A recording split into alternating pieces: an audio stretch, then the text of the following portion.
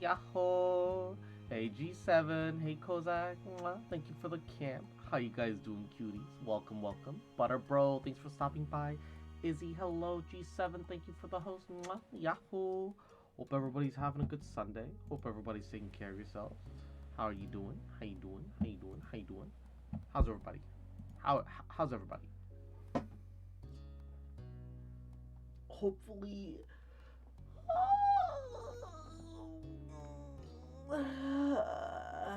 everybody's doing goody. We're here to vibe, here to have a good time, just chill, just relax. I'm doing good. Hope it's going good for you. Yeah, I took a bit of a hike today, against my will, and against my desire to live and or disappear into the void and ether. I'm a little, I'm a little tired.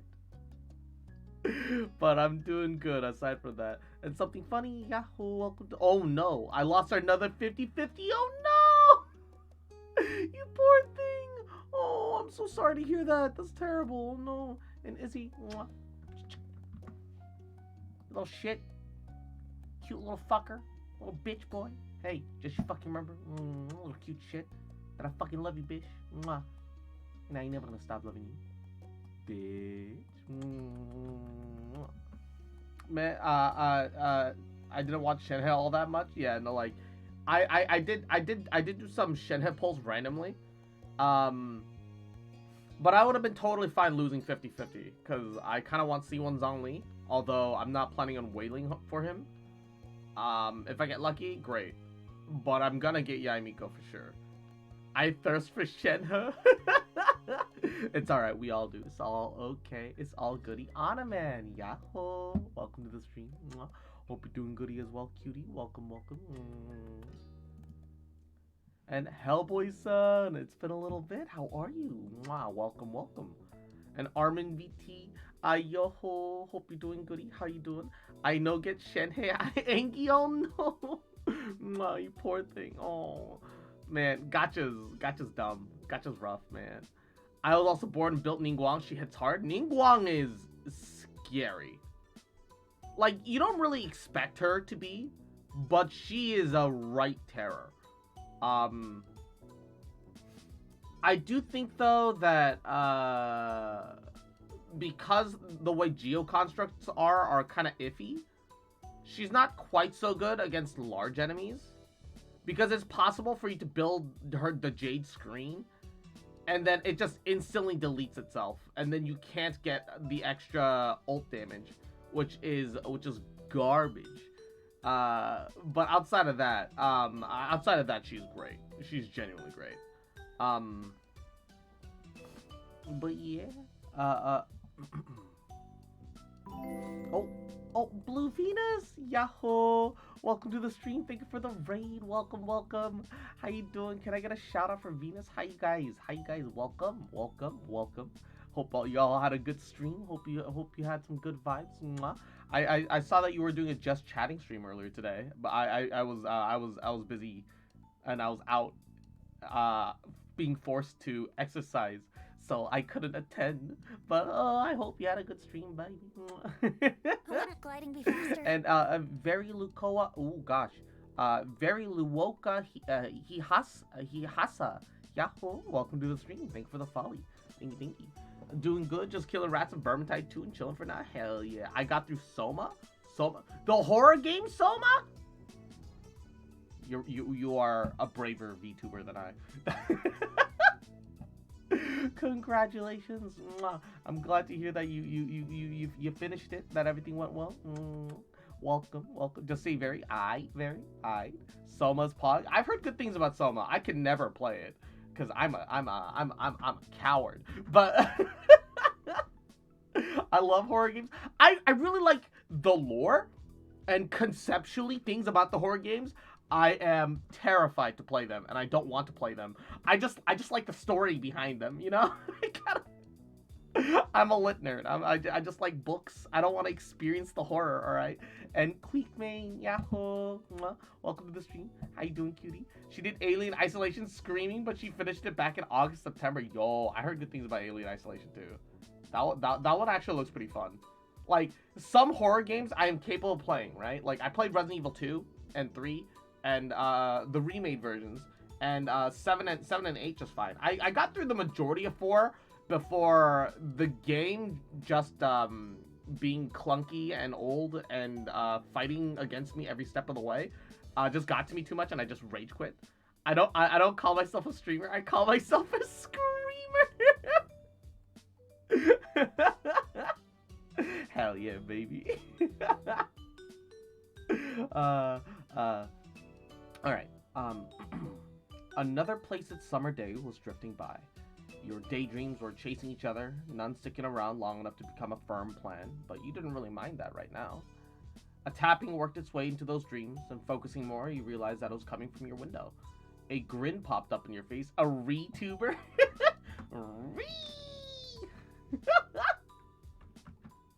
A grin popped up in your face as if though it had been waiting all day for this moment. Which moment are we in? We're in step 3. We're doing talk now, which is our third to last one remaining at the moment. Maybe the real screamers are the friends we made along the way.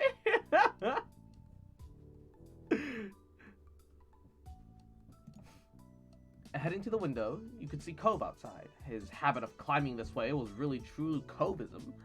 He'd rather scale your house than wait a couple extra minutes for you to come down. You held out a hand to him. You offered Cove a hand to help him, and once he was mostly inside, he took it to help steady the last bit of his entrance. Though considering how many times he'd done this, he hardly really needed the help. Hey. Hey, Garnet. Hey to you. You think my mom should invest in some bigger windows? What is that mouse pointer? Oh, it's my Klee bomb pointer. I changed it to the Klee bomb from Genshin. Imagine if, like, I start reading, Cove laughed at that and took one last look at his exclusive entrance. He hummed with a teasing look on his face. It just had him bounce from word to word.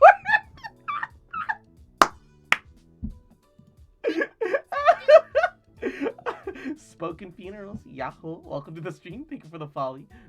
And 어머 아이고야 누스타 오늘 어떻게 하고 있어? 아이고 귀여우네 어머 아이고 어떻게 하고 있어? How you doing today, Anusta? Hopefully you're having a goody day. Hopefully you're taking care of yourself. If Cross loves Klee so much, imagine he finds out who Daydata is. Daydata, a great character. Imagine all the things that he could do with those mouth hands. Just imagine. All right. And G7, adorable little fuck, you little shit, little cute fish. Oi, I'll break keto to take a bite out of that little pasta ass, motherfucker, little cute bitch, little shit. Fuck you, remember? Trash. That I fucking love you, bitch. And I ain't never gonna stop loving you, bitch. Maybe. Cove's voice came out quietly, with a strangely pleased smile on his face. Did something happen? Cove opened his mouth to answer, only to have your phone ringing to cut him off.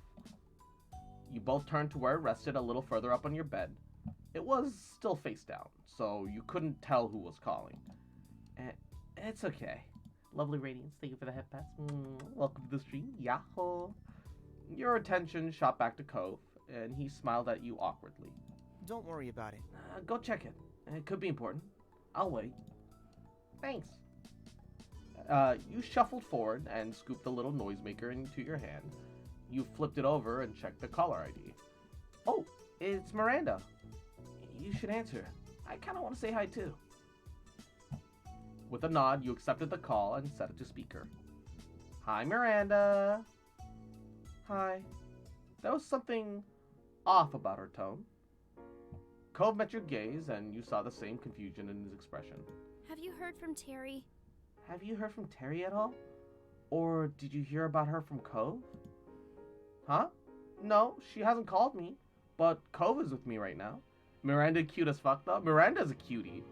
I just love freckles. I think freckles are adorable. Hey. Oh, hi, Cove. Is that what you were going to say? He shook his head no, before realizing that it wasn't a good enough answer when one person couldn't actually see it. No. No. Terry hasn't called me today either. Is something wrong? At that, Miranda couldn't hold herself together any longer. Give me Liz or Cove's mom and I'm happy. We've never seen our auntie. We've never seen Liz's mom. The muffled sobs from the other side of the line were unmistakable. Terry doesn't like me anymore, if she ever did. What? That doesn't sound right. You're probably her best friend out of all of us. Yeah, why do you think that? She sniffled, and there was a pause as you could hear her shift the phone to her other hand. Terry was here the other night, watching movies with me. We were up super late. She realized her parents probably went to bed so that they couldn't pick her up. My mom and dad were definitely asleep then. Dad works early. I tried to tell her it was okay to just spend the night, and she could text her parents what happened, but Terry didn't really want to. You glanced at Cove. He looked equally unsure about where this story was going. It didn't sound like a friendship ending situation. I suggested things to make it easier if she was nervous. Like she could sleep by herself in my room while I stayed somewhere else. Yeah? Relationship drama? Let's go. Oh no. And I said we didn't have to sleep at all. We could just keep watching movies until one of our parents woke up. I wouldn't have minded. I know not everyone can do sleepovers, but Terry wouldn't even tell me what was really wrong or what I could do to help. And Venus, thank you for the alert, cutie. I thought we could tell each other anything. I guess I was wrong. Did she stay in the inn? No. No. We got too loud in the kitchen and my dad woke up. And he offered to drive her home when he heard what was wrong. She texted me apologizing for my dad having to do that when he needed to rest, but that was it. She isn't talking to me anymore. You could hear every little bit of the tears and heartbreak in Miranda's voice. This continued to be a bit of a shock for your neighbor, but Cove recovered and spoke gently. I'm really sorry. I mean... There's just no way Terry wanted to make you feel this bad, or that she's just done with your friendship because of this. Miranda sniffling continued, and you hoped she had plenty of tissues handy. It is really weird that she reacted like that. You couldn't wrap your mind around it. This seems so unlike Terry, and maybe that's exactly why it was bothering Miranda so much. Oh,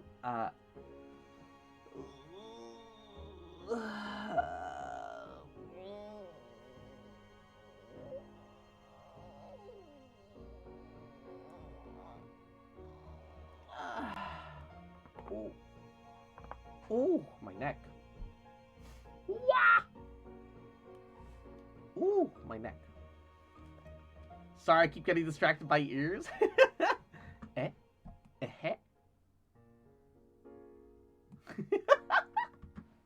Damn, that was a loud crack. Yeah. My neck gets my neck is made out of a Rice Krispie treat. All right. It was pretty satisfying.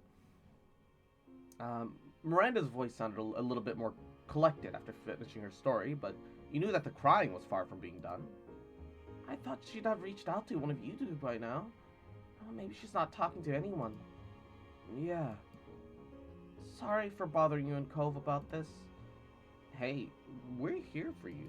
Right. Right. You can tell us things. Thank you. Her shaking voice finally conveyed a little optimism.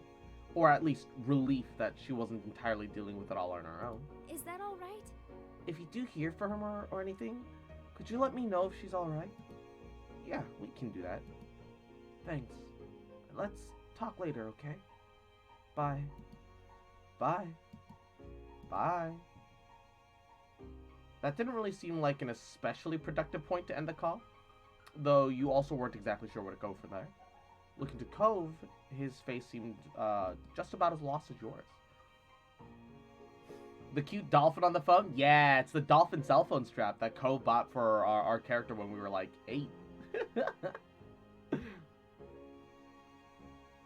His face seemed as lost as yours. And with no alternative, you hung up and put your phone back on your bed. Cove lowered his arms, a frown creasing his face. He began to pace the length of your room, clearly trying to put the pieces together in his head in a way that made some sense. You were a little worried. Biting the inside of your cheek, you stared at the ground. Hearing Miranda so distraught like that wasn't easy. And what about Terry? The uncertainty was tearing you up. The empty state of your head before learning this was not helping now, and you couldn't put the thoughts together. And flopping back to your bed, you stared into space. We should probably try calling Terry. Cove's voice managed to drag you back to some ground, though. He'd stopped pacing, but you still saw a perturbed look on his face. Yeah, I'm worried about her too. You bounced up and moved to his side, ready to act on whatever plan you two could come up with. Cove started with the easiest thing. He pulled out his phone and called Terry. Cove let it ring and ring and ring, but Terry didn't answer. There wasn't even an option to leave a voice message. Your shoulders slumped and Cove looked even more troubled, if that was even possible. So he turned to you as if for some lifeline. Could you try calling? I'm just gonna send a text like, hey, I was just trying to reach you, call me or something. This is so satisfying to listen to. Hey, I'm glad you enjoy it. Mwah. Yeah. You took up your phone once more, and unfortunately, after another set of indeterminable rings, the line went dead. No answer. No voicemail. Hanging up, you saw Cove visibly deflate. He rubbed his arm, eyes distant, openly struggling with the whole affair. I don't like this at all. They're fighting. We barely know anything, and we're just supposed to just wait and see? Despite it only being a minute since he texted Terry, Cove checked his phone again. He was desperate for progress, for something, and you frowned as you watched him. You need to relax a little. Cove stared hard at the screen as if he was trying to will a new message to appear, and as your words sank in, his gaze slid over to you. Just a little bit? Come on, you're working yourself up. Closing his eyes, he took a deep breath and released it slowly. It wasn't much, but you could see him ease up slightly. Yeah, you're probably right. Cove was still gripping his phone with both hands, as if though it might fly away if he let it go. And he looked to you with almost painful earnestness. Well... Should we... What do we even say if we do hear from one of them? His pacing resumed, as he attempted to answer his own question. But it was written all over his face that he had no idea how to tackle any of this. He slowly came to another halt, like a gear winding down.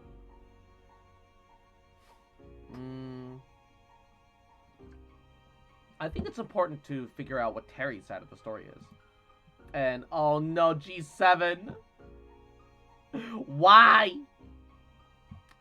Alright. Alright, you little shits! Enough with the wholesome vibes in here! I'm telling you I can't fucking say this seriously! I'm here to tell you something you need to know! Rey Skywalker kills Dumbledore! That's right! I spoiled your favorite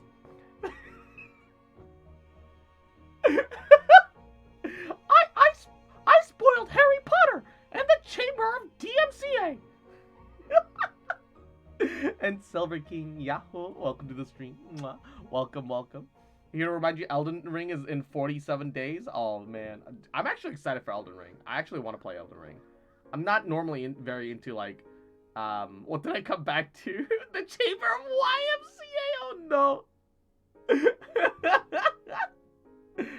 I'm a BRB, and then we never heard from, Blue Venus ever again. No. Nothing could be done until you knew what she thought of this. That much was certain, and Cove nodded in slight agreement. And for several minutes, you both remained there in silence, drowning in your thoughts. Eventually, Cove turned around. I'm gonna BRB also? No!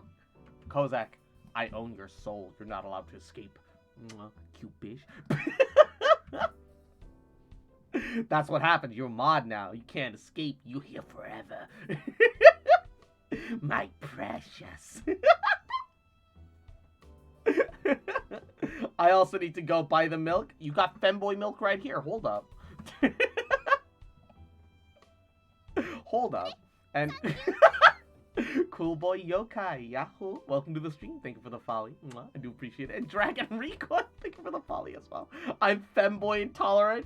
Damn, G7, you're gonna be intolerant of femboys when they lay down the Gyaru accent, or when they lay down the Valley girl, the Valley boy. Is that what this is gonna be? Oh my god, it's like so judgmental.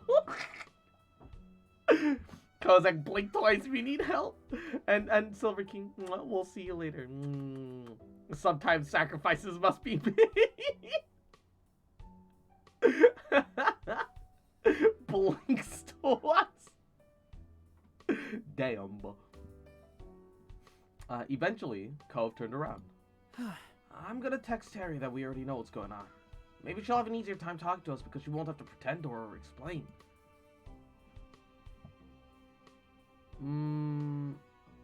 Why exactly are you so fixated on this, though?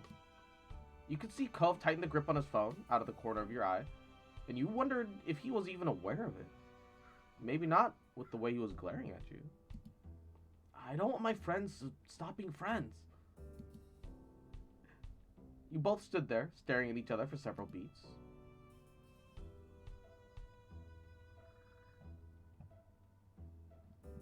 We're not going to lose our friends.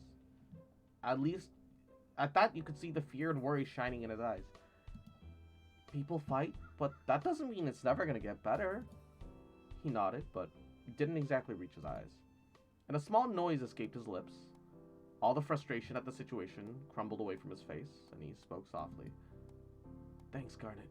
I'm glad it's not just me with all this happening.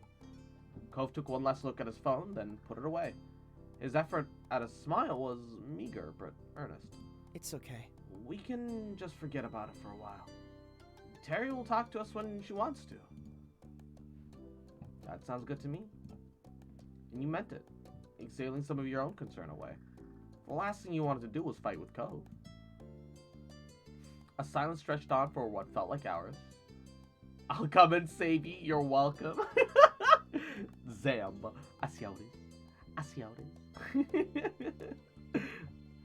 But it likely wasn't that long before there was a knock at your bedroom door, and Mom peeked in. Just wanted to check up on you. Oh, Cove. When did you get here? When she saw you there, she opened the door all the way, and Ma was standing there as well.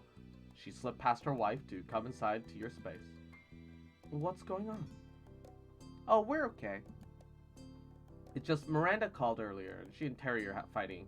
None of us exactly know what's going on with Terry. Your parents exchanged a meaningful look, though its meaning was lost on you. I am so sorry. Oh, that's too bad. I'm sorry there's trouble with your friends, sweetie. Is there anything we can do to help? Out of the corner of your eye, you saw Cove rub his arm awkwardly, unable to really add anything. No, we're just waiting to see if Terry calls or texts or if Miranda does. Well, we can at least help you take your mind off things while you're waiting. Yeah. Another great idea, Lonnie. We can get the whole gang together for some quality time. Mom gave you a soft smile and added, This'll be good, especially since it might help to make up for what happens at the farmer's market. Yes, it'll be wonderful. I'll go and see what Liz is up to right now. Excited, she fluttered a few steps away and then stopped. She pivoted on her heels and raised a single finger, flashing a big smile at Cove. I still love the fact that that these two moms had the time to talk with how about you're adopted. Yeah, no shit, moms. Dang, they're so pretty. They are. They are. Our moms are the best. It's no trouble. And of course, Cliff will be welcome too. One could have been a biological parent. It could be possible. Like, I think it would have also been interesting if the moms also had donors and if we were also blood related. But also being adopted is also perfectly fine. I don't think there's anything wrong with that. And Mama o kawaii koto kawaii da yo Pokash-kun kawaii da yo ara ara. Knowing your family was always there for you, that couldn't be underestimated. In fact, it meant everything to you that your moms cared so much. I really appreciate this. Thank you. Yeah, thanks. That's nice of you. You're welcome. You're both very welcome. The gray streaks in Mom's hair are pretty great, though. Yeah, it's tasteful. It's goody. Liz shoots gun Garnet. This is why moms don't fucking love you. No, don't sweat it, Natsu kiddos. Leave things to us. Just relax, and we'll call you when it's all together. You nodded, and your mom's dispersed for now, springing into action for an impromptu get-together. You flopped down on your bed, feeling like you could just sink into it and disappear. Cove, meanwhile, took a spot on the chair off to the side. There's already technology that allows for pregnancy with only using the mom's DNA. It's possible for it to be a biological child of lesbians. Ooh, that's pretty pog. Although, if that technology definitely didn't exist in the era that they're showing off here, because this is like the same our kids great males are useless now. These kids were kids back when cell phones were like first coming to fruition. So like this is like the early 2000s, maybe like 2010s at the most right now. I think our kids. I think the kids in this. Game are millennials. One more reason as to why I'm single for a foreseeable future. Oh no. You sighed at the same time, and Ko's mouth pulled into a bent smile at that. He gave his phone another quick check, and his eyebrows furrowed. Still nothing? Yep. This is crap, huh? Yep. Cove chewed the inside of his cheek, as if to mimic the stress that was clearly eating away at him. Cove, what's wrong? What's really wrong? One disagreement doesn't make you act like this. That got a pointed pause in his movement. Cove was carefully trying to put his thoughts together, and spoke in a very fragile voice. When people you care about, when they're unhappy with each other, there's kind of nothing you can do. At least, when you're in a fight yourself, you have some responsibility, right? Some control over it all. I wish it didn't have to happen. But that isn't possible. So, oh well, I guess. His attempt at giving a nonchalant shrug after that was pitiable. That's true, but you're right that it can't be helped. I know. I know, he replied as if he could barely muster the strength to speak. Well, we just got to focus on the things that we can impact, or at least try. You turned to Cove, hoping that his eyes conveyed the message you were feeling better than your words, and his gentle nod told you more than they did. But is this about what happened with your parents? You reflected on everything that you had learned about Mr. Holden, Kyra, their relationship, and their son.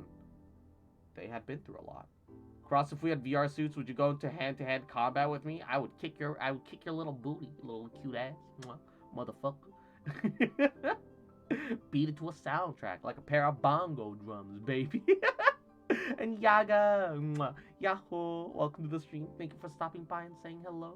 Hope you're doing good. Hope you're having a good Sunday. Cove ran a hand through his hair, a strained smile spreading across his lips. For him, this pain struck close to his heart, and just as quickly as it had come, his smile was gone, lost amidst his faraway gaze. Yeah, you know what happened. It's like my parents. He whispered his thoughts distantly, almost unconcerned with whether you could hear him or not. They used to fight all the time. Oh, I'm sorry. Garnet. Don't worry about it. It's okay. Cove gazed reassuringly at you. It's not like that anymore, right? Things are so different now. Better. I don't really think that much about it. Again, the sorrow reasserted itself, and when he continued, you could barely hear him. Though, I guess it's pretty obvious. I haven't forgotten either. You hugged him. You crossed the room, picking up a bit of speed, and Cove's eyes widened. He shot out of the chair and stood waiting for you with a nonplussed look. When you collided with him, wrapping your arms around his middle and knocking the air out of his lungs, all mystery was gone, and Cove squeaked. Oh, Oh. He returned the gesture longingly. Exhaling, you pressed your cheek into the warmth of his chest. The tension stuck inside you released like a river, flowing into the ocean that was Cove. The firmness of his hug told you that Cove didn't plan on letting go anytime soon. You both needed the comfort and closeness for just a little bit longer. And when he finally did, the two of you took a seat again, but this time side by side on your bed. well, Today was a lot, huh? Yeah, it was. You leaned against him, resting your head against his shoulder. You glanced up at his face, and Cove watched you affectionately. In that gentle gaze, you finally felt that everything was gonna be okay. No matter what happens, we can make it work. His mouth pulled into a bed smile at that. You chuckled, resting your head comfortably back on his shoulder. me too. I think so too. And for a while you stayed like that. A comfortable quiet fell between you, and the sun fell with it. The warming calm ended when Cove gasped sharply. You spun, half expecting to find him nursing an injury, but instead found him staring straight ahead. What? Oh my god. I think my phone just vibrated. Check it out. Right. He patted his pockets, fumbling his panic, and yanked the phone out. The force of the action nearly catapulted the device out of his grip entirely, but he caught it just in time. His eyes honed in on the screen. Oh, it's Terry! Oh, thank God. She says she's sorry. Ah! Angry Llama, Yahoo, welcome to the stream. Hope you're having a goody day, but also why? I've done nothing wrong! I haven't been horny yet. I actually haven't been horny yet, and I'm 30 minutes into stream. Well, that's a Sunday stream for you, I guess. I don't know. Zam. He looked back to you, eyes wide as his nerves started to fray once more. What should I say? Ask her what's going on. Okay. He nodded. For the love of God, I need a Burger King. You need a Borgia. Cove was aware that his blunt words could sometimes make others bristle, even though he never meant them to hurt. And Cove's phone buzzed nearly as soon as the message was sent. Ah, it's Terry again. She's talking to us. My Zhao also did 2,300 base damage. I don't know how it's that high. It's only been like 1,300. Maybe you crit? Also, was it with ulting? Because if you're ulting, you should be doing more once you get your artifacts up. She's talking to us. You leaned in, watching the conversation unfolding on Cove's screen. It wasn't a crit, no ult, just a regular hit. Pog, let's go. Right. That just means that you're building your artifacts, right? And it's starting to get somewhere. Yeah. She's actually gonna call. Cove held his breath as you waited. I didn't change anything. Well, some enemies also have different resistances. Like, some enemies have higher defense than others. Some enemies take more physical damage than others. All the human type enemies, like the treasure hoarders, they take extra physical damage, actually. It's very subtle, right? It's not like big differences. The Electro-Fatui, human type enemy. So, yeah. His circle of friends had always been small, so he managed to avoid the stress of seeing friends fighting. You suspected he was feeling even more keenly, both because this was so uncommon and the friends were so important to him. His phone rang out. Cove jammed the answer button, his reflexes instantaneous. He switched the phone to speaker, allowing you to participate in the conversation. But despite his immediate reaction, his voice lacked the same resolve as when he spoke. Thanks, Cross. Sorry to bring up Genshin. Just happy with him. Hey, no worries. I'm glad you finally got Zhao. Like, everyone who didn't get Zhao like the first time around and like had to be patient just for him to come back around. I'm like super glad that he finally came home. The wait is over. Now it's just time to go bouncing up and down. Welcome to Ground Pound Town. Hey. It was tentative, a white flag fluttering in the wind. Oh, Garnet is here too. Hi. We've been worried about you. Hey. Hey, buddies. And Equinox, mwah, welcome to the stream. Thank you for the head pats, cutie. How'd you sleep? Did you sleep well? You get plenty of rest? Little cutie. Terry's voice was barely recognizable without her usual quick patter and energy. Are you okay? Are things okay? Yeah, slept lots? Yeah, let's go, baby. I don't know. Probably not. He's so fun to use. I saw a TikTok video that said not to plunge right away in his ult. To wait a second to do more damage. Okay, it's a little complicated, but effectively, there's a specific jump height where Zhao goes from doing the lower low plunge damage and the higher high plunge damage. It's not a gradient. It's a specific cutoff point. So part of getting really good with Zhao is getting a good feel for where that jumping and plunging point is. It's so you don't want to jump all the way up to his highest height, because then you spend more time leaping up into the air and then more time coming back down. That doesn't give you extra damage. So once again, it's that finding that right point where you jump just high enough to get the big plunge damage. Yeah. You can also, there's also another technique where you try and Goomba stomp your enemies like it's Mario, so you land on them and collide with them as you come back down.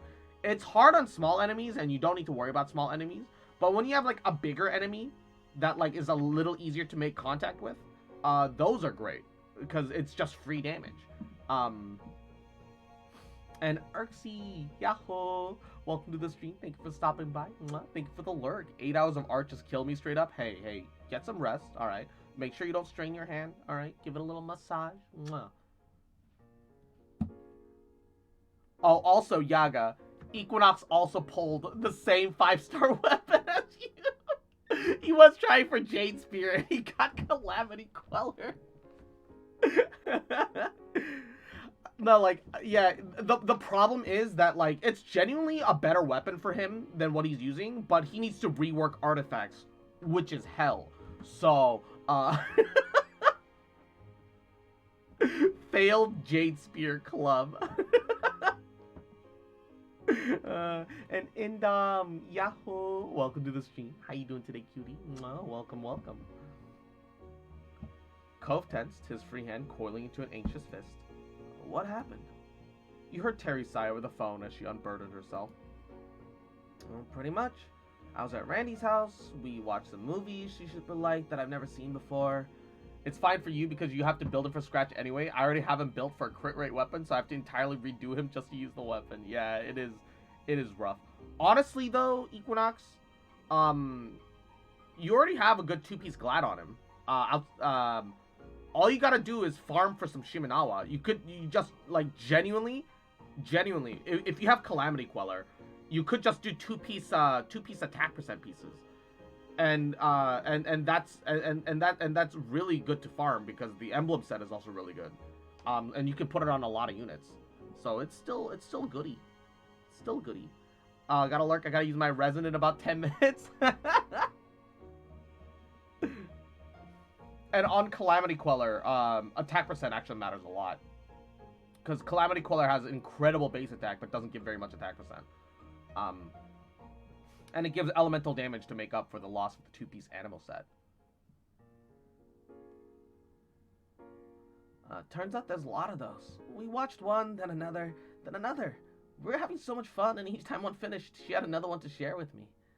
Yeah, there's a reason I didn't want to, yeah, but there was a reason I didn't want to ditch my Ven. I don't remember at the moment. It's your, I think your crit damage hat is, like, really insane. It has, like, a lot of crit rate on it. If I remember correctly. Yeah, it was the hat.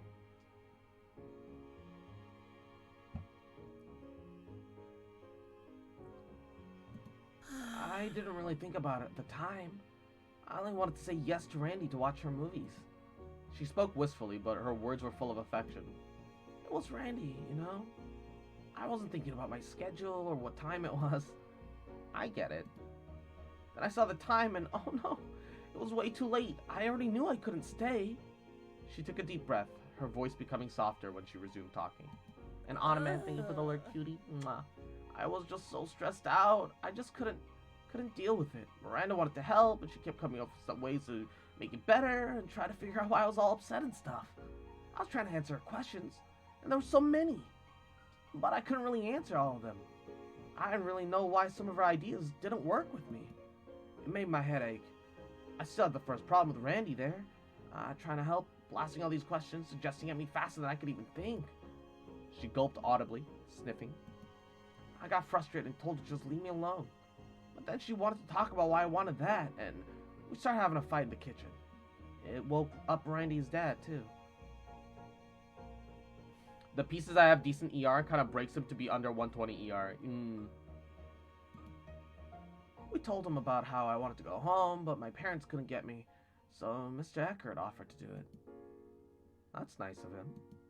Terry groaned. I know!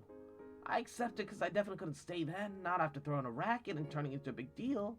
But I feel awful and embarrassed. Why did I yell at Randy and hurt her feelings? I made her dad lose sleep by waking up and have to drive me home. What do you say after that? I have no idea. I don't know where to start.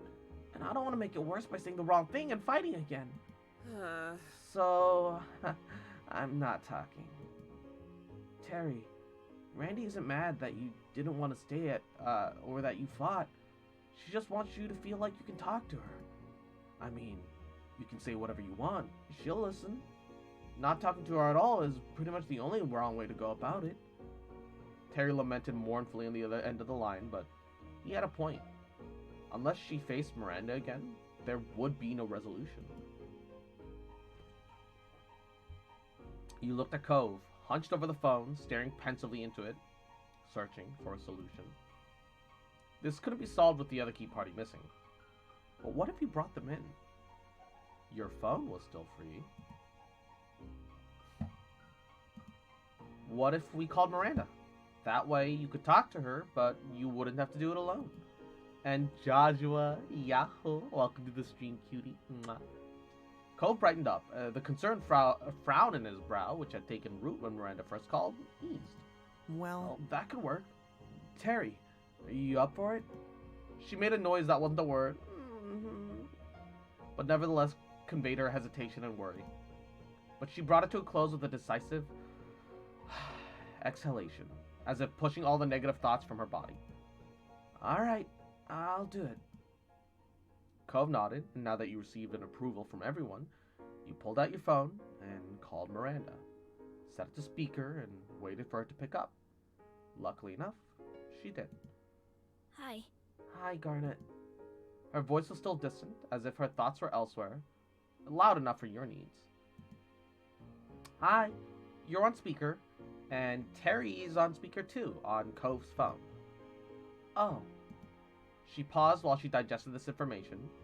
You watched as the phone screened, hoping that she wouldn't hang up as a result. Really? Oh, really? Yep, it's really me. Can you hear my phone from all the way to your house to theirs and then mine? I can. You and Cove exchanged looks, waiting for the wall between them to break, wondering who'd be the first to do it. As the quiet dragged on, you caught Cove chewing his cheek. How do you see that? That's the inside of his mouth. Am I peering into his mouth? As he... What? Eh? It sucks your cheek in? Maybe I just have plump cheeks. Because when I do it, no one can notice. I've got stretchy I've got stretchy cheeks, man. They're puffy. I can't do it, right? It looks exactly the same. I've tried when, like, I would suck in a little bit of my cheek and I'll hold on to it with my teeth just to try and make my face a little more angular to see, like, what that would look like, and it looks exactly the same. We know that we're talking about your face cheeks. I swear to God, Kozak. Damn, I didn't know Cove could fold in on himself like a goddamn wrecking ball and chew his own ass cheeks. Shit, boy. Like a contortionist. As the quiet dragged on... I already read that.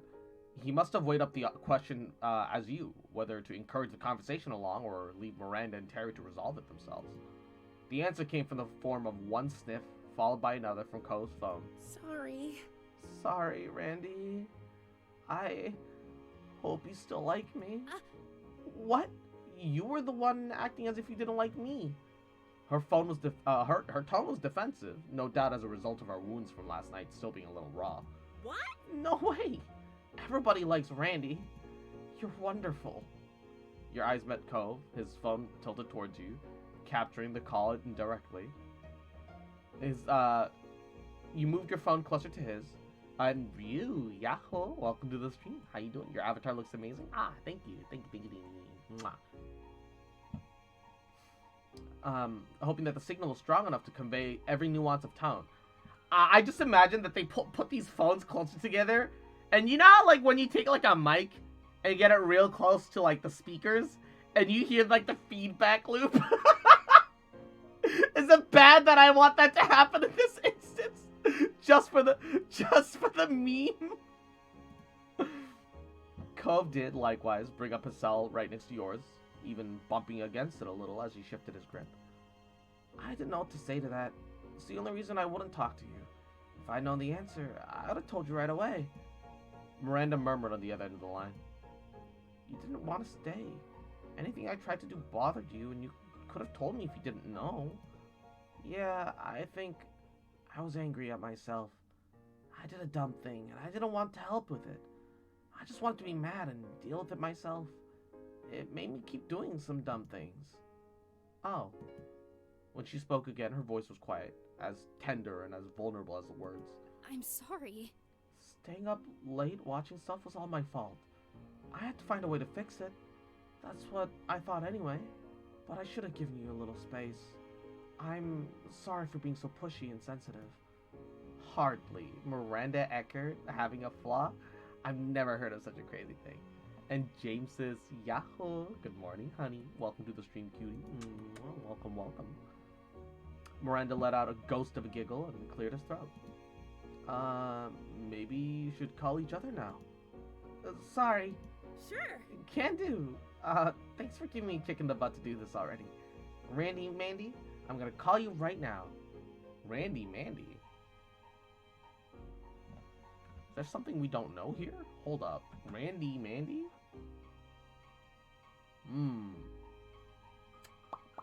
Oh, they fucking. Bye, Garnet and Co.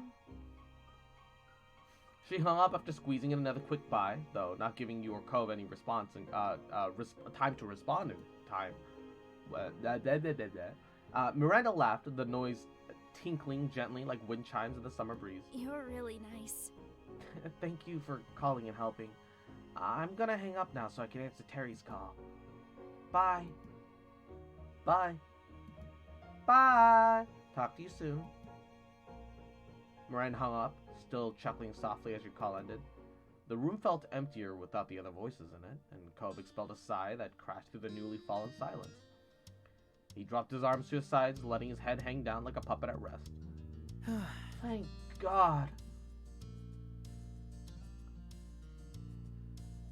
I'm just relieved it's okay.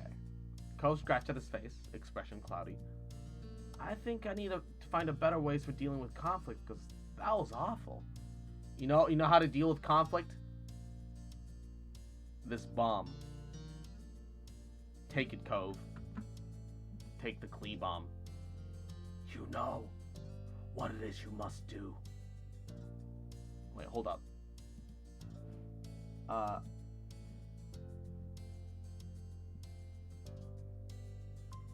Hold up.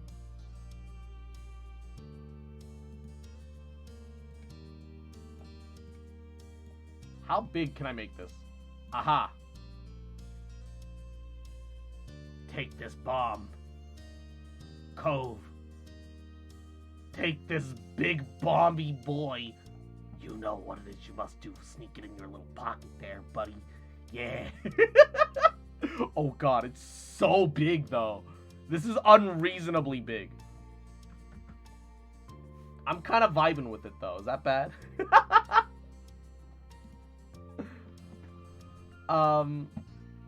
Yes, it's bad. We could all probably do better at that. Cove meekly smiled as he rubbed at his eyes. Weariness creeping over him, mumbled his next words. We can talk about it another day. Conflict resolution methods? Huh? Huh? Oh, no. Forget it. Your eyebrows rose and then a light bulb went off in your head. Before Miranda called, didn't you say that there was something else that you wanted to say? Where's the click point? Is it the ear? Yes, the left ear. So as you can see, the left ear is what highlights quit right here. It's the left ear. Cove's original visit had been thrown so off kilter that it was actually a struggle to wind your memory back down to where it first turned up. Now you did, though. You remembered that he had been pretty perky when he arrived this afternoon. Was it good news? Cove brushed his hands against his now folded arms a little shyly. Well, yeah, maybe it is. I'm not sure if it counts as news or even good. It's just, it is what it is. I'm happy about it now, though. Zhao hit 3k now somehow, and he can do about 12k in his ult I've seen. Nice-oo. Nice-oo. You were curious, but didn't want to push Cove if he didn't want to speak about it. You don't have to say anything, but if it makes you feel good, I think that's good news. Cove chuckled awkwardly, a hand creeping up to ruffle the hair on the back of his head. It's fine. If you want to hear, I can tell you. He shifted on his feet, as if a different posture might give him the support he needed for the conversation. I didn't want to make it a big deal. I kinda... well, not kind of. I know what my sexuality is now. Oh! A real subject change, huh? He chuckled, though a little unexpected. You were excited that Cove had come to understand himself more. Glad that he wants to share that with you. I use Bennett ult and Zhao so he heals and plunges. Pog, let's go. That's great. Tell me more. I don't know why, but I'm reminded of Grease. Tell me more, did you get very far? Tell me more, tell those summer nights.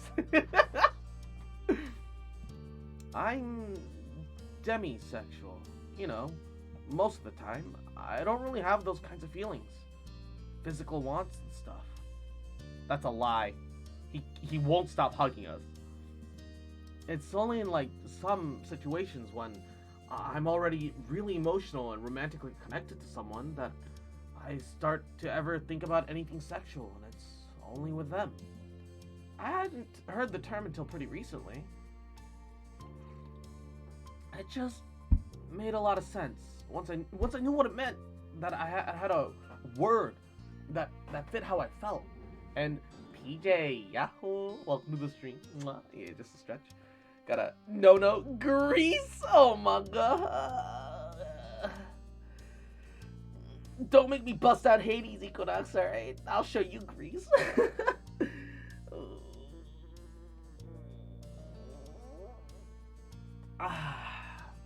Ooh. Ooh. What? Yeah. And I'm pan-romantic, because I never had a preference for a specific gender or anything, so yeah. I want to get Hades, but just wish it was multiplayer. It would be too chaotic if it was multiplayer. I acknowledge that. It's a game designed for single player, but I wish there was a mod, because it would be so fun to multiplayer it. That makes sense. Cove looked down at the floor, being so open and direct about a matter that personal, which you were sure that he must have spent a long time trying to figure out.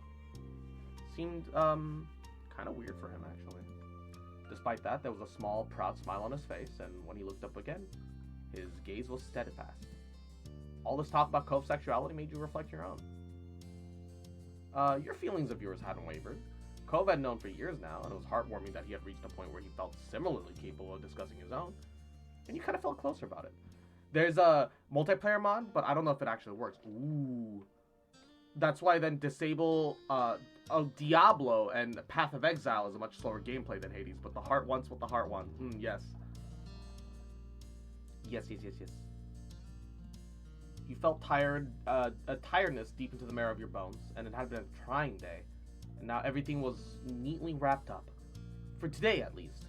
And you had earned yourself a rest. you had some good talks come out of it. Not only knowing each other better, but yourself too. Hey, Hey, we should probably head downstairs soon. If your moms are still, wanting everyone to get together. Yeah, that's right. With a renewed spring in your step, you led your way out of your room. You got downstairs to find the others already assembled and waiting. Hi. Hello. Hey. Good to see you both.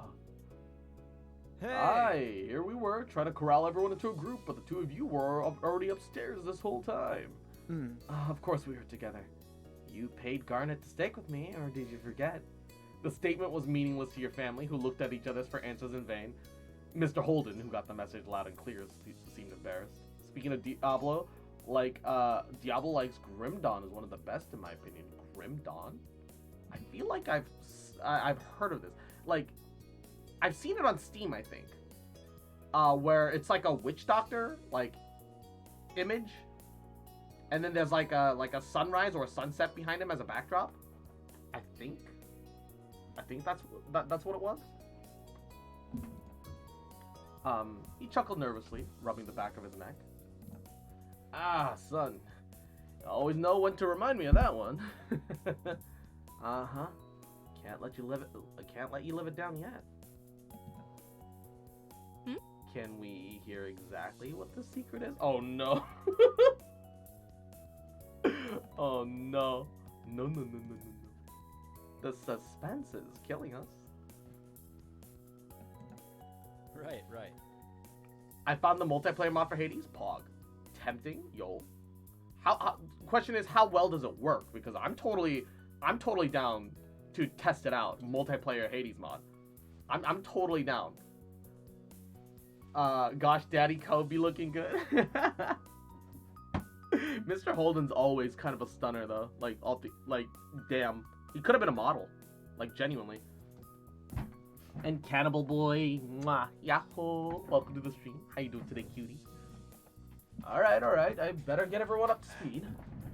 He held up his hands, palms out, pacifying his audience, or perhaps holding them up as a shield in advance. The first day I met Garnet, I'd been worried about Ko for being alone for the summer. Well... Look, there weren't a lot of kids around. He wasn't exactly on the best terms with me at the time. He glanced around at your family, gauging their responses. Look, I felt that this was my one shot, so I kinda offered her $20 to be friends with Cove, and added that she couldn't tell him about it. Which one is this? Oh, this one is Tox. Also, Ray, mwah, yahoo! Welcome to the stream, cutie. I'm thinking that I'm gonna power through the last of Step 3 today, and Baba Booey. Liz gasped. Ma was staring incredulously at Mr. Holden, while Mom's eyebrows had retreated into her hairline. You and Cove, already knowing the story, were the only ones unaffected. You didn't do Drive yet, right? Nope. We're leaving Drive for last. But after a while, I really did honestly kind of forget that it ever happened. He raised his hands higher, level with his shoulders. Not a bad idea, he thought. If Mom felt inclined to throw a cushion at him, he'd probably manage to block it in time. I know that's bad, but I had so many grand ideas over the years, it's hard to keep track of them all.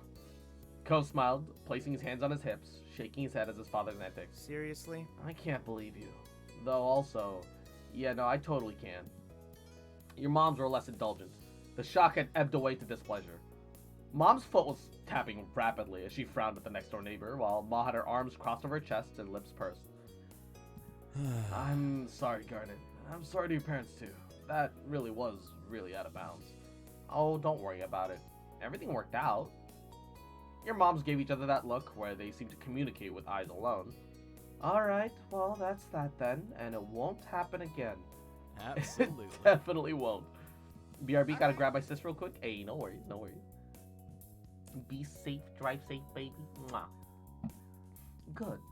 It was a bit surprising that they were letting him so easily off the hook, but on the other hand, it really was a long time ago now.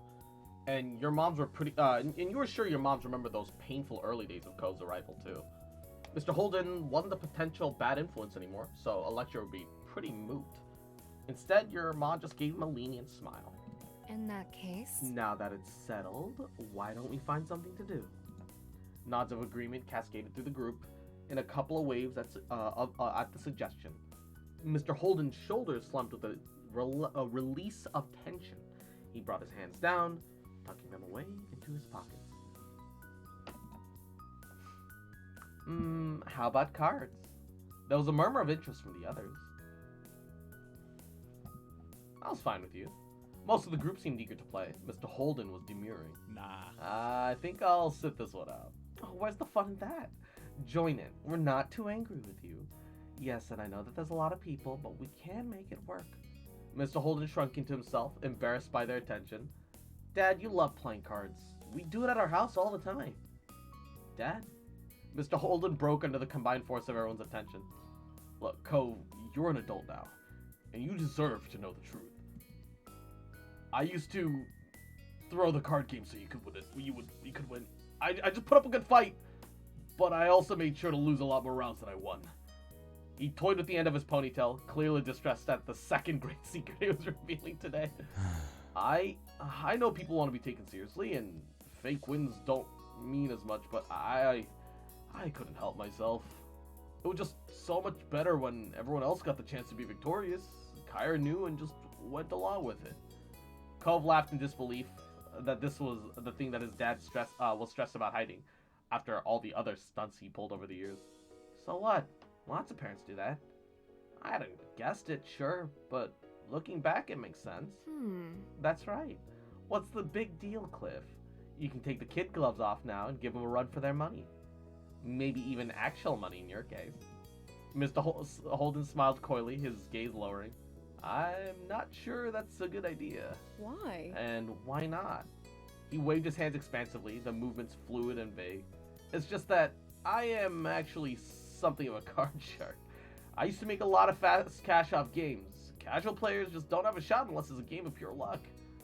Cove's jaw hung open, his wise eye to fix on his father. Oh shit! Oh! He used to scam people for money! Oh fuck! Really? That was a touch of amazement. He's a swindler! Even admiration. Admiration? Nestled amongst the shock. Yo, you know what that means? Daddy Cove knows how to use his hands, baby. The other members of the Cross family exchanged looks, ranging from Liz's disbelief to Mom's intrigue, with Moss somewhere in the middle between the two. You can't simply make up a claim like that and expect us to go along with it. Let's see you back it up then, Shark Man. Mr. Holden gave her a crooked smile, his demureness quickly being replaced with the confidence of someone either very skilled or very misguided. No, yeah, Cove's dad has so many dark secrets next he's gonna tell us he's a wanted terrorist in several countries. Yeah, or that one of his eyes are, like, not real, and he had to give it up when he, like, left the mafia or some shit. He's a wanted terrorist in my bedroom! Damn, he blew up all over the place. Shit. You sure about that? Definitely. We've got to see this so-called non-casual player in action. Well, I might be able. Oh, who knows? Maybe I have gotten a little rusty. His coyness continued to rile the gang up, and he was getting a kick out of it now. Please? Come on, please. Alright. Alright. I can dust off the old tricks, probably. Great. Cove beamed at his father while his mom clapped Mr. Holden on the back. Oh, it's okay. I'll trap him with these handcuffs. Ooh, woo. Liz darted off to get a deck of cards while the rest of you settled in for the game. Hands were dealt. Mr. Holden wasted no time improving his words true, wiping the floor with all of you. You played several rounds, even switching games, but none of you were a match for him. That was how the alliance came to be forged. The rest of you joined forces against Mr. Holden only, just to try to increase the odds of beating him. But confidence is the ever-insidious killer. A terrifying blow. The darkness. just darkest dungeon lines. With your combined efforts, you actually pulled out a few victories. Yet, it was still a challenge. He was clearly a professional, and if these were his skills now rusty with disuse, you couldn't imagine what a deadly opponent he might have been in the past. Despite that, though, you still had fun. Working cooperatively actually fostered a sense of camaraderie with the others, and Mr. Holden didn't appear fazed by the strategy. You actually wondered whether the increased challenge made it more interesting for him. You spent the rest of the afternoon together with your family in the Holdens, having fun, and it was an interesting evening for sure, with many discoveries for everyone. It was freeing, and yet simultaneously you felt more tied together than you had ever been before. Ayy. Ba ba. That was cute. I enjoyed that. Felt a little drawn out with the unnecessary argument that made no sense, but then again, that shit happens that shit happens sometimes, where you guys have a fight over nothing, or misunderstandings happen. So, it's real enough. Happiness, though. The day and the week were nearing their end. You were welcoming it in your own way, lying sprawled out on your bed. It was quiet in your house, getting to that time of night where you really should be sleeping, but you didn't feel tired at all. I have a question. What does demisexual mean? Are you do you mean attracted to demons or something? Because that's what I'm talking about, Sunji7. No. Demisexual means that you only get sexually attracted to very specific people. So, like,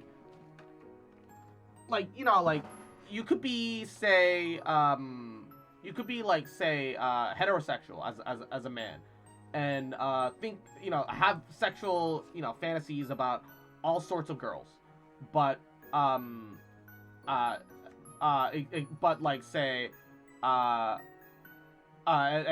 or you could be heterosexual in the way that, you know, yeah, you have been in a relationship with, like, a girl specifically, and that's the girl that you loved, and that's the girl that you had sexual attraction for, but you never felt it for anyone else, any other girls. That could be considered demisexual, I suppose. It's more like that. It's more like that, where it's specific people, not even necessarily the gender, although I suppose gender could still be a factor. Everyone's different. But yeah. Smiles and nods. I didn't get any of that.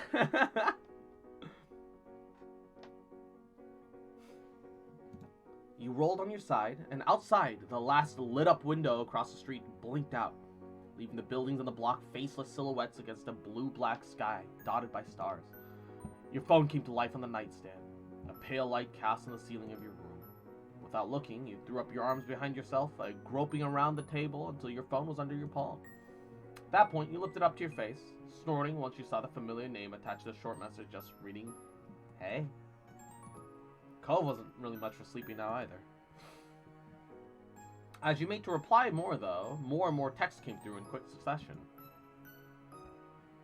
"Hey, you like doing things? You like doing things with me? I mean, will do you, Cove."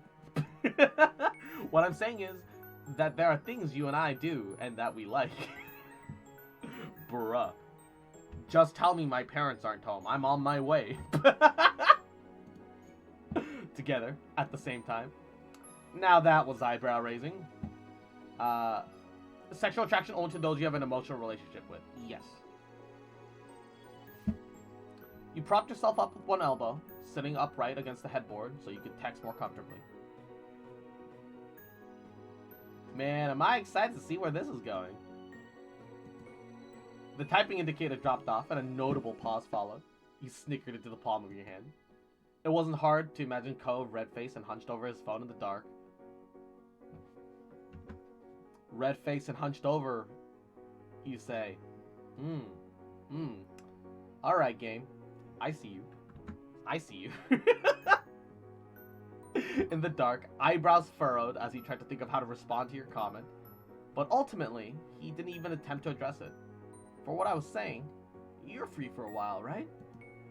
When's your next shift? Not for a few days. Cool, I thought so, just making sure. Alright. You could hear Cove's intake of breath as he prepared for the next part, despite the conversation being text alone.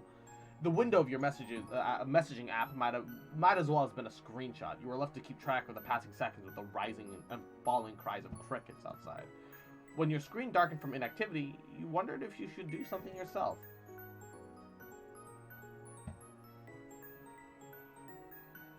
You thought he'd get around to it when he was ready.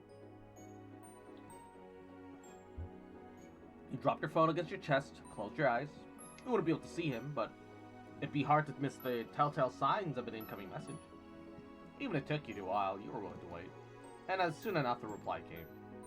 What if we did something new or unexpected? Would you be okay with that? Something we haven't ever done together? Oh, we fucking! You lowered your phone, leaning back against the headboard as you thought it over. The streets outside your window looked different at night. But you knew that if you were to wander out, there would be no chance of you losing your way. There wasn't a single inch of your bedroom or neighborhood that you didn't know by heart. And everywhere you looked, from the grassy hill behind your house to the shops by the beach, you could recall a time where you'd been there with Cove, mostly just chatting as you walked along together. You didn't mind everyday things like that, but as for something new or unexpected...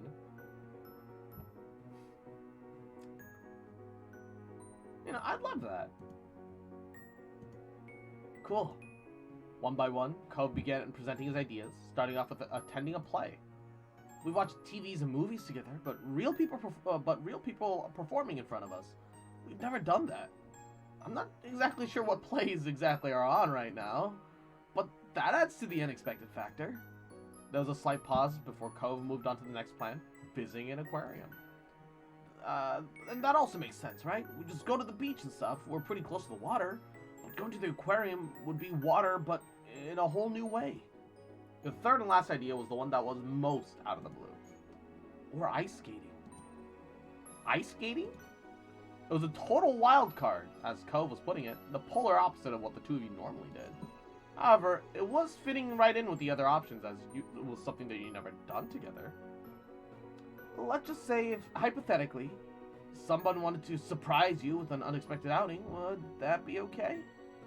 You couldn't help but smile fondly at that, wondering to yourself who that someone could be. Said it'd be perfect if that somehow happened. If only a hypothetical someone existed. Great. Not that it means anything, but which one would be your favorite? Ko is so fucking cute. Yeah, it'd be... I think ice skating would be fun. Ice skating. The idea was so out there, you just kind of couldn't not pick it. And it was a chance to see Cove out of his element, too. Alright, cool. Don't think about too hard about this talk. Doesn't mean anything. You're freaking adorable. Don't say that. Good night, Garnet. It's really late now. Yeah, it is. Marbles is off, right? Yup. Night, Cove. And with that final send-off, you put your phone to sleep and lowered it with a sigh. You had no idea what Cove was going to invite you to the ice rink, but your mind was buzzing with all the possibilities that the coming day might bring. Your phone went back into its place on the nightstand, and you resumed snuggling to the mattress, one hand thrown to the side, the other shoved under your pillow.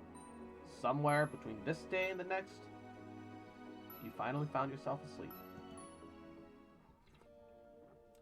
The next morning, after washing up from breakfast, you had just climbed to the stairs to your room ready to tackle the day when you heard the ring of a doorbell.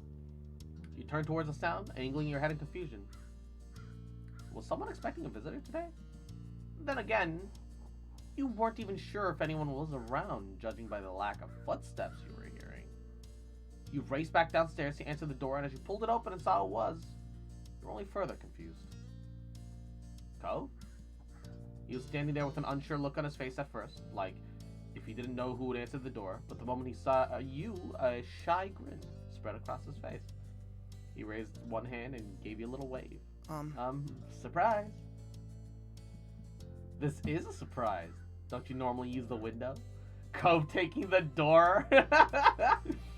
You found it funny how you just grown up so used to hearing him tapping at that glass pane that showing up at your front door was what it took to get a reaction.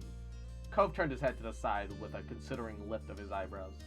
I guess I do, but not today. I got you something. He slid his hand out from behind his back, holding it up in front of your face as he offered the present to you, and your eyes widened once you saw what it was. Taking one look at your face, no doubt, a complicated mix of happiness and shock, Cove let out a laugh. Surprise again. It really is. Suddenly, Cove raised his head, his eyes finding yours and startling you to stillness. Wait, what was it? Did it say? You could see the lines of his neck standing out as he visibly tensed, the blush on his face reaching his ears. He was building himself up to something. and you started feeling self-conscious, your heartbeat thrumming in anticipation. Garnet. Garnet. He paused to take a deep breath, shoulders rising and lowering with the effort. Would you want to go on a date? I've gotten really invested at this point. Hell yeah, baby. The last word you almost didn't catch. Cole's voice going so small that like air was being squeezed out of his lungs, and before you could answer, he piped again, waving one hand in front of himself. It doesn't have to be super committal or anything. We can just give it a try, and yeah.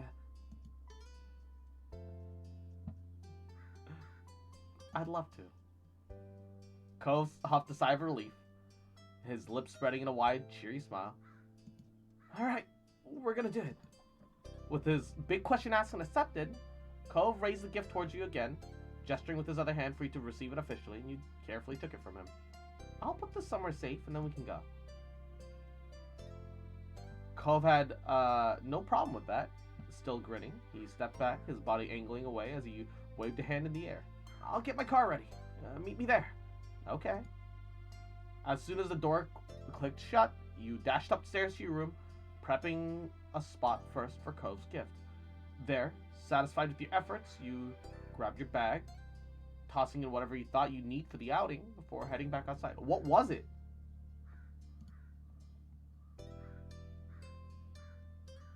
The environment doesn't change at all, so it's not like we placed something down. What was it? Cove's old car was parked right in front of the house. You went straight into it, hopping to the shotgun seat. As you buckled yourself in, Cove leaned forwards to watch you with an eager expression, tapping the dashboard into a lively sort of rhythm. He was ready to start, but trying to tone it down so you wouldn't feel rushed. I'm glad we're doing this together. Me too. Once your seatbelt was secured, Cove checked his mirrors to make sure that the street was clear before pulling away from the curb. Yep, just like that.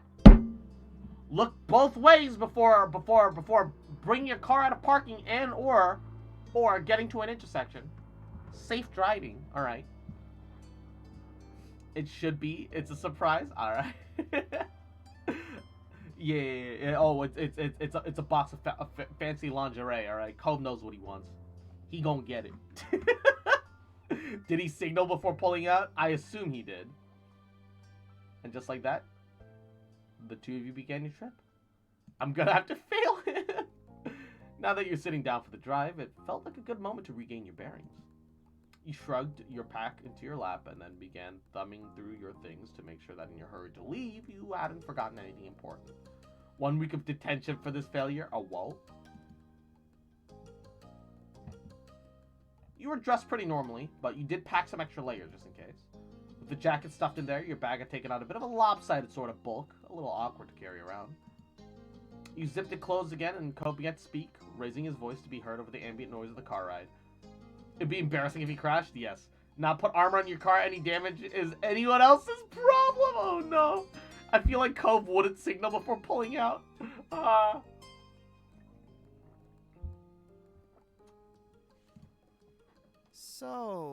So, ice skating. This is kind of gonna be crazy. Having fun with water that's frozen? Unheard of. Cove wouldn't pull out? Look, you don't have to pull out if you're into bussy. Bussy means you don't need to pull out, alright? Hell yeah, baby.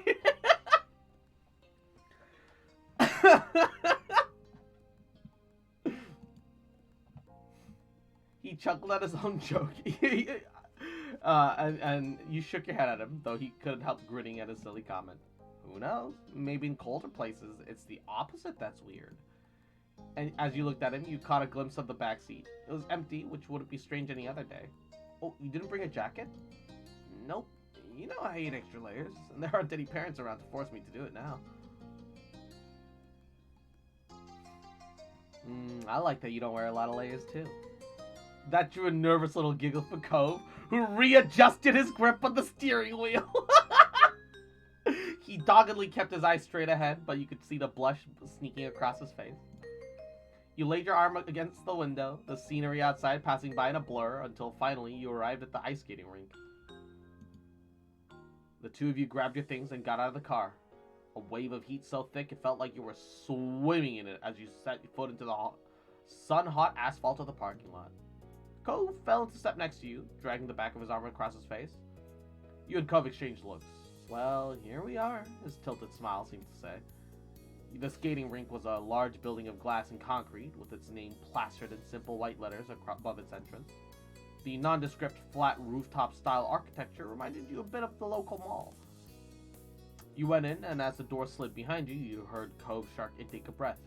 You glanced over at him, seeing the stunned look on his face, his lips drawn and tight in a frown. It's really cold in here. Guess you'll have to change your name from Cove to Cold. Cold Holden? Cold Steve Austin! Cold Holden! He's getting the chair! He's climbing up the ladder! Colden for short. That way, the next time we come here. Cove had his hands wrapped around him in an attempt to keep warm, all forgotten in favor of throwing you a questioning look. You could say it's Colden in here. You covered your mouth and snickered at your humor. The joke got a trembling smile out of him, too. How about you? How are you feeling? I'm feeling pretty fine. There was no denying that the building was chilly, but it was a refreshing change compared to the sweltering heat of the parking lot. He laughed breathily. That's good. Your neighbor suddenly shuddered dramatically, almost retracting his head into his shirt in his renewed effort to keep warm. You held on to him. You eventually took a step towards him, wrapped him up in what you hoped would be a warm embrace. For a second, his body went more rigid, but he quickly relaxed and gave you a self-conscious smile. Thank you. Thanks, Garnet. I'm happy to. His shy chuckle shook through his abdomen, and you felt it on the side of your body right before he put his arms around your waist and pulled you closer. An unspoken sign that he had no problem with it. Like this, the two of you ambled over to the rental counter together. Slightly awkward process that had you unsure if you were going forward or sideways. The clerk ended up giving the two of you funny looks over the top of her glasses as you went through the process of paying for admission and finding skates in your shoe sizes. Throughout it all, though, Cove didn't even shiver once. Eventually, though, you had your skates, and it was a particularly well-worn set. Still sturdy, but where it had once been blue, it was now faded, and where it had once been white, it was closer to that of a tan. With some time and a low bench, you were set up with the rented shoes and now stood by the opening to the rink. It was an oblong shape, surrounded by paneled walls with rails. You were a little amused to see that there were others dressed in t-shirts and shorts, and you turned to Cove to point it out. The answering laugh that came sounded a little distracted. Well, here we go. Tentatively, he took one step out into the ice. You could tell by the way he put his hands out that he had been expecting to fall flat on his face. But his other foot followed with ease, and like that, he was upright, and a relieved sigh had left him. He took more than a few steps to test it out, nothing that could be mistaken for skating, but his legs were steady, and he kept his balance. His eyes were bright, and he looked back to you. I'm doing it!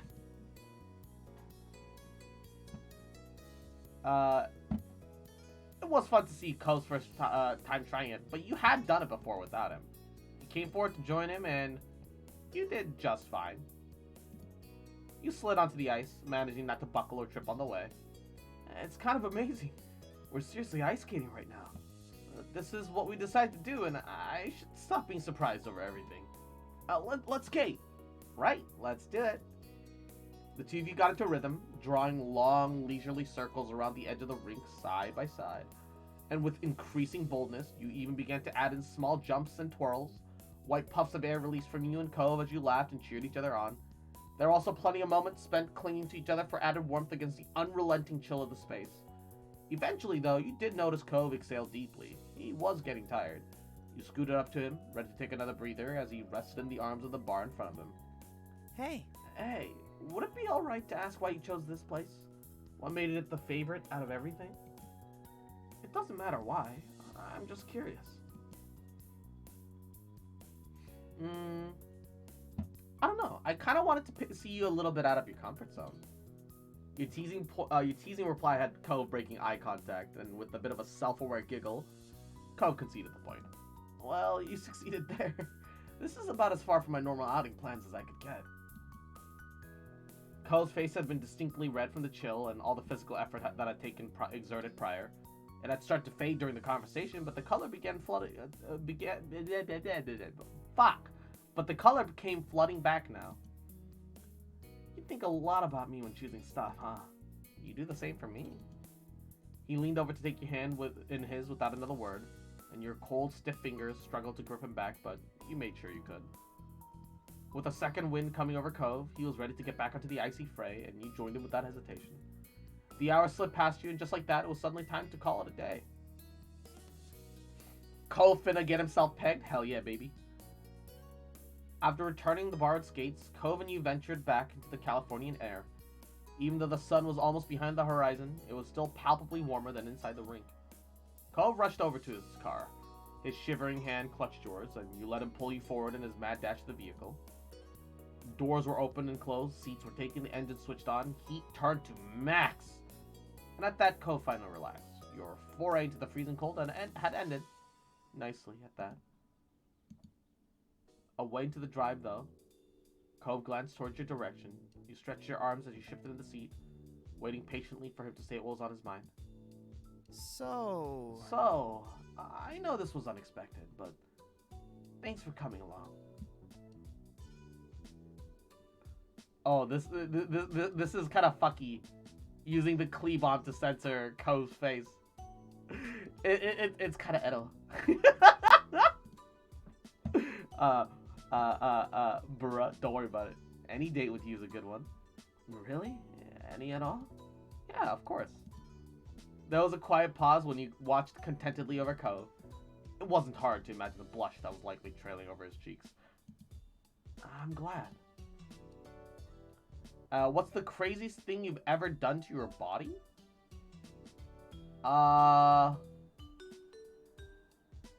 Ooh, that's a good question.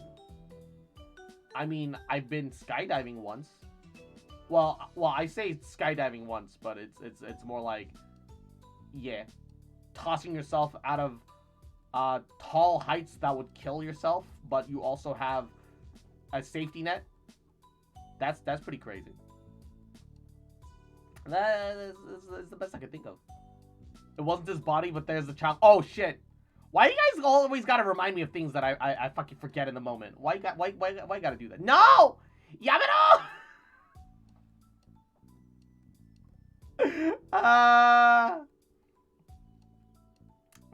Bruh.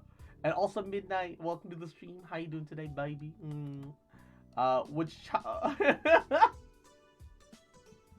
Chocolate story number 5? Bruh. There are multiple. You do need to be...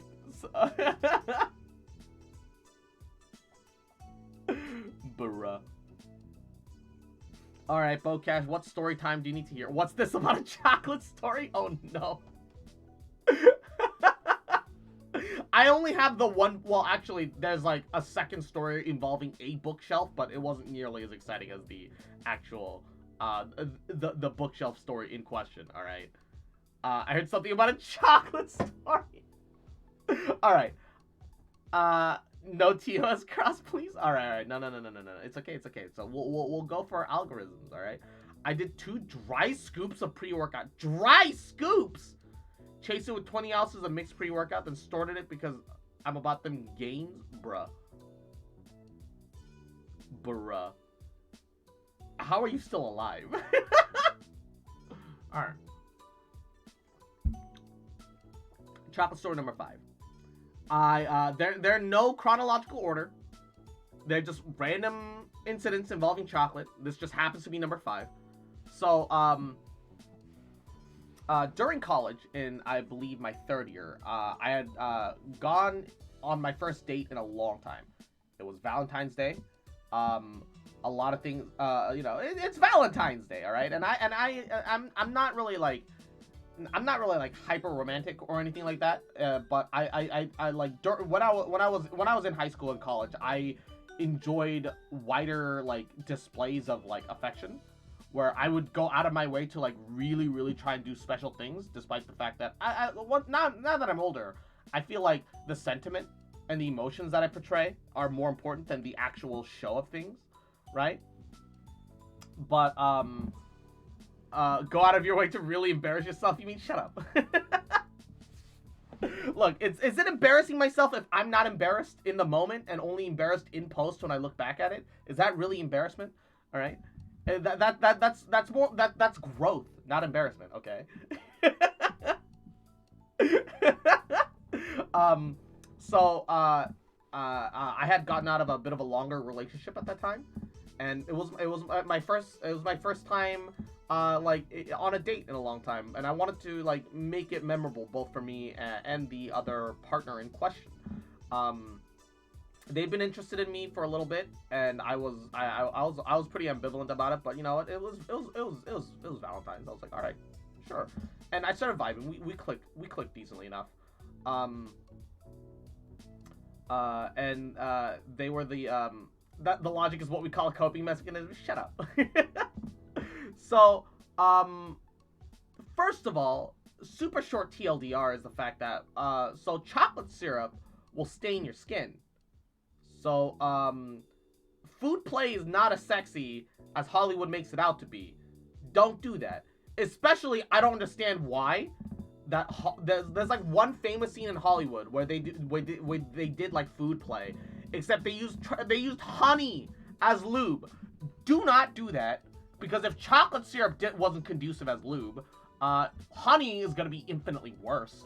No. So we had some fun. Right, which is the short and the TOS implied way of putting it. But we kind of fell asleep with covered in syrup. Waking up was sticky, and all my sheets needed washing, and I was like, all right, fuck it, whatever. I needed new sheets anyway. I'm not gonna stress it, right? But then we decide, in our infinite wisdom, to shower together, clean up, and maybe also perform other actions. All right, don't judge me. As we're washing up, we're both pretty we're both pretty fair skinned, right? So we start realizing, hey, this is like it's like not coming off. It looks like we had gotten like the worst fucking henna tattoos, like all over. Some of them blotchy, some of them like making like weird patterns. Like, we're just like, ooh, this is we're like, what was intended to be a hee hee ha ha kind of like morning event turned into the both of us in hot water scrubbing furiously at our skins trying to get the color out, because we're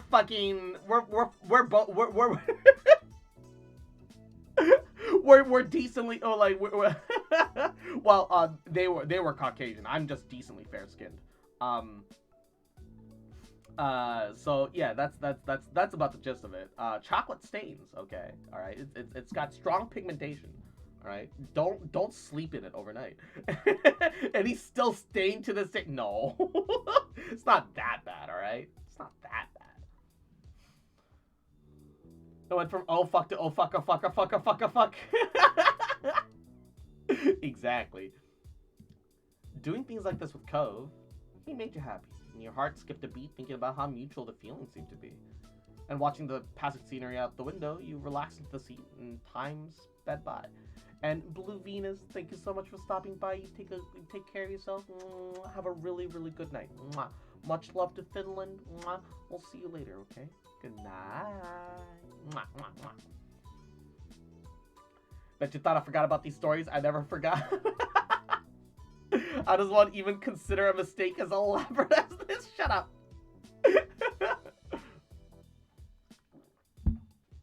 Not a mistake, all right? A youthful lesson, okay? Just happy little accidents. It wasn't too long before Cove pulled into his driveway, though. I'm now considering redeeming for the mold story. Mold?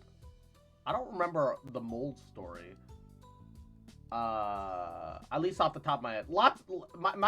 My memory is like, some days I remember certain events in my life super clearly. Other days it's very vague. The chocolate mold with the two. Oh no.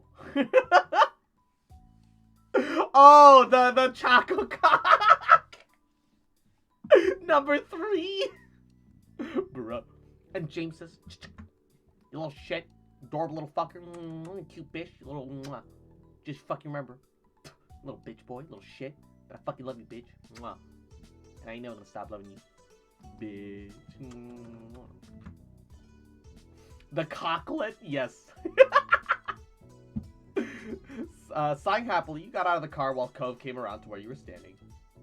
He stood there a moment, rolling a pebble under his shoe. Was it milk chocolate or dark chocolate? Dark.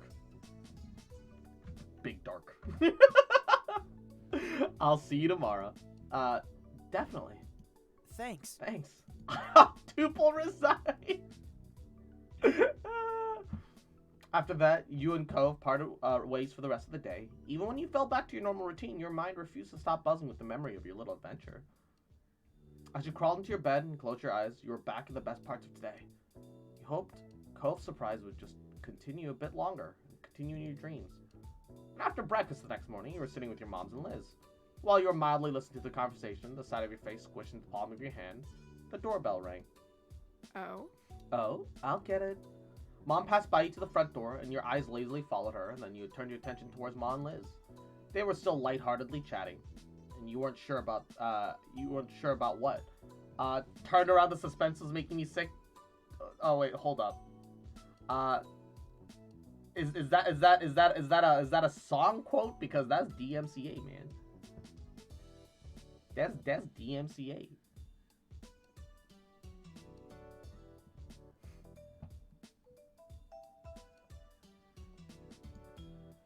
Hey, Garnet, you have a guest?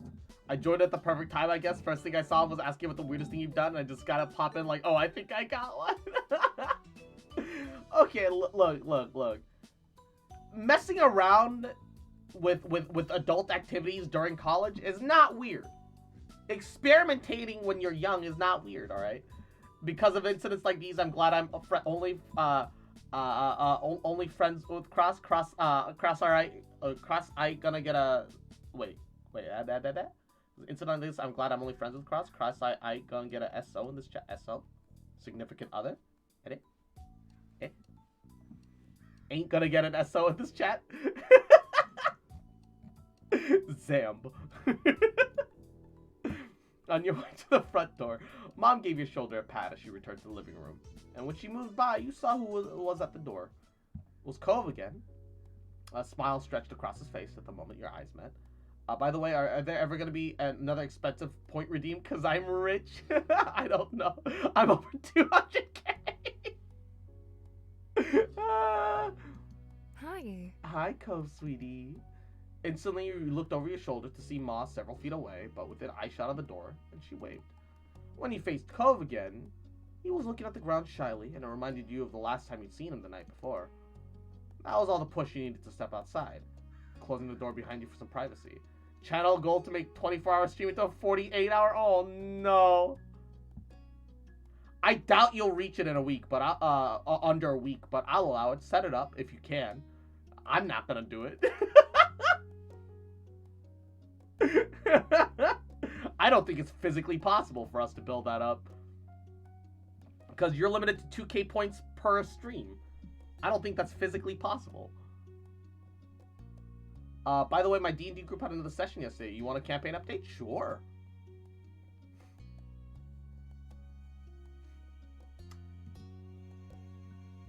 So, what have you got up your sleeve today? I'll just make the goal 2,000. No! It has to be like 100k. We're talking 2 days. Think of my poor computer, all right? Think of my baby. My poor little 40k. That's tiny. No. We need to coordinate. What do you mean? 100k. 100k. No. I must make it impossible. 50k. 60k. Take it or leave it. All right, fine. 60k. All right. I'll allow it.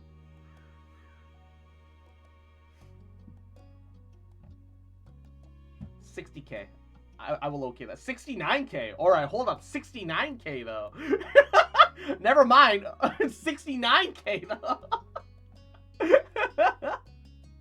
Crossing your arms, you lean back against the door. You already had a good feeling about where it was going. I'm glad you asked. To make Crossdale a 48-hour stream, you have to do 69 420 exactly. Hold up. Hold up. Space Blizzard. This man's spitting out straight facts. This man's spitting the math. Then Cove chuckled awkwardly. He didn't really quite meet your eyes. He pulled out another gift from behind his back. You need to have a Facebook to see the memes I sent on Spicy Memes. I don't use Facebook. I don't like Facebook. I stopped liking Facebook a long time ago. Surprise! You wanna go to the theater with me? What? Your eyes blinked and then switched to staring at him in bewilderment, and Cove's eyes narrowed conspiratorially. The real surprise was I'm gonna invite you to all three places. You never really had to choose one. I just needed to make sure that they didn't sound completely horrible. I delete those because they don't embed in Discord and I refuse to go to Facebook so I can't moderate them, so yeet and yes. Never seen the theater scene before. Ooh. The longer Cove spoke, the quieter his voice became, and he shyly scratched at the side of his cheek. And to check if you'd be free, so surprise again. Oh, you're so sweet. Thanks. His face grew red with a blush, and shyly, Cove looked away from you. Oh, do you like what I got you? Cove nudged the present in his hand towards you, hoping that you'd take it. Until now, you hadn't completely registered it. It was a carefully chosen ukulele case. You're doing so much that I actually feel a little bad. Oh, you don't have to. I'm not missing out on anything by doing nice stuff for you. And I think you should have these good things. You didn't tell me to do it. Okay. Trusting Cove, you pushed your worries aside, took the gift, and smiled softly. Are you gonna accept the other part too? Yeah. Let's go to the theater. It'll be fun. Elated, Cove bounced a bit on the toes of his feet. You could feel the happiness radiating off him in waves. Thanks for coming. I'll be in the car so you can get ready. Alright. You sped back inside and spotted your family still sitting across the table. They turned to smile at you. Ray, thank you so much for the host, cutie. So, what's the plan for today? Oh, I'm gonna go to the theater with Cove. That sounds so fun. Cove's acting for the host, cutie. Mwah. Ma's smile beamed, and your gaze slid over to Liz, and she also looked pretty happy for you. Have fun. You're finally being intimate with Cove? I think so. Equinox, thank you for the host, cutie. Mwah. I hope you have a great time. It didn't take you long to get ready and dash out the front door. Cove was waiting for you as promised, and you both set out for a day of two of his surprise outings. This time it actually was a surprise. So when I looked up, there were two shows that we could pick from around this time. One's a historical romance with like nobility, fancy outfits, drama, and stuff. The other seemed like a modern day story. Something set near a lake, and at a bread and breakfast with comedy. It's kind of wacky, I guess. So? What do you think? I want to see the comedy. Cool. I like the sound of that. Uh-huh. Can't go wrong with a little bit of silliness, right? Cove chuckled, his mouth pulled into a bent smile. Right. Alright. I'm getting kind of excited.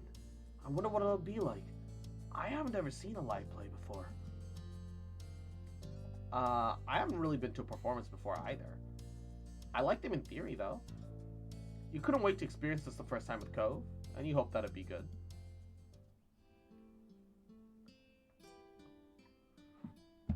I don't think editors can make point goals. All right, fine. Give me a second. How do I even do that? How do I even do that? That's the real question. Channel points has to be done in creator dash manage rewards and challenges. Okay, manage rewards and challenges. Create a community challenge. All right. Turn 24-hour B-Day stream into 48.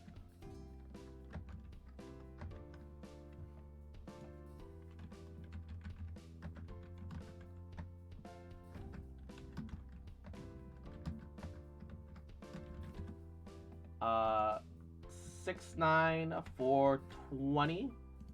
Number of days. So, I will leave it until the end of my birthday.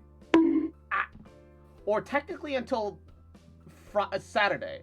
Because that makes sense, right? Because by the 24-hour mark, I would need to give it that much time, right? So 1, 2, 3, 4, 5, 6. I need to give it 6 days. I doubt that we'll be able to get that in 6 days.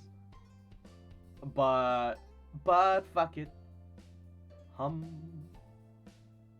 End of Saturday, 7? All right.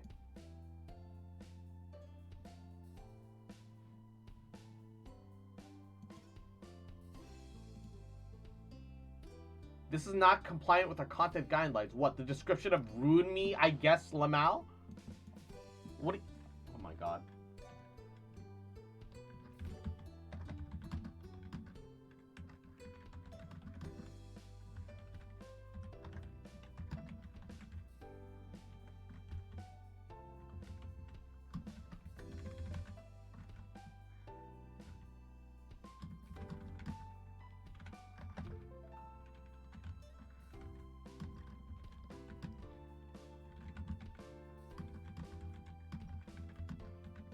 Or double a bit stream, I guess.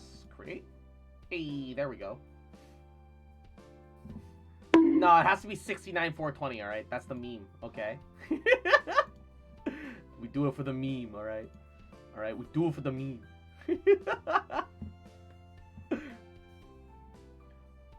Alright. What? Oh, that is a lot of info. Okay, so 2 players couldn't show up. We had 3 out of 5 people. Alright, that's still very doable. Recently had a new person join into the group, a Gremlin, Series to Goblins, who was a dragon rider, homebrew class. I made them a fighter with a small, weak dragon familiar. Ooh, fun. Listen to a meeting with the capital. Leader was acting as a double agent. Okay. They were looking for an increase in supplies. That was way too much supply. An increase of food, increase of weapons and armor. The capital is working with a group of artificers that invented Warforged prototypes. They don't have emotions yet. Ooh. The group that ties to the character's backstory to kill the clan. That's where it is. Okay, that's fun. That's fun. I like that. Ah! You have to start it? Did I not? What do you mean? Do I have... Okay, hold up. Did it not start? That was the whole point. Why doesn't it start after I make it? Alright, start. Start challenge. There we go. Why didn't it start automatically? My god. Bruh. Already 8K? Jesus. This is way more feasible than... Oh no. The reality... It's already 12K, bruh! I've been scammed! Bamboozled! Bruh! I'm just increasing my chances of being able to make it to the birthday stream. This is gonna be done in like 3 days! Oh no. Oh no. Absolutely bamboozled. The rest of the drive flew by, and soon enough, you were at the theater with Cove at your sides, tickets in hand, you both went in. The rest of the drive flew by, and, oh, okay. Shuffling down the aisle, get right across, the point flow should peter off. I think you underestimate how many channel points some people in this chat have. You were getting settled when the lights began to dim. We made it just in time. They threatened to take a farmer or 2 if they didn't meet the food requirement. A farmer or 2? Oh no. We just need 5 people to contribute 2K a day. Oh my god. I've been bamboozled.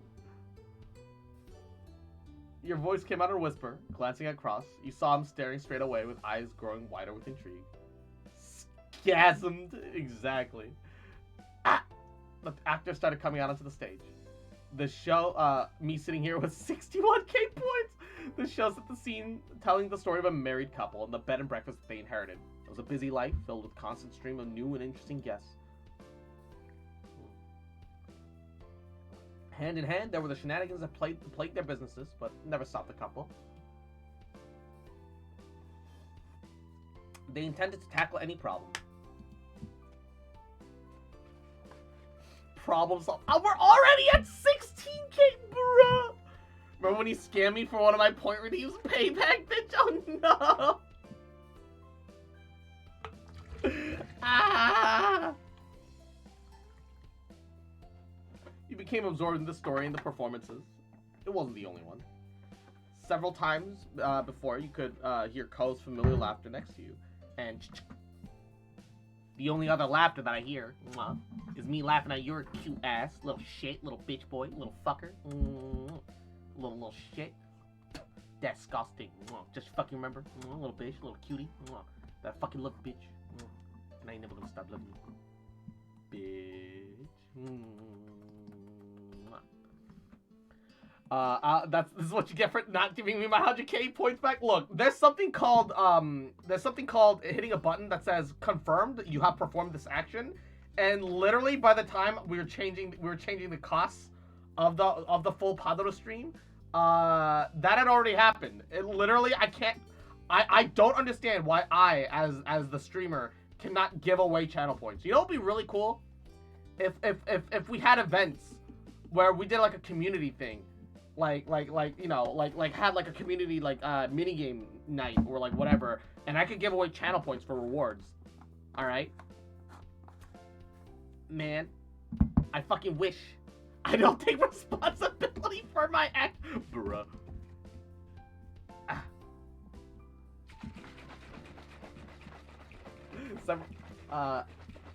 When the play finally came to a close, the audience broke into applause. Cove clapped for the actors. You could probably hear me shaking my gamer sups. Just imagine my hand jerking up and down at this speed.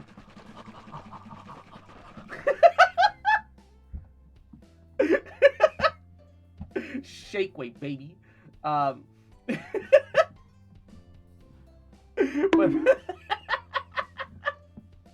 the play came to a close, the audience broke into applause. Cove clapped for the actors and the noise died down. Then he spoke for the first time since the event began. Why did you stop? Not fast enough?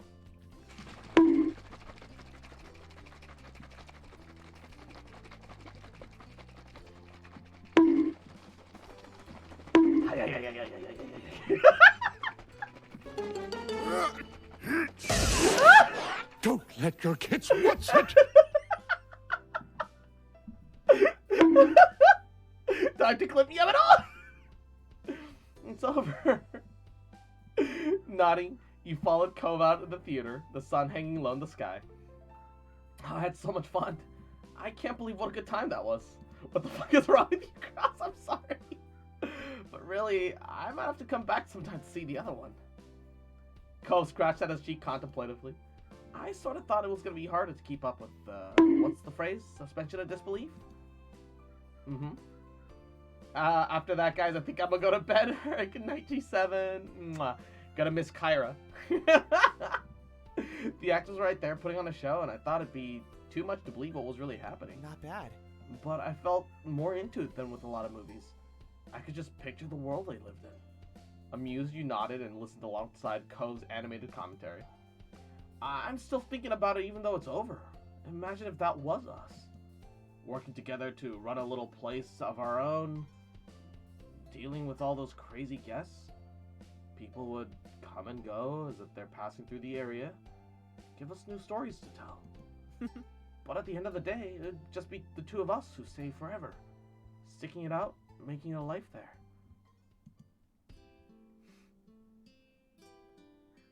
He had stars in his eyes as he fantasized about the events of the story. Envisioning us being married like the couple in the story. You raised an eyebrow accusingly, but your tone left little room for doubt that you were teasing. Cove immediately averted his eyes, though. A deep blush spread from his cheeks to the tip of his ears. Well, it's a part of the story, but we don't have to. It can be whatever you want. Is that what you want? Stunned, you couldn't get a single word out before Cove began to backtrack. Sorry, I'm sorry. Don't worry about anything I said. A few quiet moments passed, and you noticed a distant look in Cove's face. He shook his head like he was trying to send a thought away. What is it? Trying to picture a completely new life in a new place actually feels kind of weird now that I'm doing it. I'm not exactly sure how to explain it. It's exciting, but also sad. I'm thinking too seriously about this dumb idea, I guess. But if I don't remember anything from this world, then it'd be pointless that I had a life before. And if it really did happen, I probably wouldn't be surrounded by totally new people. I probably wouldn't have you with me anymore. Surprised, you sucked in a deep breath and Cove laughed shyly. That's... Imagine jokingly flirting with the homies, can't relate. The fun part of imagining it all is that you weren't there by default. Getting to be someplace on my own, wouldn't it be nice?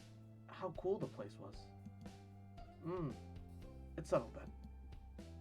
I'll just have to look for you if I end up having another chance at life or magically end up in another world. Isekai, baby! I hope you try to find me too. Nervously, Cove's eyes didn't quite meet yours. His cheeks and ears were solidly red at this point.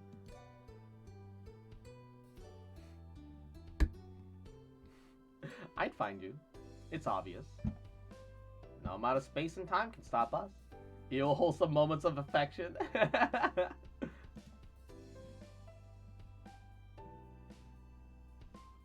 Thank you, Garnet. In that case, it'll work out after all. Definitely. He took out a deep breath and stretched his arms high over his head. He turned his head towards your direction and pointed at with his thumb to the car. We better get back to a real world now. Huh. It's getting late and I think we're the only ones out here. You cross being cross? What do you mean? You spun around, getting a good look at your surroundings. Cove was right. All the other cars that were there after the show ended were long gone. How'd I miss that? It surprised you how much you really lost track of everything for a while. You even failed to notice how dark it was until now. Come on. Come on, let's go home. After that, you made your way to Cove's car. You set course for your neighborhood. Your legs felt stiff from standing still and for talking for so long, but it was worth it. The car ride home went by too fast. You and Cove were in good spirits. You spent the ride chatting, laughing, bouncing over various topics. But you didn't ask the question that sat all day in the back of your mind. Why was Cove doing all of this in the first place? Again, you both parted ways for the night in the neighborhood street. You watched Cove head into the inside with a quick wave. You were halfway to your own house when a familiar voice called out to you, and you turned on your heels, spotting Mr. Holden, and he lightly jogged over to talk. Hey! Hey, how are you? I'm good. Great, just getting home from work. What are you up to? Or rather, what were you up to today? Me and Cove went to the theater. You did, huh? Sounds fun. It was fun. It's also kind of a surprise, which is weird, since usually me and Cove not hanging out would be what's more surprising. Crossed your arms, you gave a quick laugh. Mr. Holden frowned. He rubbed the back of his neck, studied you for several silent moments. Right, so... Garnet, what's going on there? Something is going on, isn't it? Huh? Wait, what makes you ask? There's not a problem, right? So... I'll answer your question if you answer mine, deal? Daddy, sorry. You rolled a pebble underneath your shoe, and Mr. Holden was probably the only person who could give you any solid insight to what Cove was doing. Alright, deal. What's the story? So, truth is, Cove's been doing a lot more for me lately. Way more than usual. For 2 days in a row now, he's planned special dates and gifts too, and I don't know why. I gotta lurk for a bit, finish doing some shit. Hey, no worries, Reggae. Mwah. Cove's father nodded contemplatively, and he accepted the situation rather easily. That actually makes a lot of sense, considering. Is this some sort of secret you should be sharing? Feeling some tenseness, your teeth sank into your bottom lip. On the other hand, Mr. Holden sort of chuckled. Oh, if it's supposed to be a secret, Cove's been awful at hiding it. He's doing it out in the open, so I don't think that's what he cares about. I can't believe I never said this. I have a spike bat now as a Christmas present. I have a Sharpie and new and improved horny bat. Wait, spike bat? For what reason? Why? And Baz, Yahoo, it's been a while. How you doing, cutie? I don't like that DreamWorks face that he's been giving us, that with that eyebrow. That's some boss baby shit, and I don't trust him that it's late at night and he's got his titties out. That's suspicious. I collect melee weapons. Yeah, but why is Spike bad? Might as well just have a war pick at that point. To bonk foxes, obviously. Yeah, but oh, I'll die. There was a pause. He was unsure what to say next, or how to phrase it, at least. Honestly, I've been the littlest worried about Cove lately. He's gotten really up in his head about something. But it's not exactly a bad thing. It's tough to know exactly how to even bring it up. I'm not even sure if I should have a talk with him about it. Oh, James says, thank you for contributing to the... Oh, no. Oh, no. I'm going to die. The longer he spoke, the wider your eyes grew with concern. There was more happening than a few meaningless hangouts. It's okay. He raised his hands in a calming motion when he noticed your reaction. Let me explain. I noticed Ko's been getting lost in his thoughts more often recently, and he sometimes has a laptop out in the living room. I will buy 2,000 point redeem for anyone that contributes to the goal. Bruh. He leaves it laying around on the couch or puts it on the coffee table. Got a clear view of it from there, and I could obviously see him looking at stuff up on it. Cove keeps searching one phase and different wordings of it too. Then he'd spend ages clicking through the link results. Lines like, how to make someone happy, and just like that. Again and again. You had to consciously close your mouth after that. You didn't even know what to say after hearing that revelation, and Mr. Holden gently beamed. Isn't he such a good kid? He continued, but his tone was rueful. Unfortunately, I can relate all well to that conundrum. Who am I to judge, right? Mr. Holden shrugged in an exaggerated way to lighten the mood back up. Before, I was thinking Cove might have gotten into a fight with somebody, but now it seems I was way off my mark. Cove clearly has other plans in the brain. Even I'm more confused on whether this is something I should get into or not. You know, actually, I was wondering if you could have a little chat with him about what's going on. It sounds like you're at the core of Cove's sudden study sessions, so you might feel more at ease talking about it, or more embarrassed, but you'd still probably do it, and I'd appreciate it. Just playing World of Warships while listening to the stream. Wow, high tiers are so fun. Receive a single shot, half my life goes out. Thanks, World of Warships. I really want to invest my time into this game.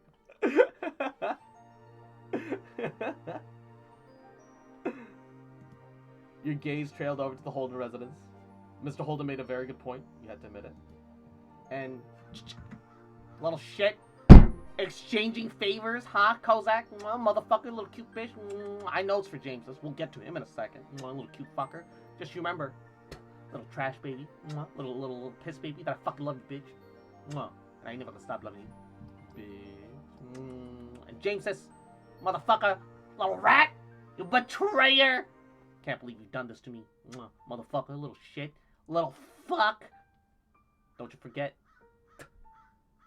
baby boy, little cute fucker. That I fucking love you, bitch. I ain't never gonna stop loving you, bitch.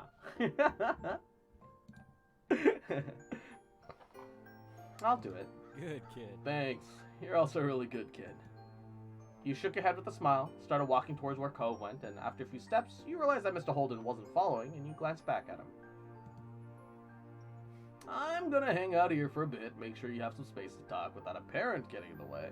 Door's probably wasn't locked, so go right in. Okay. But you hesitated for a moment anyway. And Mr. Holden's smile faded. Thanks for talking with me. This has been on my mind too, and I think it'll be just good to ask Cove if, everything's okay. Absolutely. Agree. And it'll all shake out right in the end, I'm sure. Absolutely. Mr. Holden grew much happier than he was a moment ago, and feeling ready, he turned right and around and went into the house. Hey, Cove was sitting on the couch with the aforementioned laptop open. He peeked up at you with a puzzled look, and it melted into a smile. Oh, I thought you were my dad. Did you forget something?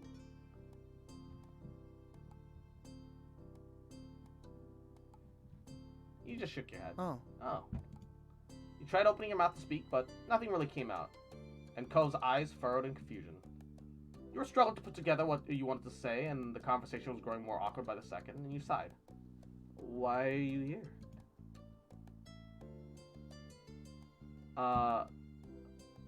lightheartedly, you ask Cove about his searching. Can we talk? Like, nothing awful, it's just a thing. Hmm? Oh, okay. Cove closed his laptop and laid it on the couch cushion next to him. He got up and shuffled past the coffee table and stopped right in front of you. Everything alright? Yeah, just what's going on, Cove? Just talking with your dad, and he's been noticing some stuff. Apparently, you've been obsessively looking how to make someone happy. There a reason for that? He noticed that, huh? Are you mad? No, I guess I really was distracted. I didn't think people around would actually be paying attention or taking note of things. He chuckled awkwardly at himself. Cove, can you tell me why you felt like doing that so much? Garnet. Garnet. Cove looked at you with large, earnest eyes. I did it because I want you to be happy.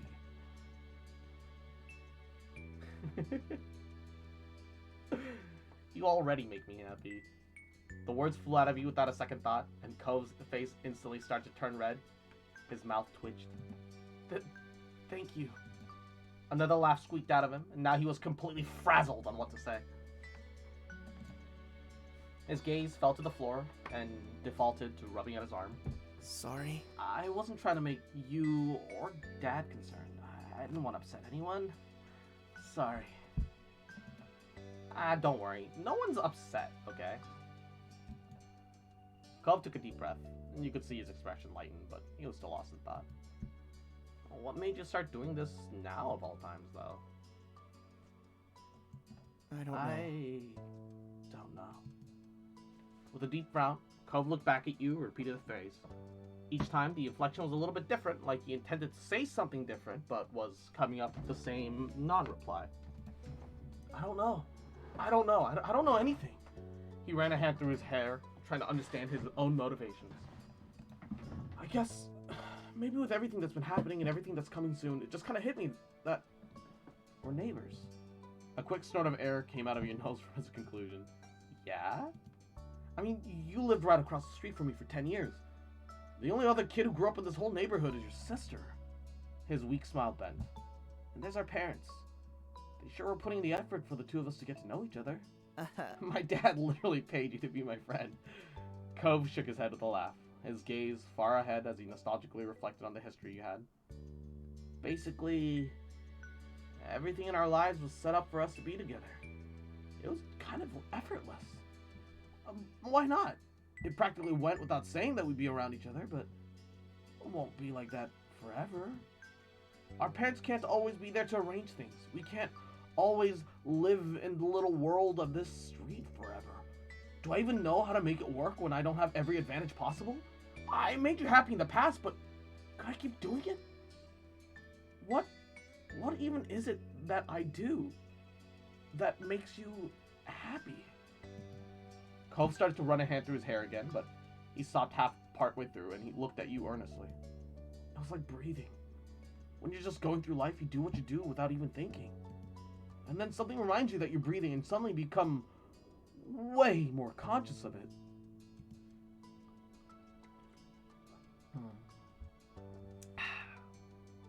Being with you is the same. I do what I normally do without pondering too deeply on it, but now all this stuff made me start thinking about it. Then I couldn't stop thinking about it. I felt like I needed to try harder, to make an effort for you, for the relationship we had, and well, that's what I did. Cole scratched the back of his neck, and he looked sheepish now. It seemed like such a good idea in my head. It just made complete sense, but maybe it was dumb. Why is this dumbass having an existential crisis? We all go through moments.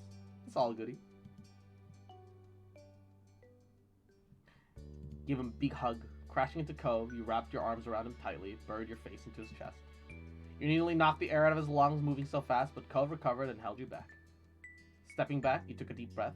Cove shifted how he was standing and watched you bashfully. You know it's okay to tell me when you're feeling like this, right? You watched him with pleading eyes. You didn't want him to keep things like this to himself, and he nodded carefully. I'm glad. I'm here for you. Cove, we're best friends. Even if us meaning these things, circumstances outside of our control, that doesn't matter. We're close because of who we are. We found something in each other that made us want to be together, and there's nothing that can take that away. There was a pause where neither of you were certain who was going to speak next, and Cove sniffled. Wow. Thank you, Garnet. Thanks for always looking out for me. Even when I didn't notice I was doing something worth checking up on. You're amazing. It's no problem. And you meant it. Cove was always there for you when you needed him. He breathed a happy sigh of relief that you were able to work this through. Cove chuckled, and now that everything was out in the open, his words were lighter. I gotta thank my dad, too. I can always count on him being around. I have such good people in my life. He smiled softly, and Cove withdrew a bit, looking a little shy. Can I, still show up tomorrow and invite you on the last surprise outing? That'd be fine. I'm actually looking forward to it. You knew that you were smiling like an idiot, but honestly, you didn't mind too much. Spending time with Cove was just the easiest thing to you, and the feeling was mutual. Cove watched you with earnest eyes and simply wanted to spend time having fun with you. I can't wait. Alright, you should probably go home, huh? It's getting late and you'll need your rest. He looked at you, attempting to feign an innocent expression. I mean, what if something just, I don't know, happens to happen tomorrow? You laughed as Cove grinned, acknowledging his poor attempt at subterfuge. Good night, Garnet. Night, Cove. You rest up too. You headed towards the front door, waving as Cove saw you out.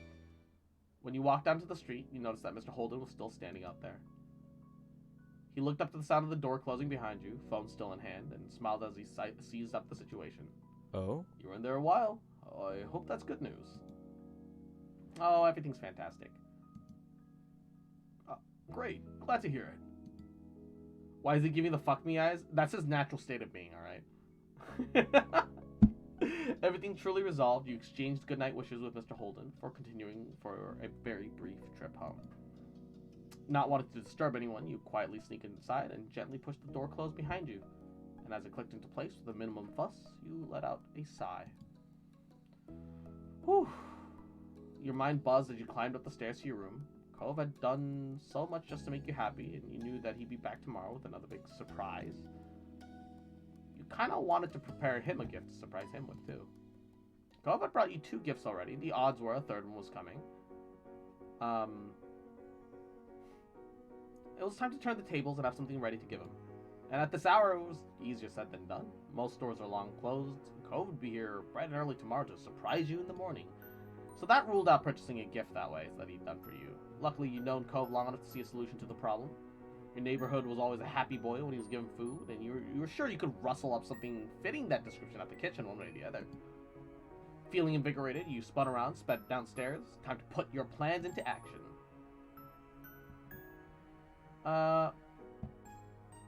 You're a decent cook. You could make something you love.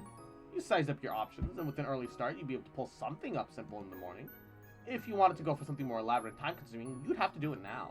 There was also the option of rallying the troops. Your moms knew how to cook wonderfully, and you could easily persuade them to lend you a hand with this. But you decided to do it alone. It was for the best.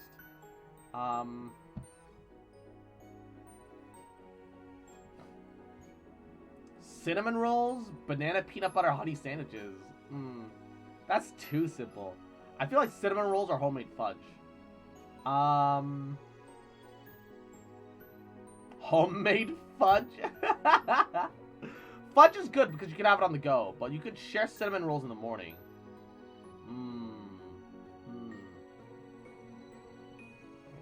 Closing eyes. Eeny, meeny, miny, mo. Catch a tiger by the toe. If you holler, let him go. Eeny, meeny, miny, mo. Mom's the very best one, and that is you.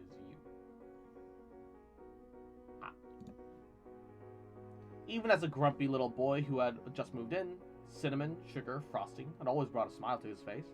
He was gonna light up in childish glee when he saw what he had planned. Childish rolls, oh Lord have mercy, I'm about to buzz. There was no time like the present. You found a suitable recipe, started pulling the ingredients out, ready to be measured. Once you had everything you needed lined up and ready for attention, you began working through the steps. Why are his eyebrows like that? What the fuck? Yeah. Fucking Cove has some, fucking weird champ eyebrows, not gonna lie. You made the dough quickly, knowing that you would need time to let it rise before it be ready to roll out, and, You continue the recipe. Strap the dough to a bowl with the cling film, hoping that the yeast would do its job. You needn't have worried. An hour later, the dough had doubled in size, as promised. You continue with the recipe, rolling it out in layers, rolling out the dough, layering it with cinnamon sugar, filling that Cove had so loved, ready the rolls for the oven. Soon the kitchen was full of sweet smells as heat joined the ingredients into one. You waited for the timer, and your mind continuously drifted back to the younger days, where you remember the chatter of tourists and seagulls on the busy shopping street that had felt so vast when you were a child. Eventually, a beeping brought you back to the present. The rolls luckily came out fluffy, golden, naked, without their white frosting coats. You whipped that up while they were baking, but you had to fight the urge to ice them right away. Until they cooled, any frosting you put on them would just melt right away. Once you were satisfied that they cooled down, you topped them with a sufficient thick layer of frosting. Dusted off your hands, satisfied with the job well done, your mission accomplished, headed back up to your room. Took the steps lightly, feeling buoyed as you imagined how happy Cove would be with your unexpected gift. Cove was working so hard to make you happy, you dearly wanted your friend to be happy too. You could only hope your efforts would work for him as his plans were working for you. You were up early the next day, ready and waiting for Cove's inevitable appearance, ears perked, listening for the doorbell, but instead, what you heard was a familiar rapping on the window pane. There was no need to look to know who that was. Only one visitor used your window as his personal entranceway. Getting up, you headed up to let him in. You gazed to your neighbor's face as you unfastened the window, opening it wide. He smiled at you, still crouched on the window ledge.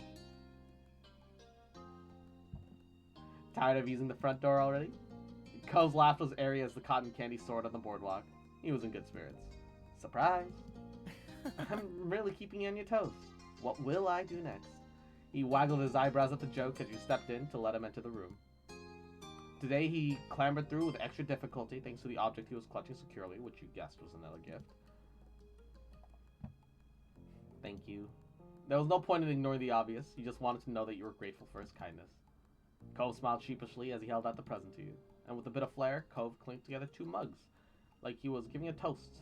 Both cups stamped with the Sunset Bird Town symbol. One for you and one for me. I thought it'd be pretty fitting with us sticking out here for a little bit longer. I'm not a sweets guy, but I swear if someone makes something cinnamon, I'm indebted to this person now. Cinnamon is my weakness. Cinnamon's great. I hope you like it. You shook your head affectionately. Only Cove would come up with a gift like that at a time like this. He simply grinned at you, as if knowing what you were thinking. You're cute. He chuckled self-consciously as he gave a long look at the meaningful gift that he selected. It was as if it was growing ever heavier in his hands. I really do support your goals. I just want you to know that. Yeah, I know. Then you accepted the thoughtful present within your own grasp. Only once he transferred ownership and cemented it with your approval did Cove straighten up and pull himself together. Well... Okay, well, would it be alright for me to take you out today? We could, I don't know, go to the aquarium? He smirked, already anticipating that you'd say yes. I'd go anywhere with you. His expression brightened further, which was exactly what he had been hoping for. Thanks. Thanks, Garnet. You're glad to see how happy your acceptance had made him. But before Cove could whisk you on your next big outing, you made your own move. Your surprise would be better now than when you got back later that night. Actually, before we go, I got something for you too. What? What? Really? It was amazing how surprised he was. Cove spent 3 days rating gifts and special trips on you, but he hadn't exactly at all counted on you doing something in return. What is it? Stay here for a second and I'll show you. Gifting cinnamon gets you instant sex every time. Okay. He watched you expectantly as you turned to head downstairs. You reached where the cinnamon rolls were and collected a prize. As you flipped back around your room, gift in hand, there was a smile playing across your face. Cove was patiently waiting where you found him, tapping his fingers against the side of his pants. Hope you're hungry. Cove perked at your words before he even had the chance to see what the present was. You got me food? You laughed. You definitely called it that he'd appreciate the gift. Handed the gift over for his inspection, and his eyes widened as he saw the treat. I whipped it up just for you. Oh. He blinked, the present totally taking him by surprise, his eyes alight with glee. You made me cinnamon rolls. I love them, though I don't get them a lot. They're not exactly the kind of thing we normally have around. He glanced up at you shyly. I can't believe you still remembered. That's amazing. You chuckle, remembering those moments ago that you'd spent together. How could you not remember days with a guy like him? The sentimental air quickly dispersed as he scooped up a cinnamon bun, gracefully squished half of it into his mouth. Makes sense, cinnamon does have aphrodisiac properties after all. Okay, the aphrodisiacs confuse me. Because some of them are like legitimate, right? They're like, they're straight drugs. Others are just like, hey, like cinnamon and chocolate are aphrodisiacs. And I'm like, are they really though? Are they really though? It feels more like it's just the sugar getting your blood flowing and blood pumping. I feel like sugar is the... Cinnamon improves blood flow? Does it really? I don't know if that's enough to call an aphrodisiac, though.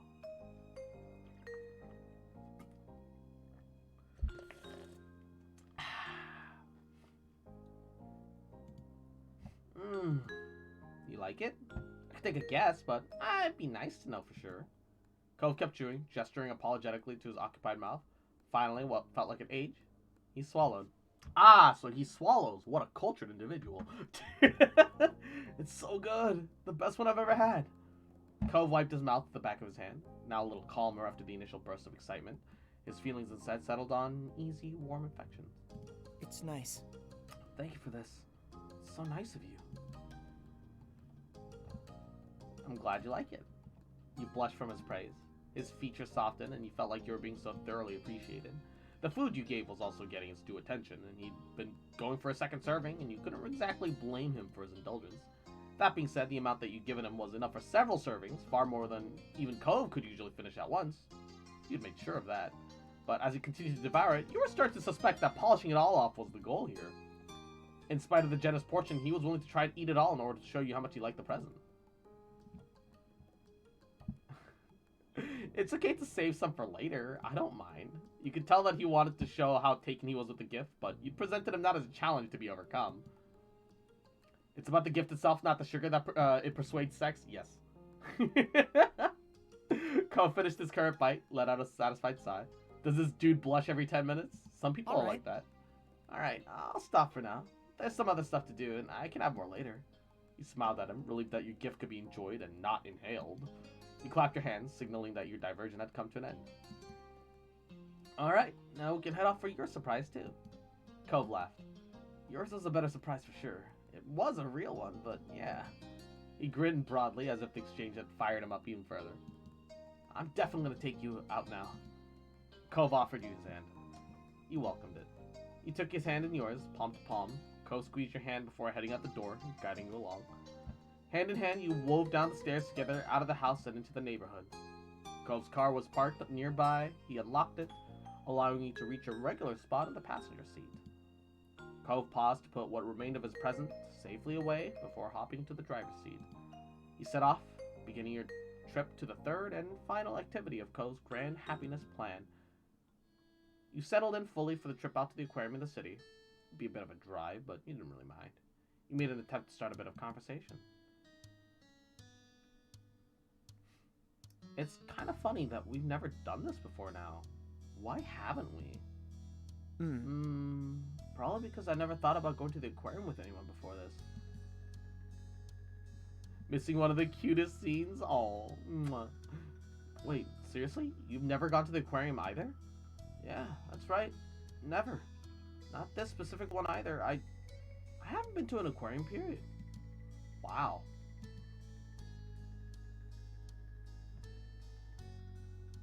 I made two of you. You hadn't exactly been to an aquarium either. Your family had other priorities for their rare trips out to the city.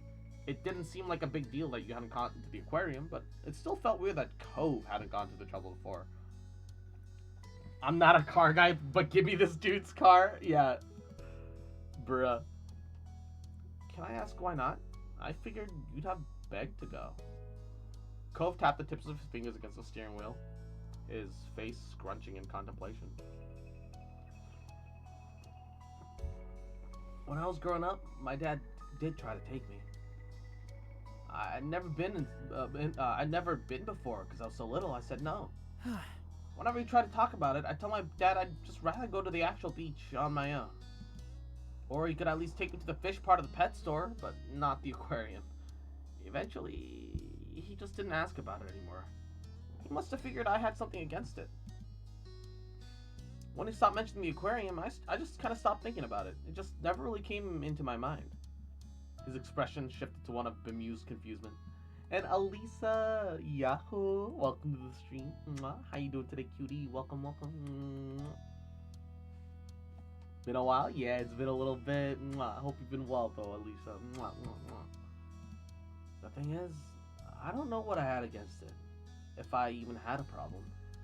Maybe I didn't like the idea of seeing water I wasn't allowed to go in. Or meet fish I could never bring home.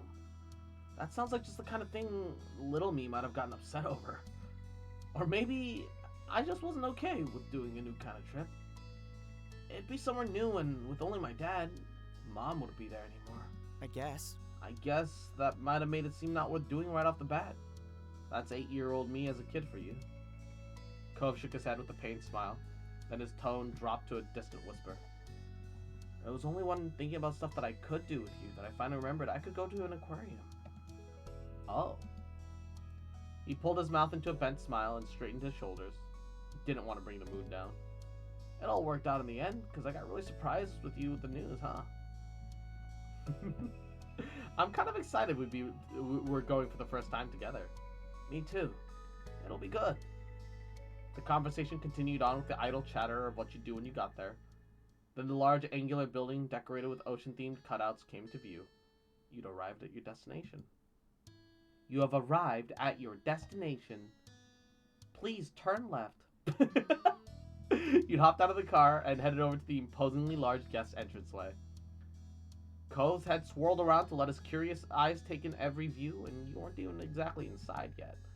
You could see the realization of what he'd been missing out on dawn on him in real time. What are you not allowed to go in? What is this, free? Cove bounced on the balls of his feet as the two of you stood in line to get the tickets. His excitement continued to build.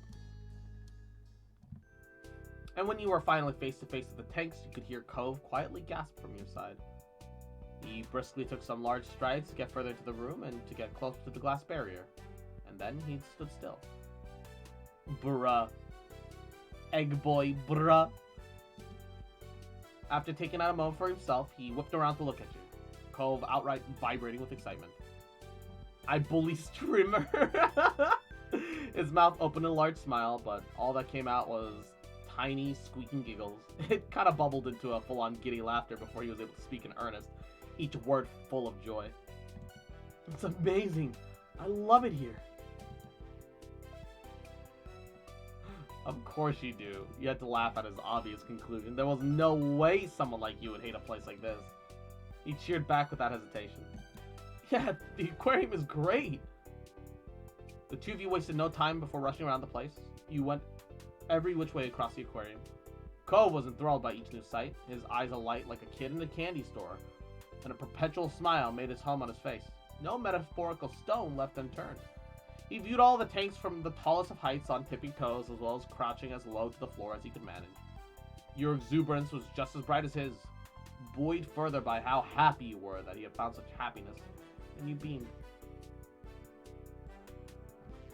After making an entire trip down to the whole building, you and Cove finally slowed the pace down. You had arrived back at the original viewing room. It was a good spot for a break.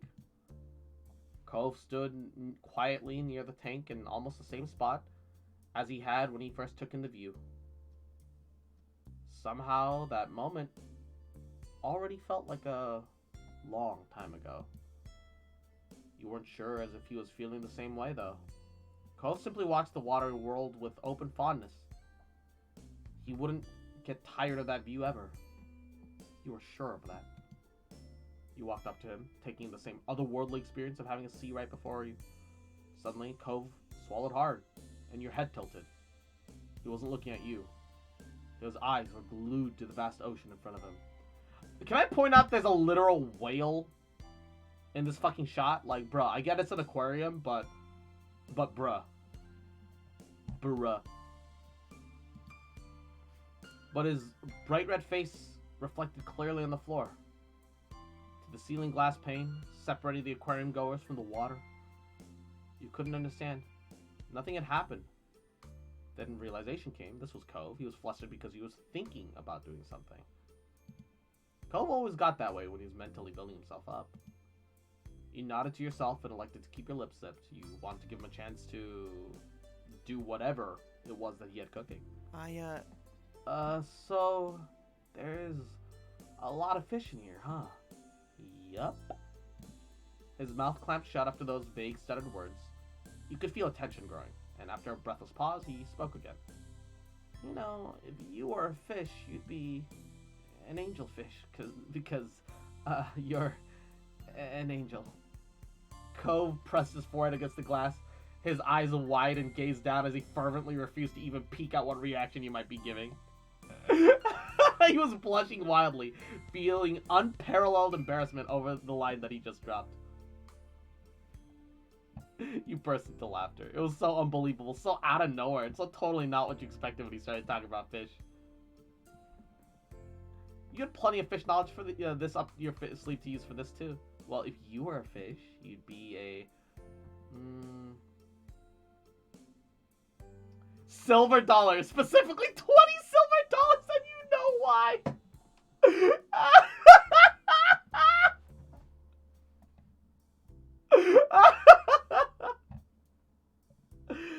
Sunrise Guppy, because you're my adorable ray of sunshine. Oh. Why silver dollar? So when we were 8, Cove's dad did the dumb thing of like, hey, I'll pay you $20 to be friends with my son, because he had gotten divorced super recently and didn't know what he was doing. That's why.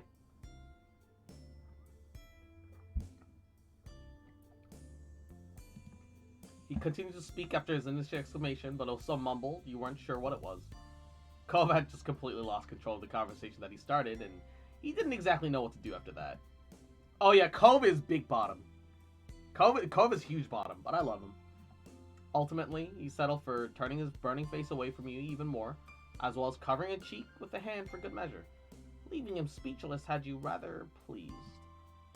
After that, Cove wanted to go around the aquarium again. He hoped to let it all sink in at a more leisurely pace while you were here. Plus, he desperately wanted some more time to settle down after his latest big attempt at flirting. And the two of you began your second loop down the paths, and it took no time at all to be absorbed in the incredible sea life once more.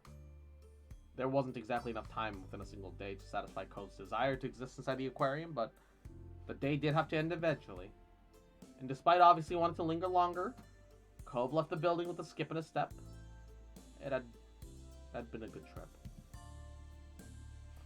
The two of you shut the door of Cove's car behind you as you took your usual seats, the clinking of seatbelts punctuating the end of the adventure.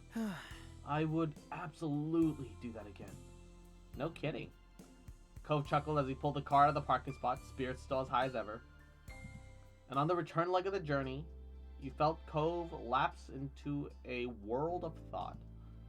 Typically, even when conversation was exhausted, his eyes would flick to you occasionally, and you'd exchange smiles and other such gestures. This time, his focus was split purely between the road and the recesses of his mind. But as there was, no sign of trouble on his features, you were happy to let him mull over whatever he needed to in peace. The trip drifted by in a comfortable silence. Before long, you were back in the neighborhood. You each left through your respective sides, and Cove stepped around in the vehicle to stand with you. Wordlessly, he gestured to your home. He was intending to take you there. Perhaps he felt the trip wasn't fully over until you were literally inside your house. You contentedly continued to go with Cove on his whims, and you went inside. Once under the light of your living room lamps, his eyes locked onto yours. Thank you. Thank you, Garnet. I know all of this was a lot, but I really did have so much fun. He grinned in an almost conspiratorial way. We really did it. This whole entire dumb plan of mine. I was happy it all became reality, and I hope you're happy too. I've never been happier. The smile he wore was small, even restrained compared to some of the grins he flashed earlier, but it was imbued with a calm, comforting contentment. In this moment, he was as joyful as you'd ever seen him, and his next words escaped into a whisper. No one makes me feel the way you do. But he moved the conversation along before you had the chance to react to that admission, which had to be intentional. Garnet. Garnet. World of Warships and War Thunder are both pretty pay to win, to my knowledge. War Thunder is less, though. At least that's what I've been informed. Could I ask you to go along with me for one more surprise? His voice was gentle, even as he implored you for a little more. The question itself was a surprise. Another? You could hardly believe that there was even more hidden up his sleeve. The dude in the back of the audience, oh, will you two just fuck already? Cove chuckled quietly, nodding his head ever so slightly. A new one. I think I don't want to go home already. Not yet. And if we're going back to one of our usual spots, sounds fantastic after all this new stuff we went through. I'm not really ready to let you go yet either. But I've learned that you've got a weird definition of surprise over the past few days. Which, coming from you, a request like that isn't really a surprise at all. You smiled brightly back at him. Yeah, you're right. I'm bad at surprises. What a surprise. The two of you laughed together over the silliness of this entire mini-adventure Cove had concocted.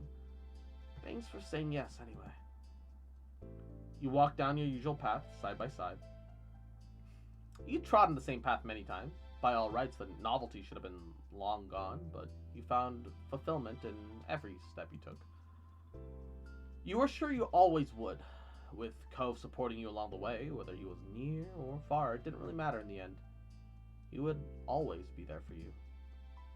And with this plan of Cove's drawing to a close, you might have expected to feel a little wistful.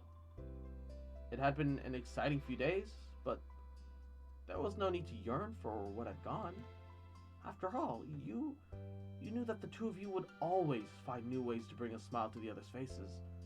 It's what you both did, and you were looking forward to new surprises already. Aw, man.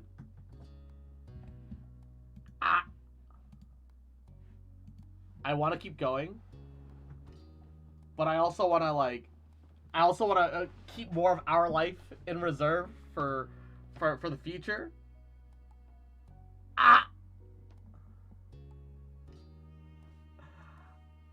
It's Sunday though, so I could stop here. A short stream.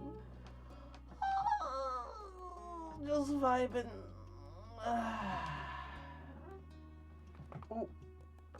Ooh, my neck. Whoa. Ooh, my back. Save Drive for G7? Yeah. Still a better love story than Twilight. Damn. You know what I kind of want to do? I kind of want to play some Hades. Is everyone okay with that? If we just switch over to a little bit of Hades, just mess around a little bit. Zam.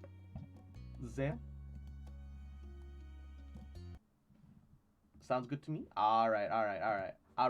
Okay. Comfy Sunday.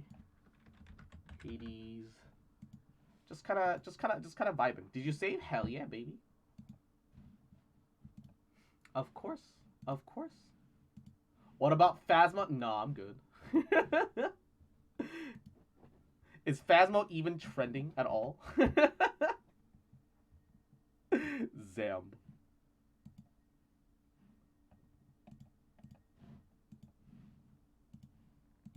Can I make it capture Hades already?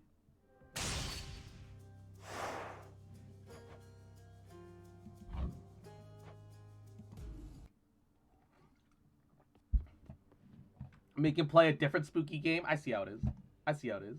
And Kershaw, mwah, yahoo! Welcome to the stream. How you doing today, cutie? Welcome. Back, huh? Yo! Big Pop, hold up. Ready, Exegriff? Alright. Oh, please.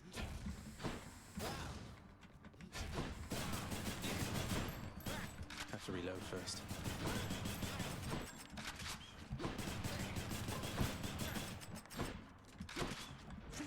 Got it.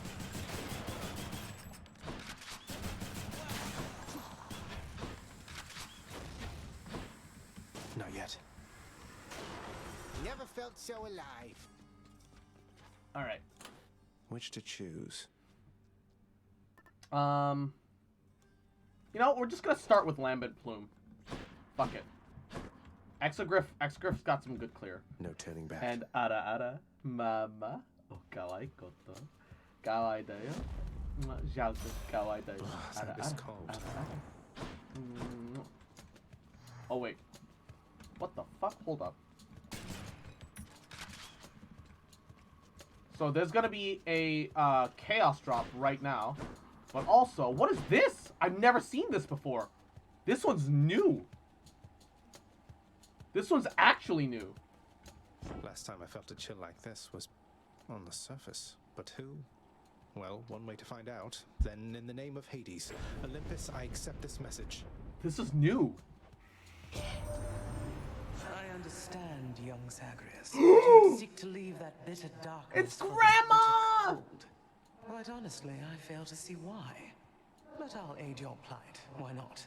For I can offer plenty of assistance. And you soon shall grow fond of it, I think. Ooh. Attacks are stronger, inflicts chill. Victim is slowed. Ooh. Special stronger, inflicts chill. Oh. Cast drops a crystal that fires beams at foes for every 5 seconds. Ooh. Ooh. I think we're gonna have to go for the epic. I have the power of the freezing surface now. We got the clear bonus. I could get gems, or I could descend for additional. I don't have a lot of health right now, but it's also early in the run. Let's fucking do it. Hit me. Ah! 21 health loss.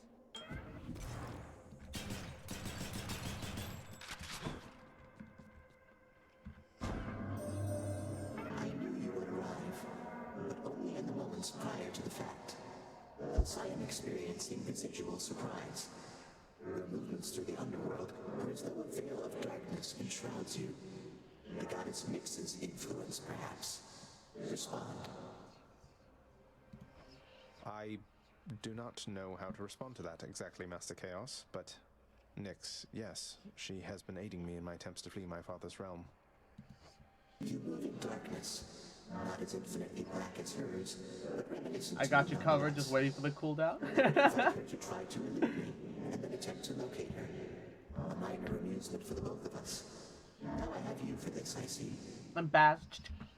Adorable little fucker. Cute bitch. Little shit. Just fucking remember. Little cutie. Little adorable little fucker. I fucking love you, bitch. Little cute fuck. And I ain't never gonna stop loving you. Bitch. And Space Blizzard. Little shit. Huh? Getting bullied on behalf of others. Adorable little fucker. Little cutie. Little shit. Just you fucking remember. Little fuck. Little cute bitch.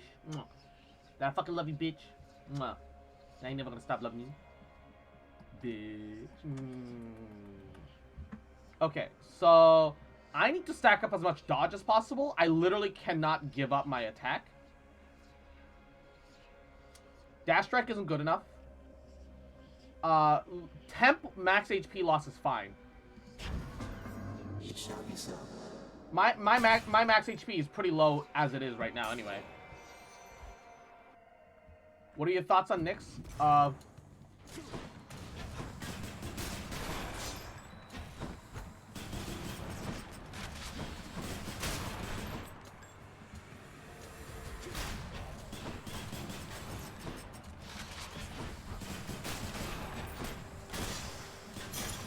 Okay, I got the dodge clear. I'll hang on to these. I'm a little low on HP. I'm a little concerned. And Space Blizzard. Good night, cutie. We'll see you later. Ringers.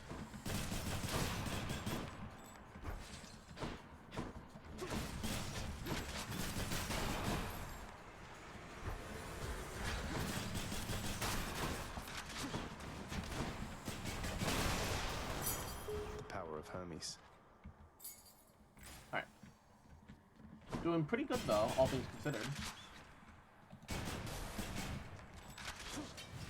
Look at all that coin. Alright. Ooh, Daedalus Hammer, please.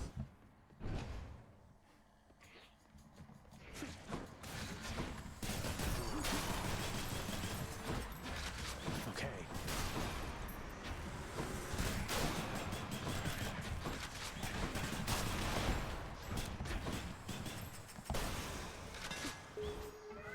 My Chaos Boon switched to a new effect. Okay.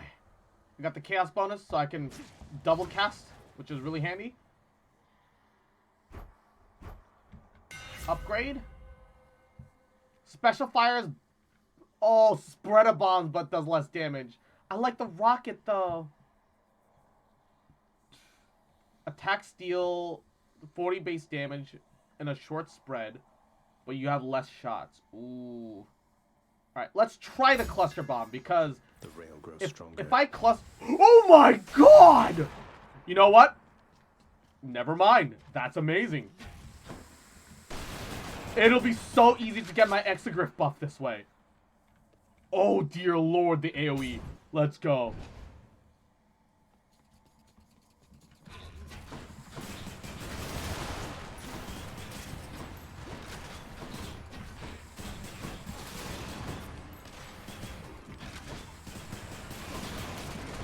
You're dead.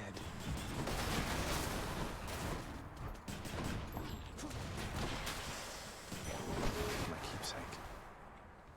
Oh. Getting darkness also gives me health. Yo! What an AoE size! What big dick damage! What? Oh, I want more Demether. I do. But, I have a boon that lets me get more bonuses the more Olympian boons that I have. More damage buff. More damage up. Sorry, wrong chamber. And I'm logged in.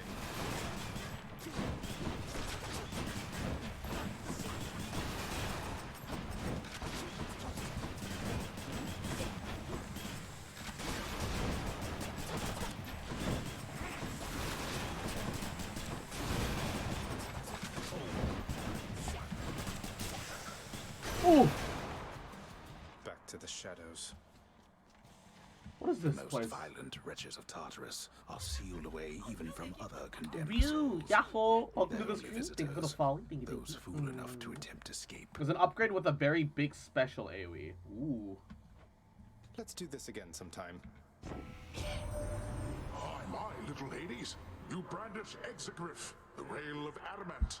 That weapon's power. Demether's Chill not only slows down, but another boot can add damage over time. The higher stack. Surely Ooh, its nice. mortal damning secret shall be safely guarded in your hands. Mortal damning secret? Cast damages foes in an area and knocks them away. I don't think I want knock away with this build. Bonus chamber rewards. Oh, I need Nectar, but also I get more Shadow. Ooh, fuck. Nectar's too important to me right now. Nectar.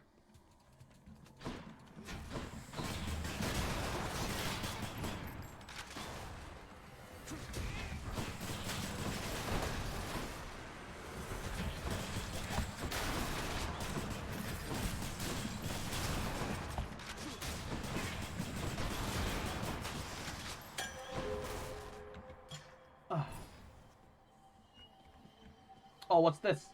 Ooh, gain up to 50 gems. I'm a little low on HP, but you know what? I can die in each room. You know, it's fine. Whatever, let's try it. Let's do it. You shall pay for that.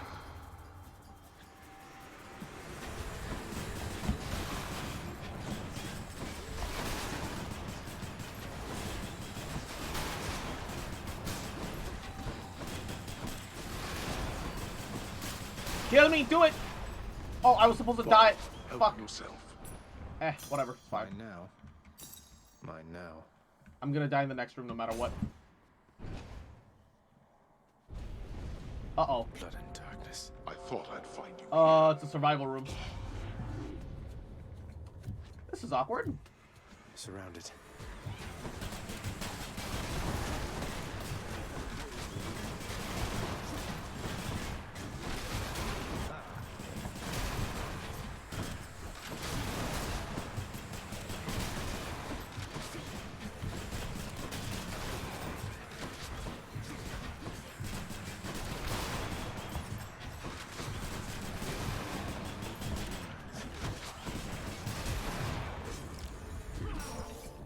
Oh, that hurt.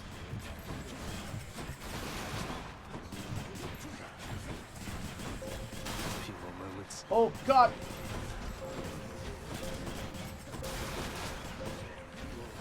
No, no, no, no, stay alive for a second longer. Fine, get out. Wah! This is unfortunate. I've got 9 health. I've got 300 gold. Let's not risk it. Let's just go get the cash room. I've got 320 gold. Must be something I can use.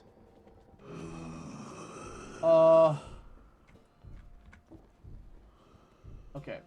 Aphrodite? I can use this. Looks like we meet again, dearest, here among the foul detritus of the boatman's wares. You truly take me to the best of places.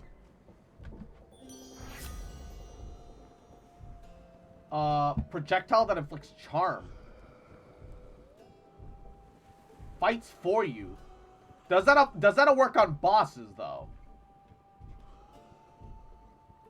I don't think so. It works on bosses? Oh, I need this for the I need that for the big fight between oh, perfect. You don't understand. I was just shy of 1 gold that I needed to get both of these. Now I can buy them both. Max life and the health up. Nice. I was 1 gold shy. Yo, let's go. Let's go. Any grunts? Adorable little fucker. Cute little bitch. I'll send you to the underworld. Ooh, woo, mwah, motherfucker. Little bitch boy. Little shit. You fucking remember. Little cute fuck. That I fucking love you, bitch. Mwah. And I ain't never gonna stop loving you. Bitch. Mwah. Something's amiss. I have returned. Oh. Let's see who's better at this, Zagreus. My damage isn't that great right now. Let's get to it then. Absolutely. Dust. Any last words? So it's like that.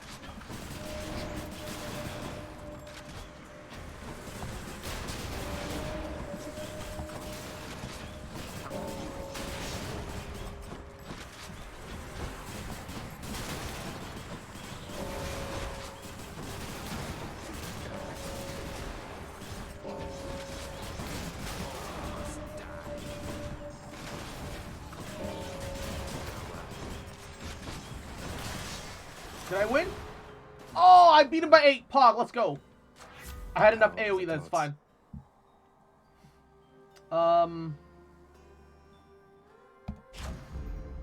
Actual damage. You're not too bad at this. Game max HP, Puggies. Still running from yourself. And I Warpy see. Bug, How's that been Yahoo. working It's out been a for you while. thus How you far? been, cutie? 25% done. God damn it. Boxes are only weakened to them, so fighting you, as far as I remember, Aphrodite, I could be wrong. Oh no. There's an achievement if you win by 15 enemies or more. Ooh. I think I actually managed that in like the previous one. Hold up. Let me hit home. View all achievements. Because yeah, Death Dealer. Beat Thanatos by 50 or more kills. I literally unlocked that yesterday. Because I had the AoE shield bounce plus lightning call. Just all the AoE spam. Klee cursor? Yes. I'm searching for my mother. You still live at home with yours. You don't know what it's like. Mother Nyx was like a mother to you too. And this is how you repay her. You should be ashamed of yourself and learn your place. Learn your place, he says. Ooh, will put me in my place, daddy.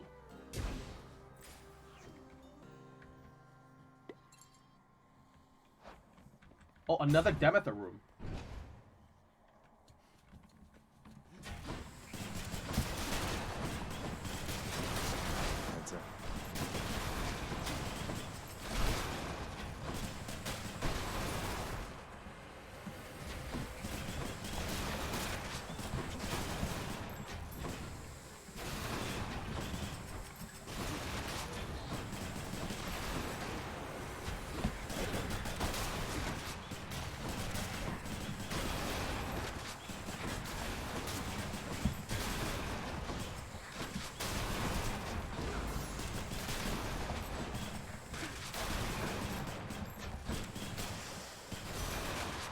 I didn't get the feather bonus.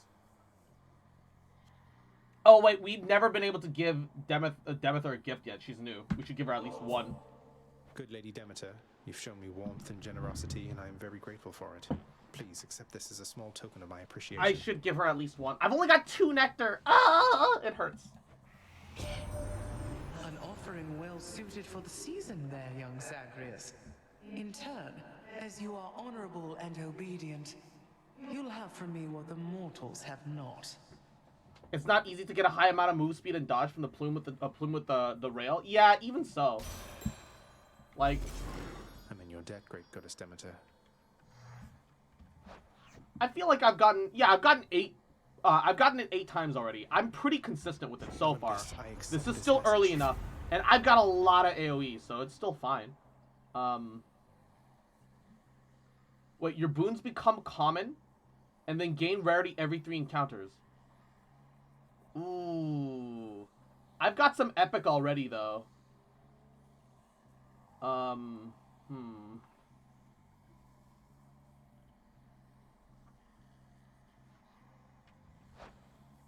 Yeah, because I've already got rare bonuses. And epic. Yeah, dropping them to normal. It's still early, you're right. Random boons affected, 1.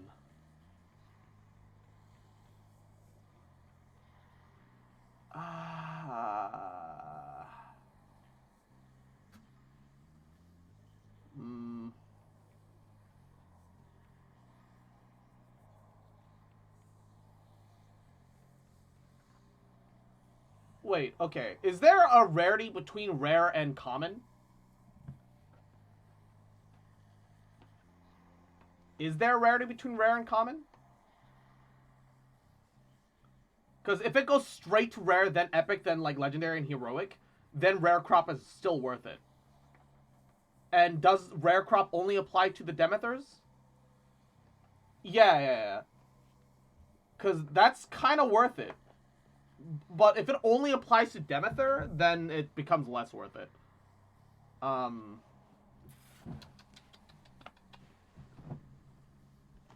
Applies to any boon. Ooh.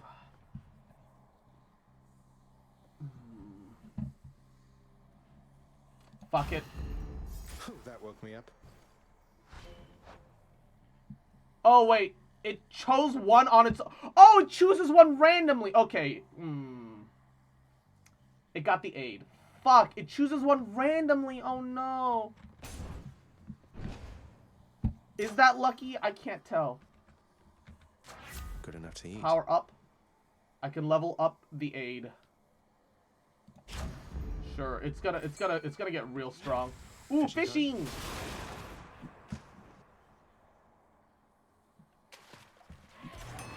What do you mean too late? It hard dipped into the water. What do you mean?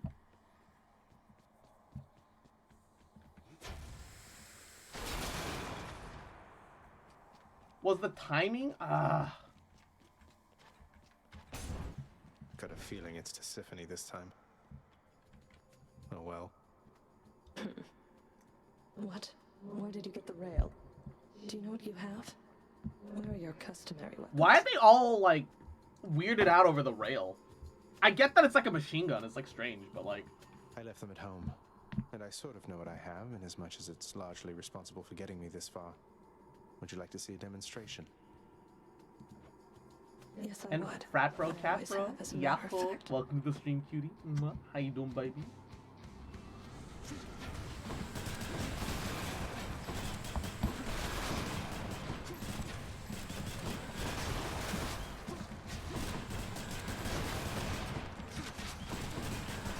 We are only getting started.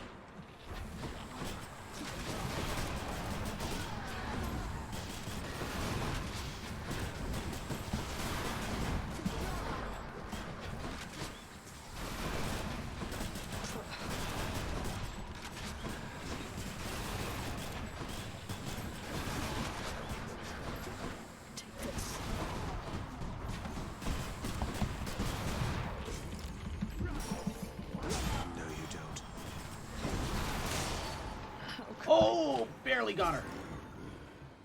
Ready to consider the duration of charm. I mean, true. Got you. Oh, got so much darkness that it also healed me a lot. The single res per room is very handy, like climbing up, but like, it's so nice having multiple reses when you get near the end. How am I doing on the feather? 9? No, I didn't see you come in. I'm not swapping anything out at this point.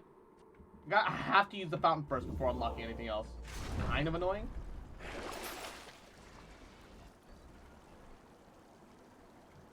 It's all too temporary to be valuable. I Pathfinder Kingmaker too? Yo! Pathfinder Kingmaker's fun. I enjoy it. I genuinely enjoy it. It's got some fuckiness. It's got some fuckiness, but it's a really good game.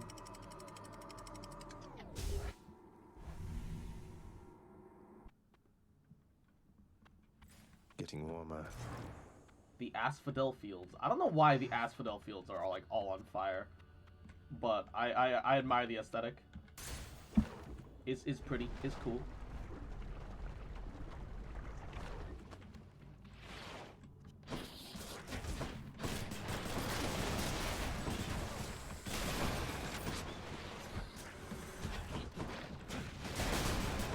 Weak.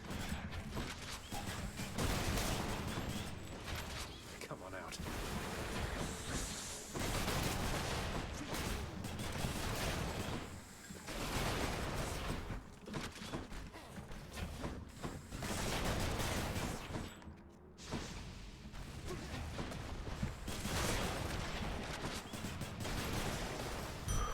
That was the Lambent Plume. Ooh. Ooh, 100 darkness. Yes, I'll heal. I'll heal from it. It's fine. Transgressions are not tolerated. Over here.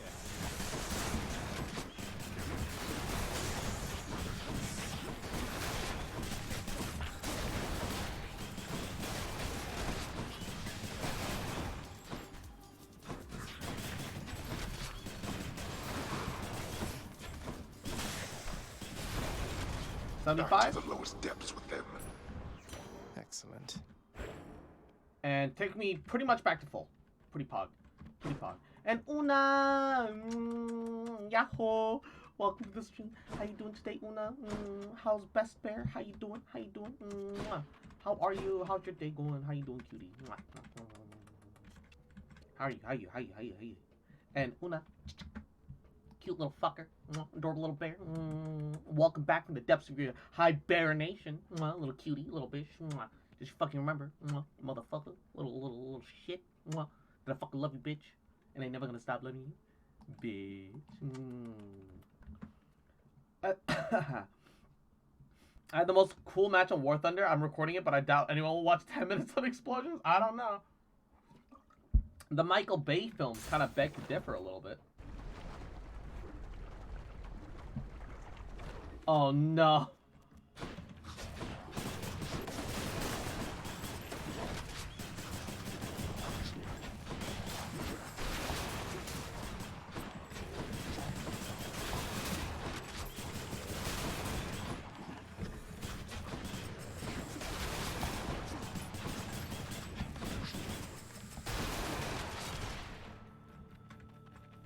Where's the next enemy?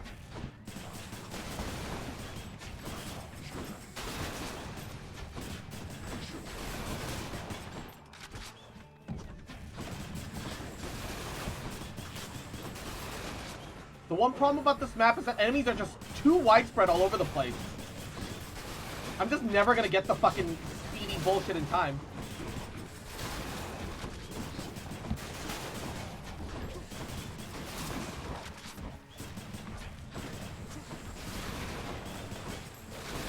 There we go. Yeah, it's just everything's too spread. Everything's just too spread apart. I hate it when the maps are like this big.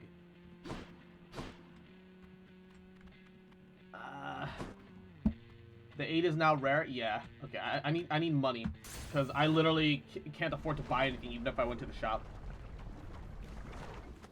Please be a smaller map.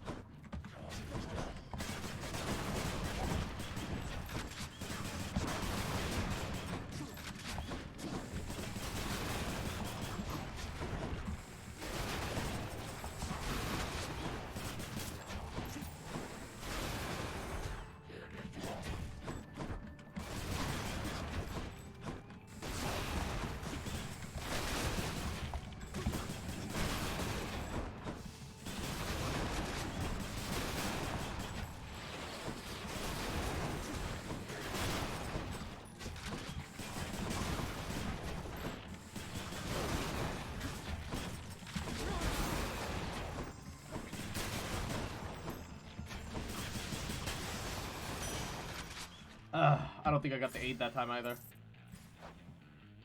Yeah, no, I didn't. Fuck! He's difficult. He's difficult. Why so hard? Oh, Ares bonus. Nice. Oh, if I can get Doom on normals. Doom on normals would be great. Witch's Circle.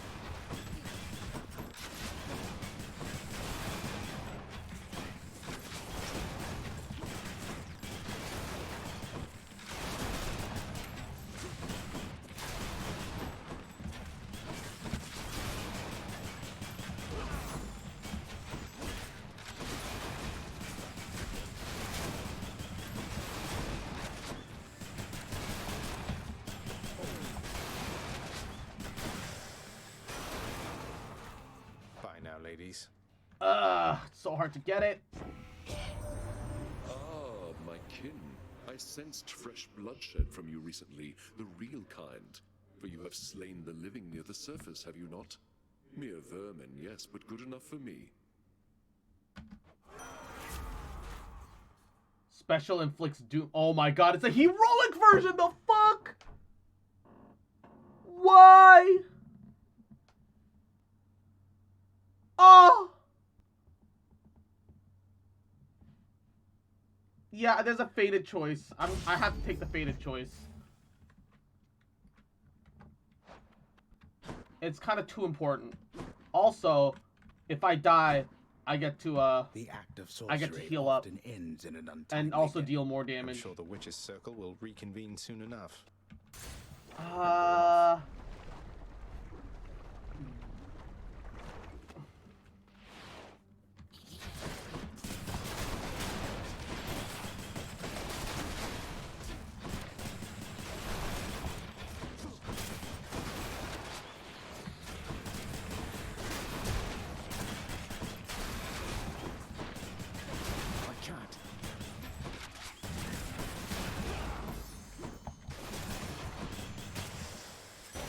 Okay, fast clear bonus.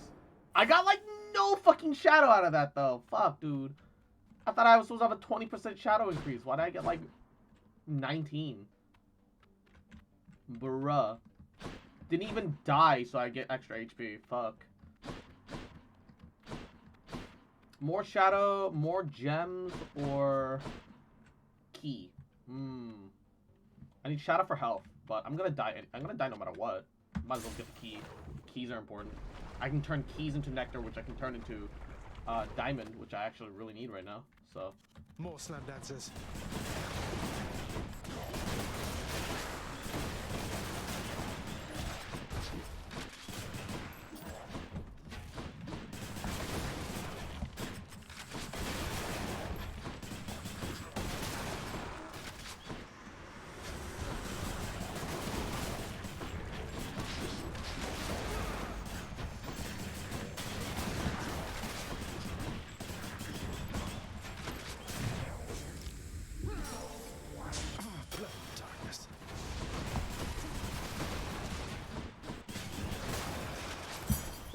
Oh, clear bonus. Nice. I heard the sound of chaos. I can do this. But I literally can't afford that.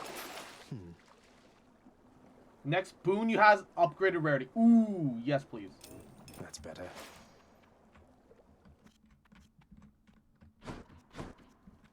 What is this? Oh, that's money. That's a money base. I see.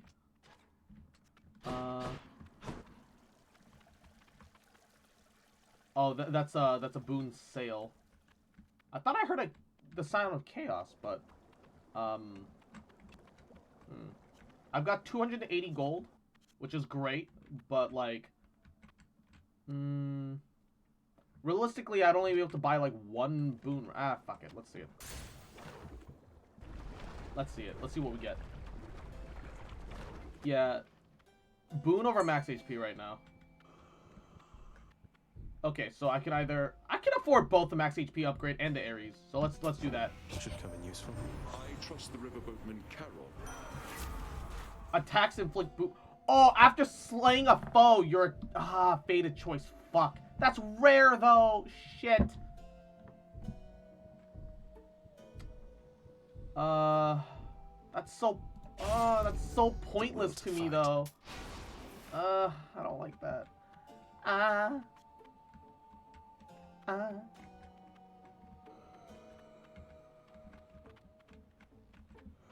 Fishing point? Is there a fishing point? Hold up. Oh, you're right. Come to me, fishies. Got a bite. Slavug! A lava slug. A Slavic lava slug. Damn. Damn, can you eat it? Yes. And Magmuni? Yahoo! Welcome to the stream, cutie. How you doing today, baby? How you doing today, Don't you honey? have something to say to me?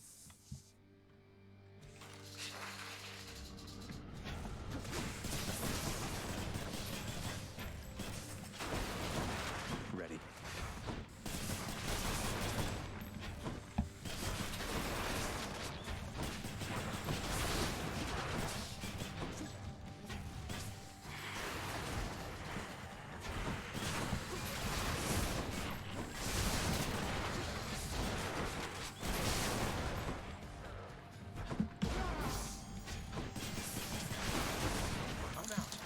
Yeah. Ray, thank you for the sub.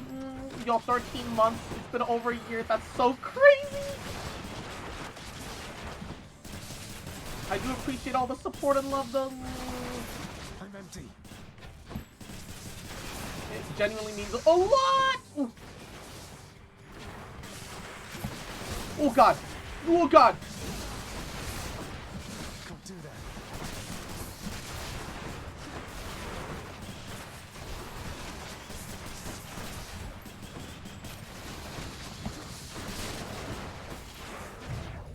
Oh, fuck!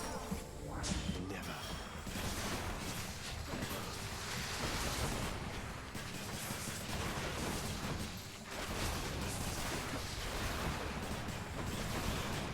Not yet. Oh, fuck this! They've got too much AoE, I'm gonna die!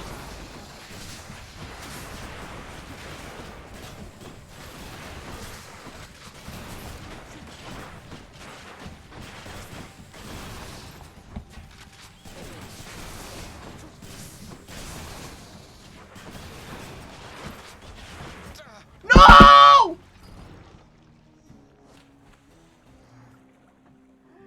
He has so much AoE! I'll get that Hydra. Oh, nah. You little cutie.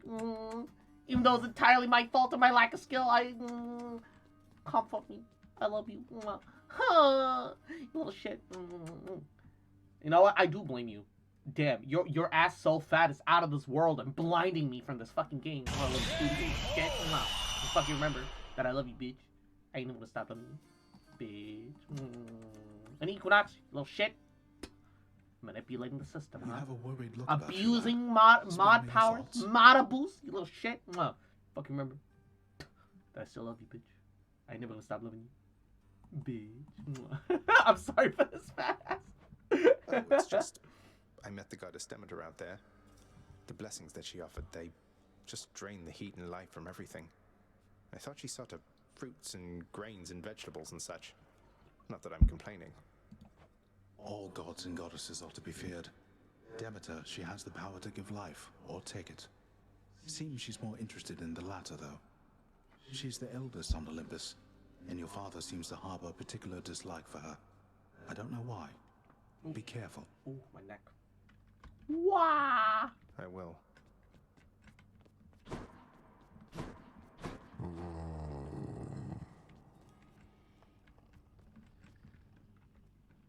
Pet. Always have more pets for the greatest boy. Pet. What a good boy.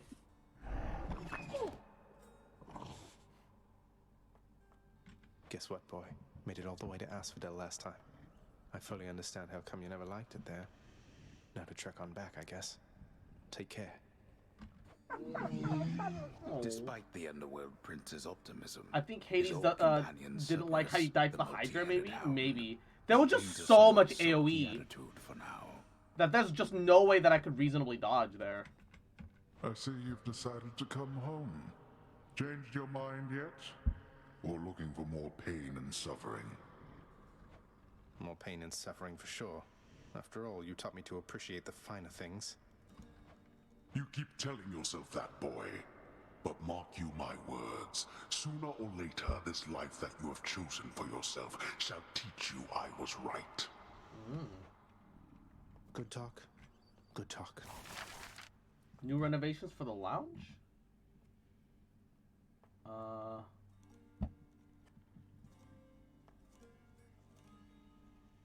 Surveillance bats? Why would you want that? It's diamonds, and those are in short supply.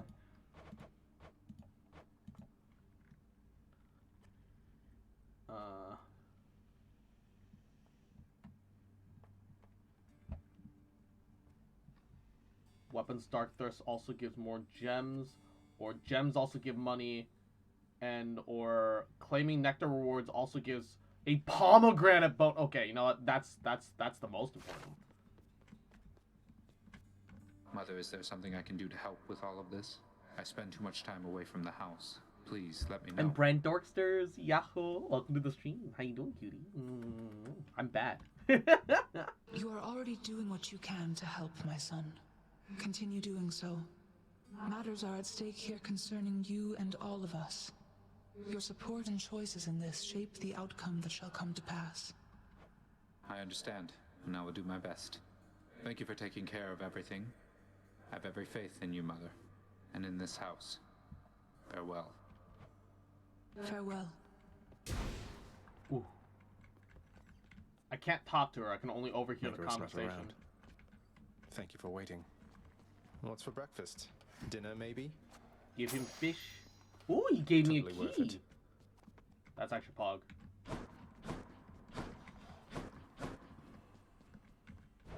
Let's All see right. here. Gems for keys. I'll take it. Chthonic keys. Which can buy me 2 nectar. Fair trade. Alright. Going back to Skyrim. Alright, have fun, Ray Ray. Mwah. Practice makes perfect. Also true.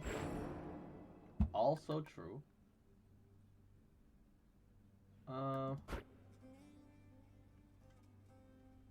feel like more than Golden Touch, Deep Pockets is probably actually more beneficial. Which hurts my soul, but...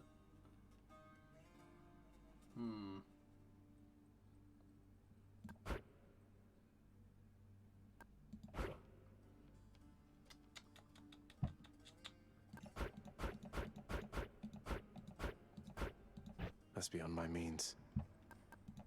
Alright. Nyx's strength. You can upgrade it up to 100? Yee. That's probably the real goal. I don't think that, you know, Deep Pockets can realistically ever give you enough to make up for the... Oh, shield increase! Let's go! The only problem that I have with the shield is that... Whatchamacallit? Oh boy. I think the shield multiple reflect is only applicable to the first. It's a Daedalus Aegis. upgrade, I think. You are as old as time.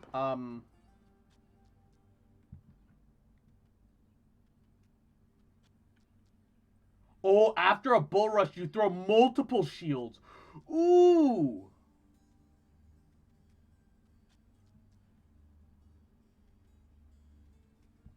Special base damage per hits. Blitz disc. Ooh, I need 2 for that. How do I get another Titan's Blood, though? What's this one do?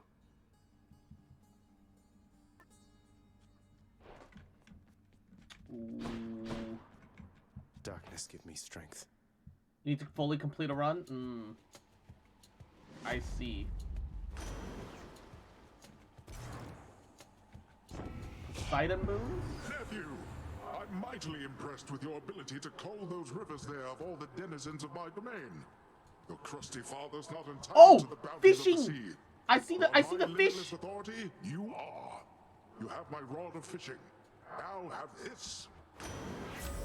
What is this? Whoa, whoa! You have a greater chance of finding a fishing point in each chamber. Legendary. All right, let's catch some fish.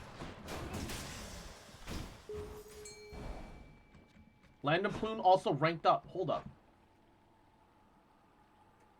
Gain greater dodge and move chance each encounter. Wait, did it not give me my boon bonus though? Could I use don't- the rod of fishing there. I don't think it gave me my boon bonus though.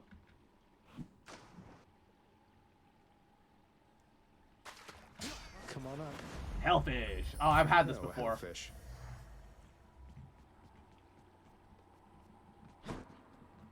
I cleared the room quickly. Why didn't it give me my bonus?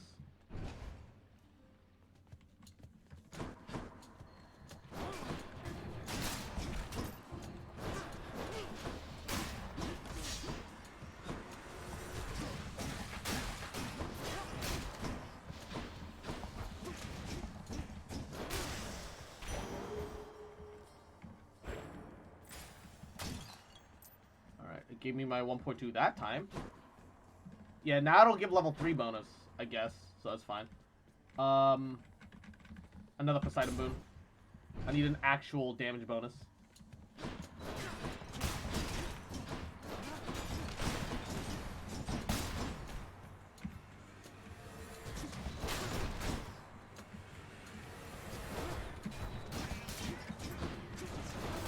Back to dust. Alright. How fares your feud against my crusty elder brother lately? Good? Alright. Attack deals damage and knocks away. Dash damages foes in the area and knocks away. Ooh. That one's rare, too. Yeah. Might of the sea. Ooh. Dash is nice. I like the dash one.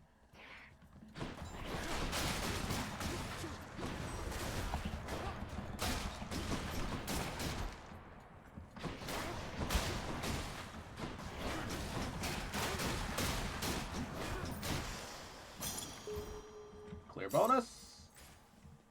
Gems. And Ares. Nice. And Butterbro. Mwah. Thank you for contributing to this scam.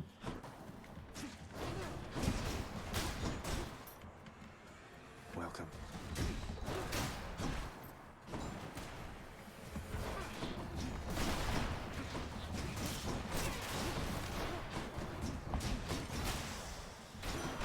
Lord Ares. Okay. The You have scam the grows. Aegis, quite unlike the one my good sister Athena likes to flash around. You have much better taste. Specials inflict doom. Ooh.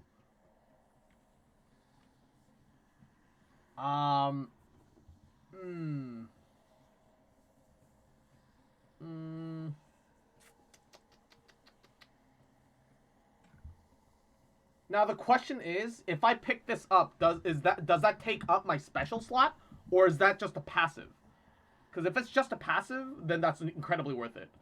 But if it's completely hard replacing it, it doesn't provide. It takes up the special slot. That doesn't give me enough.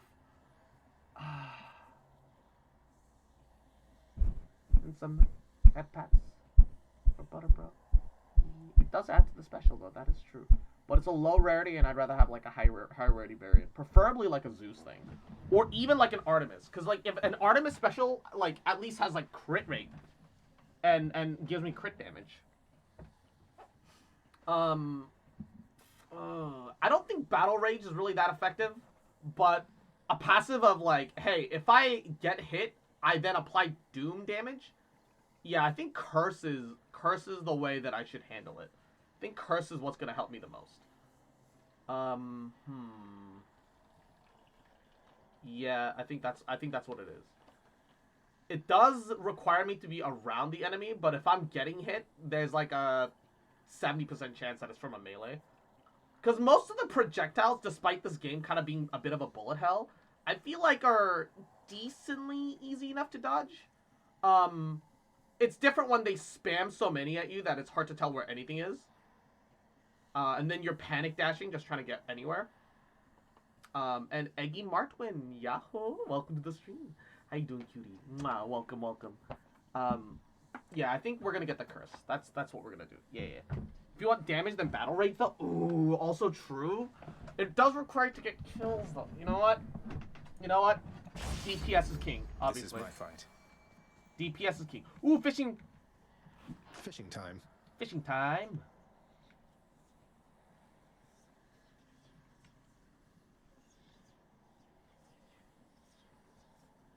Come on. Come on. Bite this. A knucklehead. I caught a knucklehead. Ooh, that's a new fish. Okay, I'm doing good on health. Let's take the chaos. I can take it. Let's take the chaos. I'm doing good on HP.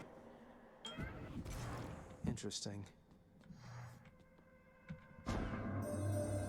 It is not unexpected that you consorted with the violent Ares and now bear his boon.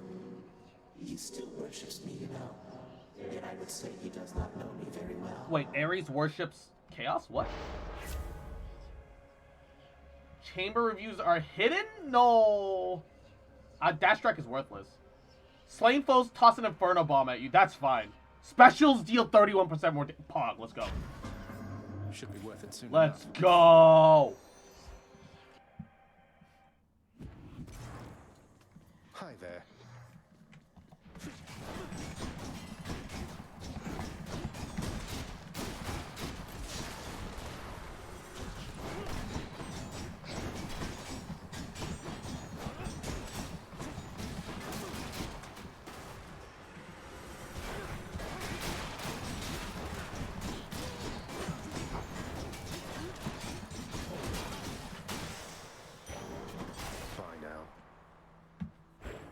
Thirst. What can you do? Restore health when you enter chamber. Ensure Chaos Gate will spawn ahead when possible. Ooh, I don't have enough gold to feel like I can waste it on those. Another Poseidon boon. God, just everything is Poseidon this run. Like, what the fuck?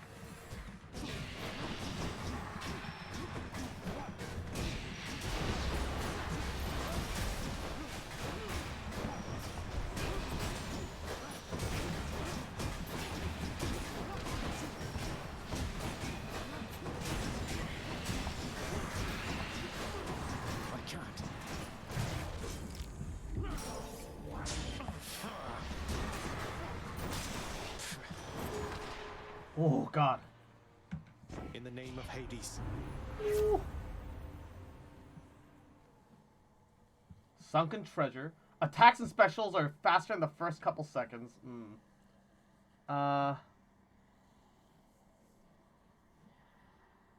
Take the encounter one? Yeah, it's epic.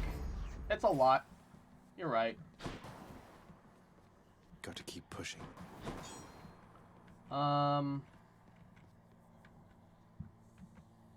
Wait, have I? Oh, I haven't given Poseidon a gift yet. I should do that soon.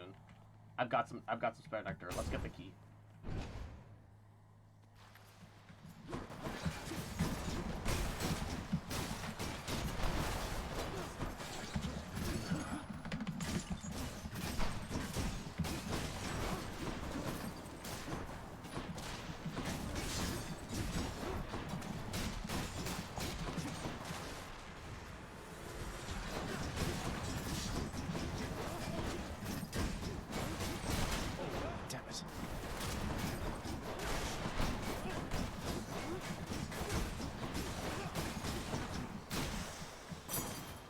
I didn't get the feather bonus. Fuck.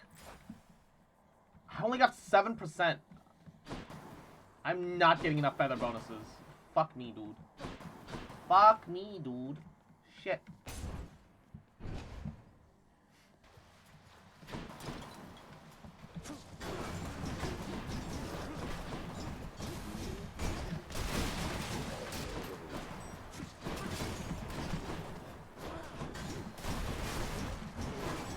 I don't have Echoing Special yet, which requires Daedalus Hammer, so this is kind of a problem.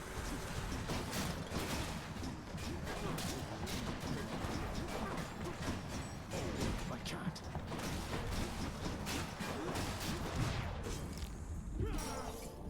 Oh, blast.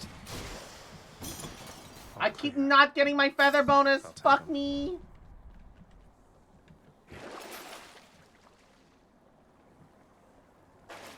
Fuck me, dude.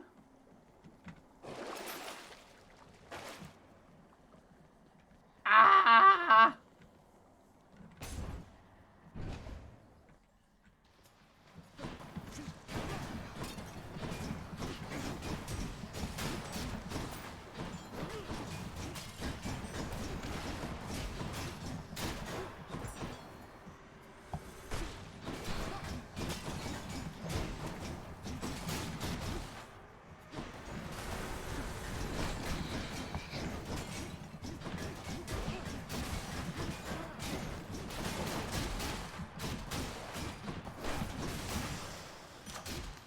How's that not fast enough, bruh? Olympus. Dash level 2.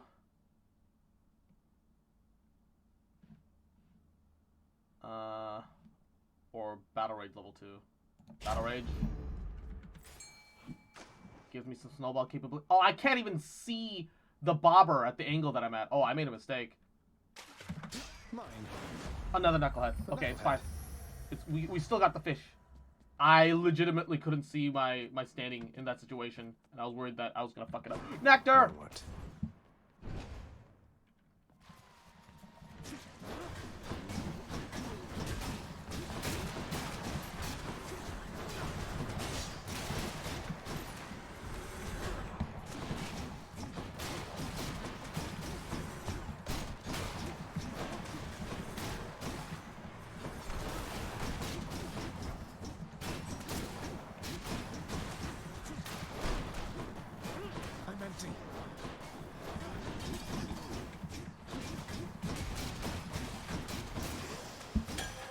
Please, give me my feather bonus. My god. I'm literally clearing these as fast as I can. Restore up to 120 HP. Yeah, I'm gonna die once anyway. Do not so much as think about it.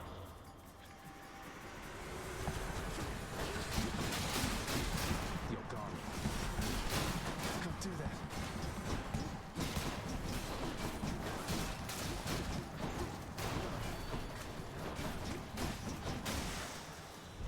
Oh, I didn't die. Damnable fools. I didn't take damage.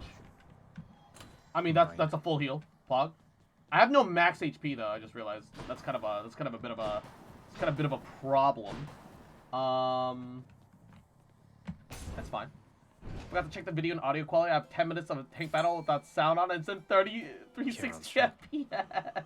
Daedalus Hammer. I need that. Attack hits twice, does not knock foes away.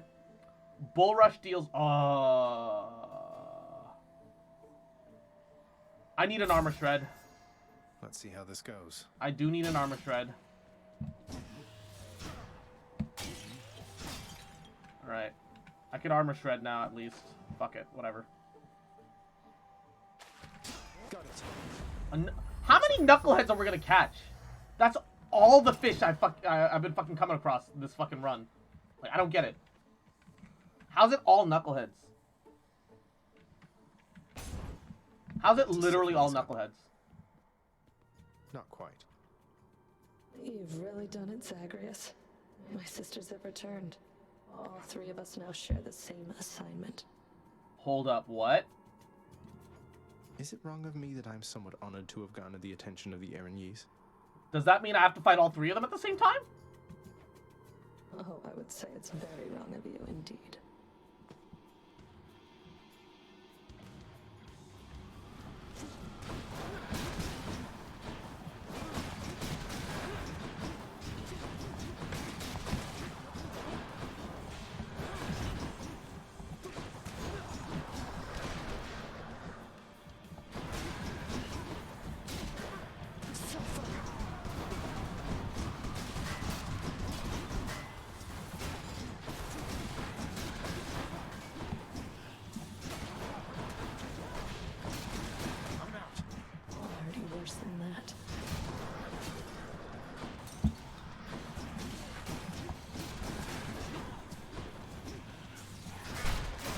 Where is she? Oh.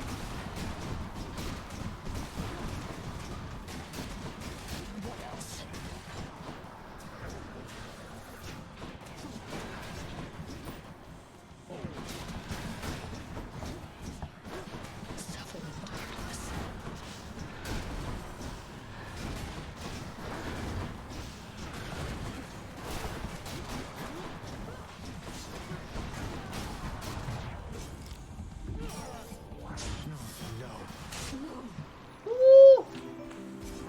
And Izzy, thank you for the host again. Indom, welcome back. Wah! Getting a bunch of dark health from that darkness. Still Pog. Still Pog. And Izzy. Mwah. Adorable little fucker. Cute little bitch. Mwah, little shit. Does you fucking remember? Adorable little baby boy. Little bitch boy. Mwah, that I fucking love you, bitch. Mwah. Ain't never gonna stop with me. Bitch. Cute fuck. Little shit. Closer to the surface. Whoa. I don't have the same bonuses that I'm used to. Change of scenery at It least. hurts. Knowing that my loadout is not as good as it used to be the first time when I fell in love with the shield. I'm not snowballing as hard. Oh.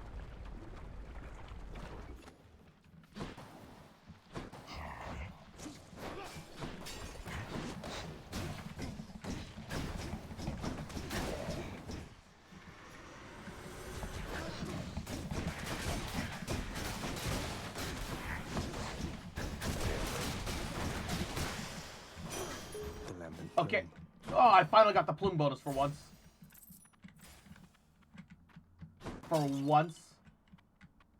Alright, because I have increased fishing spots, I should actually take a garner around the room, see if, no? No.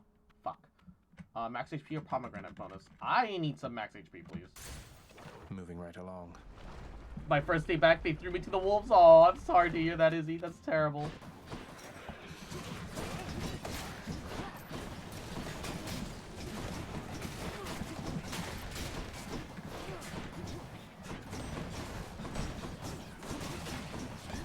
Not yet.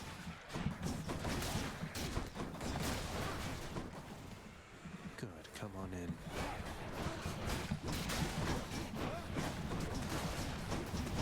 Not now.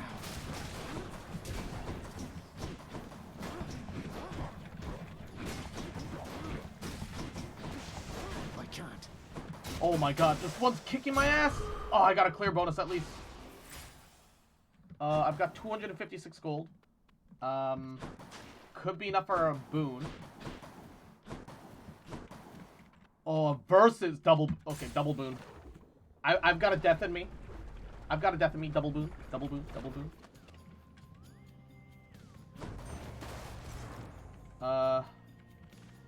Side with Ares on this one. Attack special and cast deal more damage.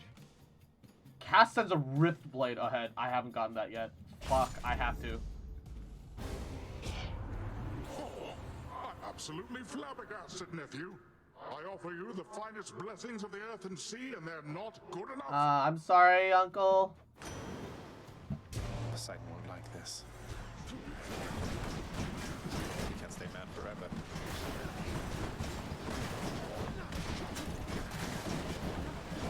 I'm empty.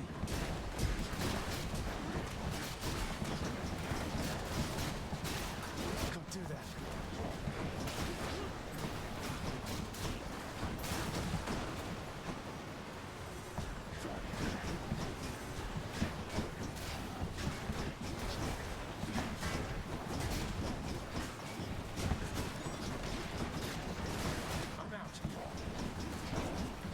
Oh, come on! I have 2 HP! Don't let me... Ah, fuck! I'm in a pinch.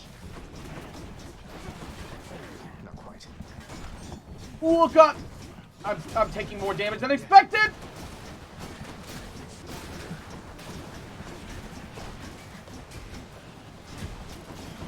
Not now. No, no. No! beef with me next time, nephew.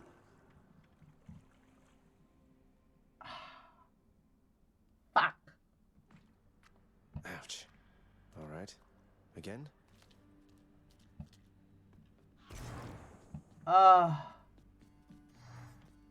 This game is such a bullet hell. Achilles, I ran into Meg's sisters out there. We didn't really hit it off. Meg said they're not permitted in the house. Not that I'm complaining, but what's that about? And Bubbles, mwah, thank you for the head pat. They have not earned the right, lad, nor expressed any desire to exist here with the rest of us. Your father has assigned them to specific roles that suit their dispositions. I said I'm in a not as pinch, sensible as Megara, like in a tight spot. That's what I was afraid of. Although fear is for the weak. With a P. P-I-N-C-H. Pinchu, dai pinchu. It's locked. Off limits, I'm afraid. Hey boy, just me again. Here to report it's pretty dangerous out there even without you on guard duty all the time. The venerable Hound of Hell barely acknowledges the softly spoken prince's platitude, knowing full well the underworld is not as vigilantly guarded as in ages past. You're late with your report, Hypnos. Again. Again. The dead, of course, can wait, but I'm less patient. Now explain yourself to me. Oh, well, let's see. I woke up, I don't know what time it was, and I made sure that every shade had been accounted for, just like I always do, except I couldn't find my list at first. Can you believe it? I thought maybe my brother played a little prank, and so... Adorable little fucker. Cute little... Get to the blasted You better get some goodies or sleep tonight, motherfucker, little shit. Don't stay up too late, alright? Take care of yourself, you cute little fucker. Drink enough water, cause I fucking love you, bitch. I ain't never gonna stop loving you, bitch. Sure, I was just getting to it, Master. My list, I found it over by the lounge. It was inside, but I am not the one who put it there, no sir. So I've been making positively sure it's not been tampered with, that it has everybody's name, cause of death, place of birth, former body weight, any previous allergies or medications. Wait, allergies and medications, does that matter in the afterlife? Enough. Blood and darkness, that's enough from you. Just see to it the ledger of the dead is accurate, and get back to your post. Does uploading recordings from your stream without the Twitch clip tool count as cross clips? The website won't keep track of it that way. You've done it now, Hypnos. If that's what you're asking.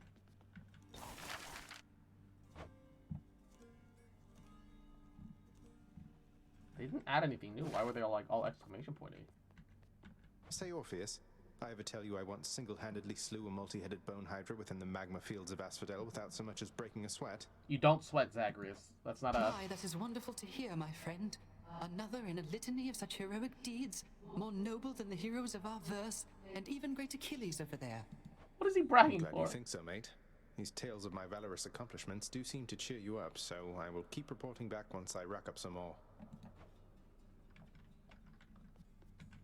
Have I ever gifted him? Yes, I have. No worries. What the hell? Thanatos, featured servant of the house. Featured servant of the house, Thanatos? Excuse me, is there something I can do for you, Prince Zagreus? Dude, her lipstick is so bright pink. I just want to see markings of it just left everywhere. It's nothing. I just thought I'd say that was well Mommy, fought sorry. back there. Mommy, sorry. Can I post a clip from your stream on the Twitch? Oh, yeah, on Discord, sure, yeah, that's fine. There's no returning to the way things used to be, Zag. Now, can I offer you some words of advice? Get over yourself, and get ready to die out there next time we meet. Ooh. Here's what I caught lately. Take my fish and knuckleheads. Use them wisely, it's my all friend. gems. Bruh. Wretched broker, what's new, my friend? Alright.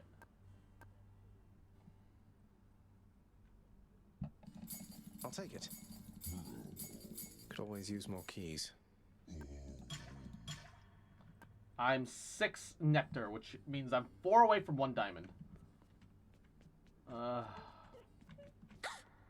Hey, Dusa! You brought some fish. Could smell it all the way from down the hall. That's And great. Wiki, The head chef can Yapo, take it off welcome to your the hands. stream. She'll How you be doing, right in the Katie? back of the lounge like always. Hades, I love that game. Thanks for It's helping us out, fun.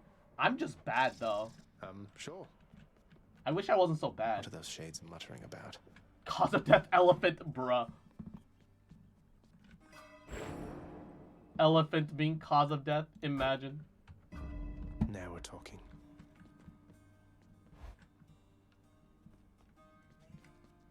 Alright, what's on bonus now? Spear.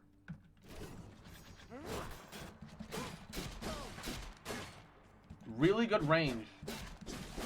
But you need to charge up for an AoE, which is honestly its biggest downside.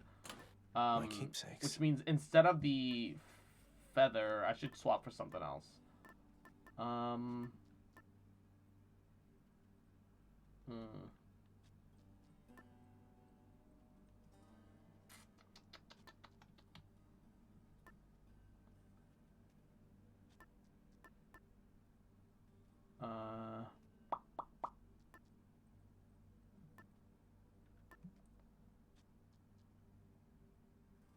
Ooh. Undamaged and striking from the back? Yo.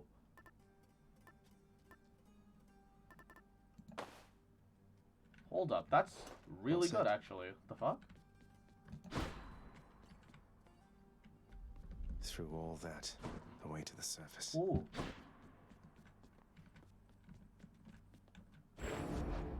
Varotha, you were once father's spear.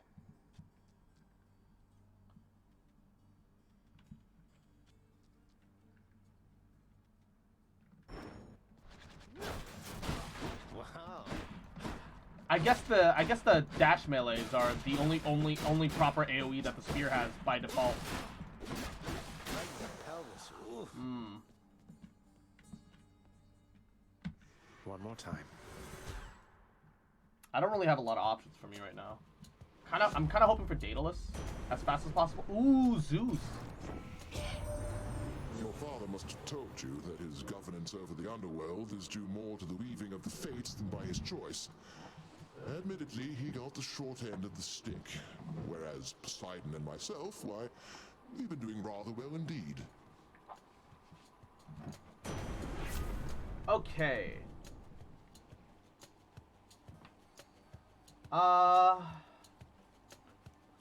Cast is a burst of chain lightning, or your attack emits chain lightning when you damage a foe.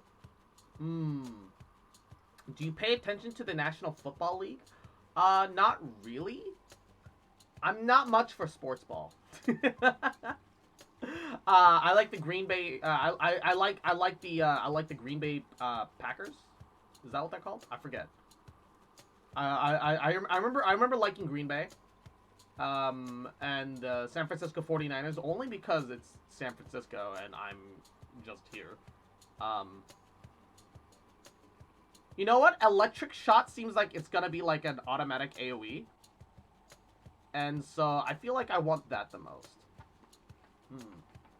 Rather than dealing a meager 10 lightning damage, I would rather have the Electric Shot. Let's see.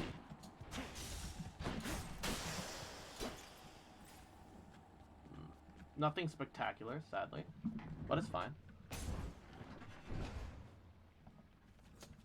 Dash for legendary prerequisite. How's that?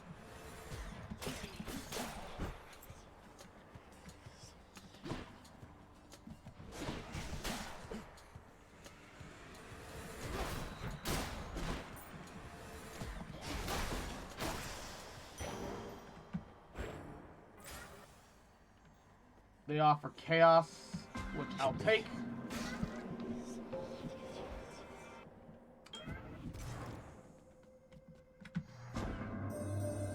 Son of Hades, I believe I have deduced something I ought have sooner recognized.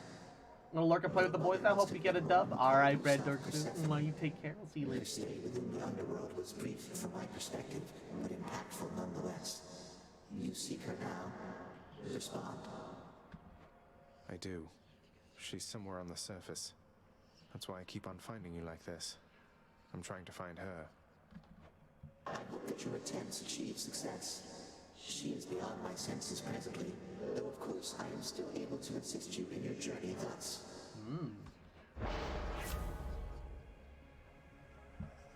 Decrease move speed, but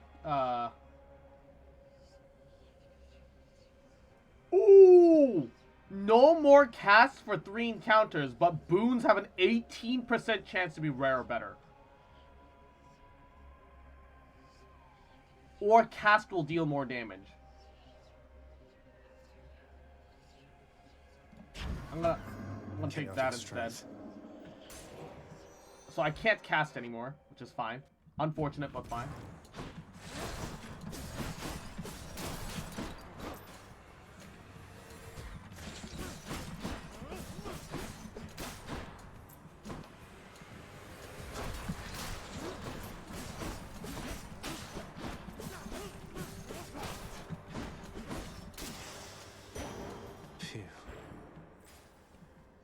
Any gold pots? No. Fuck me. Yeah, the better boons seems pretty valuable.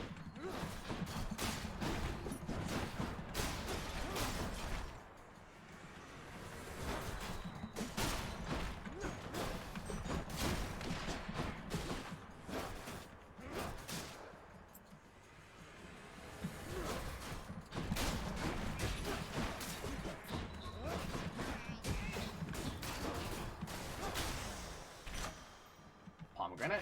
Gods grant me strength. Increase the damage of my chain lightning, despite the fact that I can't use it yet at all. I need more keys than gems. None of these help me right now. Why did you skip the hammer? Numbskulls. I don't know. Actually, I just kind of wanted the chaos.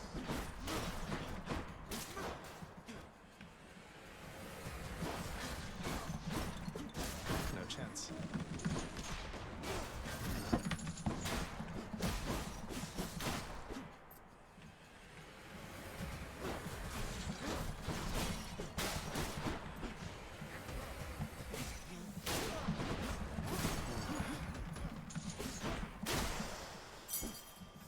What I need to break out of the fucking chain?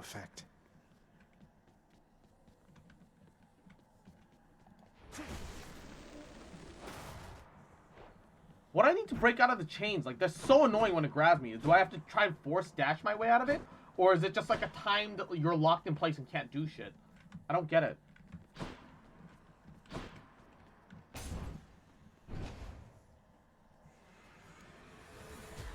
I thought crystals were supposed to be pretty.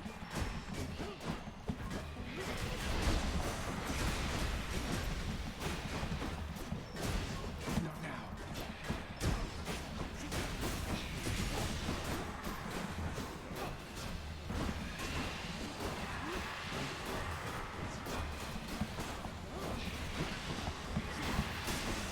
Oh my god.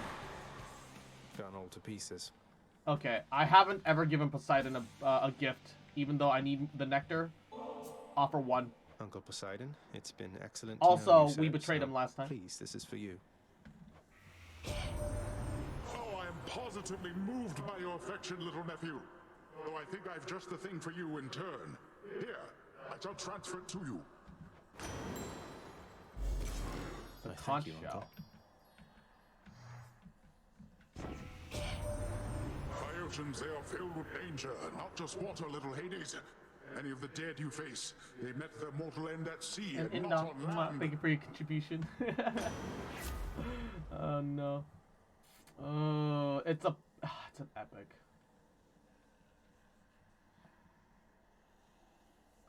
I don't want to knock enemies away as a melee unit though. That kind of feels bad. Ocean Bounty, I guess. Prophecy foretold. I guess there was a prophecy involved there? Question mark?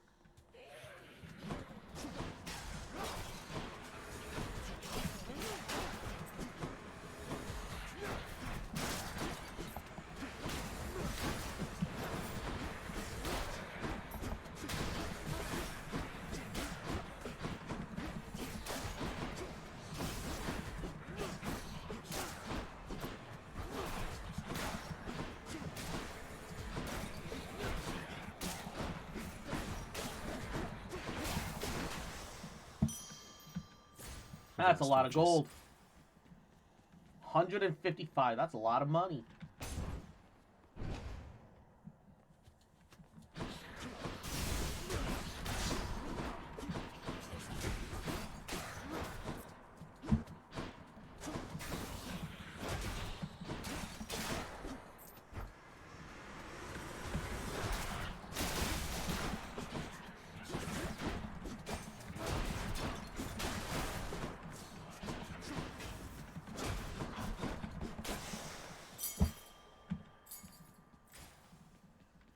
I mean, it definitely is good against, like, the chariots, but, like, only them specifically. I don't know. Maybe I just haven't played the game enough to have enough insight. And I'm also picky about the way I manipulate things.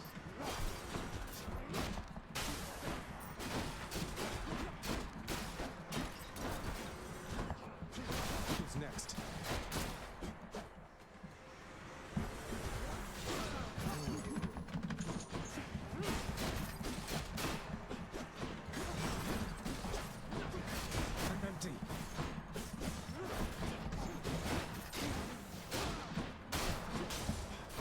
Hit me. Oh, no! Oh, whatever. I thought he was gonna kill me with that hit, so I smacked him back. I wanted the insta-res. Oh, no. I fucked up. I've got, like, no health. Ah.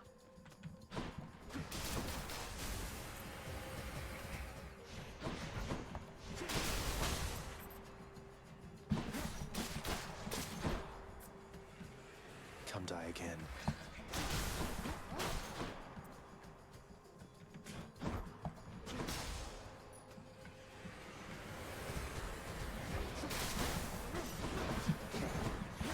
Not yet.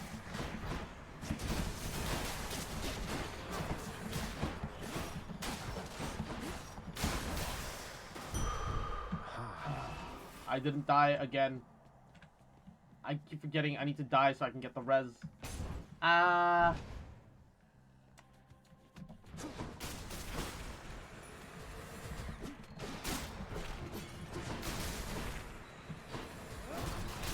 You're nothing.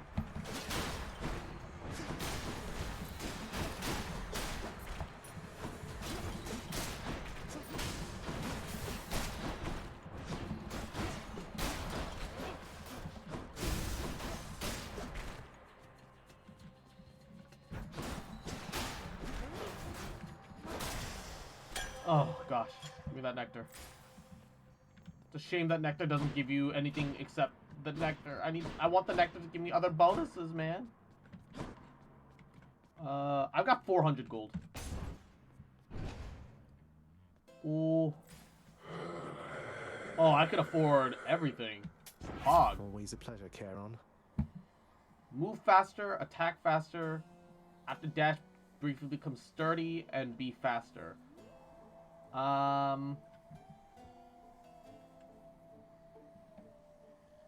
DPS, DPS, DPS. Be thankful that the rivers to your realm have not yet frozen. Nectar will give you boon upgrades once you get the underground improvement for it. Yeah, I'm saving up diamonds for that. Trying to get diamonds for that. Ooh.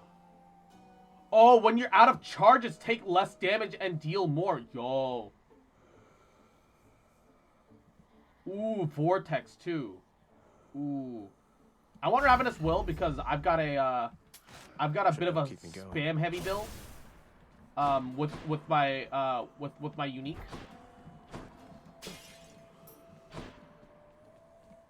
No fishing. Please be Meg. Oh no. Oh, I don't like this one.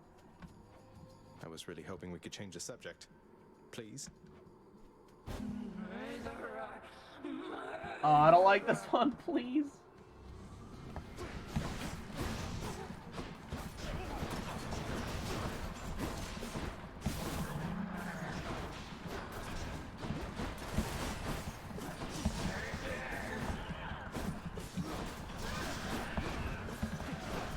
Can't do that.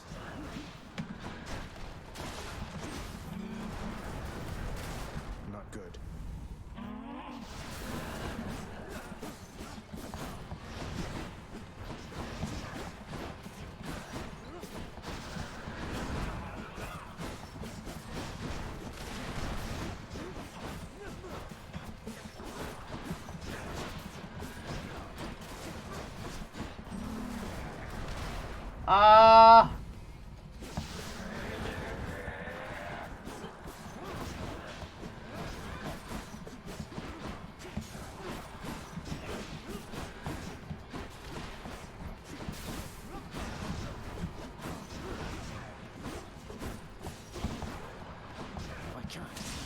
Whoa! Ah! Oh, getting all that shadow gives me a good chunk of health. Big health. Big health. Got to keep going. Instant treasure? Sure. I'm okay with that. And welcome back, Izzy. Mwah. I'm glad you had a good shower, baby. Cutie. Mwah. Hell yeah, honey. Honey. The Bone Hydra awaits.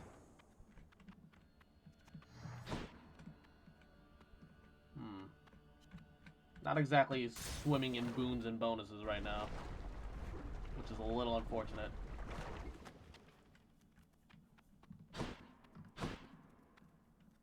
Where are my enemies? I hear them somewhere. Oh! More bone flingers? Wretch.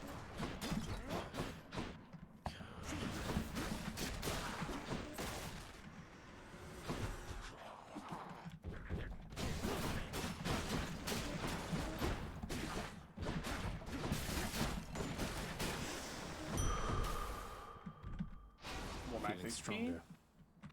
Ooh, Hermes or Hermes? Hermes, no question.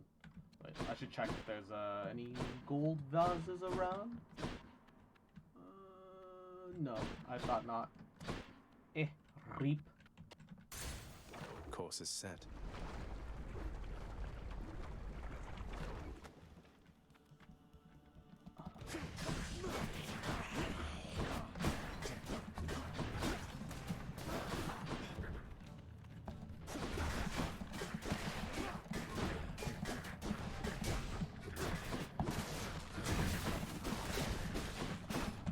Definitely not underestimating chaos boons or anything like that. It's just, whoa.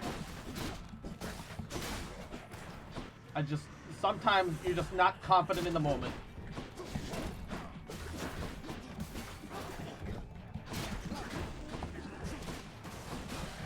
What?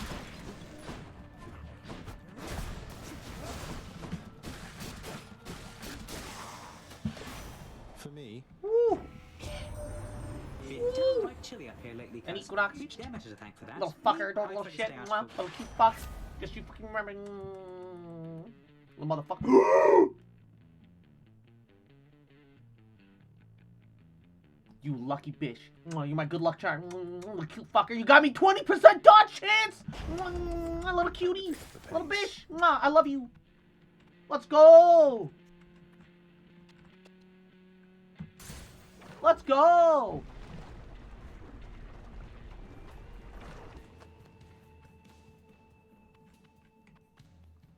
Oh, Demeter versus Zeus. Ooh. I think Zeus gives better AoE, but if I pick up Demeter right now, I'll have more variety, which will give me more boon bonus. Gives me more damage bonus. The king of the Olympians has reached you prior to me, Zagreus. I wonder which of all his many lies he's told you last. Dash shoots a gust ahead that inflicts chill. Revenge chill. Ooh, no. The dash. Audacity runs in our family, Zagreus. But my advice to you is that you keep it carefully suppressed in your relationship with me. Sorry, Lord Zeus. Let's give him a show then.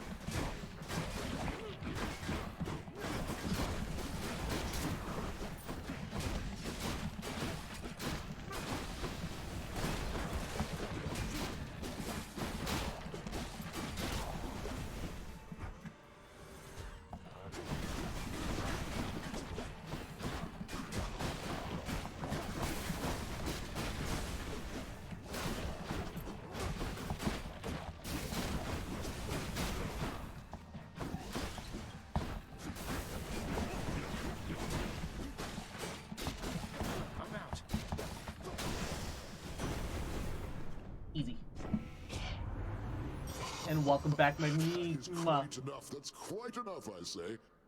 You're still alive, aren't you? Woo. He wants me to replace the dash, bruh. Your lightning attacks also makes foes jolted. Oh, adds a dot damage. Yo, let's go. The Thunder God's might. So I can apply a dot on top of my special. Artemis, final Pog. Let's go. Let's go. Let's go. Let's go.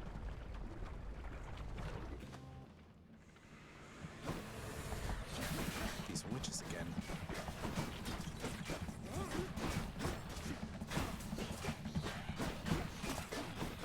I'm out.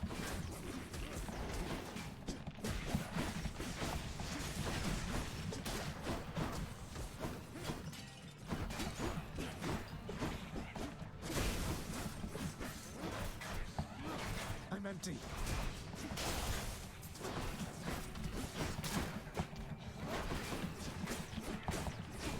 Not yet.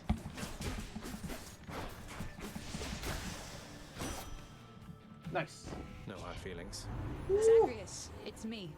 I'm here to join the hunt with you again. I haven't seen Artemis in Let's a show them long what we while. can do. Ooh. Oh, wait, I don't have this one yet. Your foes take damage when your stuck bloodstones dislodge. Oh, I want this one so bad. But I haven't gotten this one before. Fuck. I gotta choose the thing that I haven't had. I just kind of have to. Man. Man.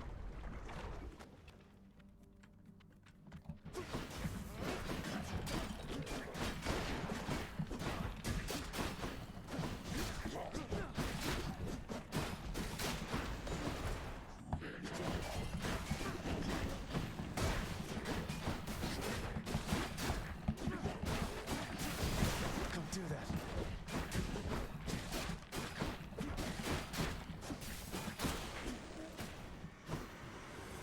Too bad that the dislodge bonus is only really good against bosses, because they're the only ones that live long enough for that. But fuck it.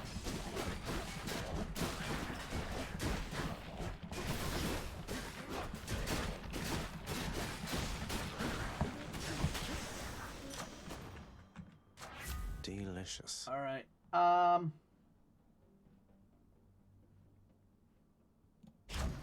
Extra cast damage.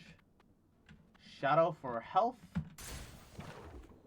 Ooh, baby. Oh, it's a fountain room, Pog. Guess I get a break. Double heal. Let's go. No pawn? Fuck. I've only got 198 gold. I won't be able to afford shit. No. And no fish. I can't afford the Daedalus hammer. I'm 2 gold short. Why couldn't you give me like a gold vase in here? Please. 1 gold vase. I'm begging. Just tidying up a bit.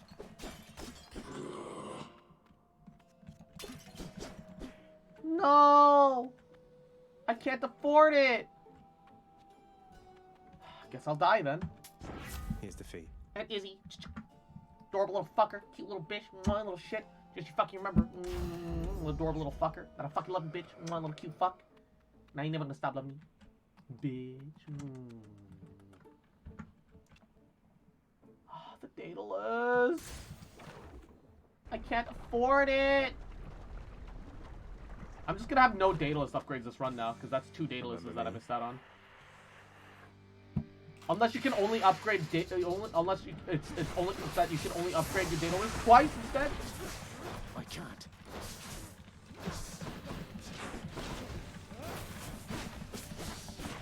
Not now.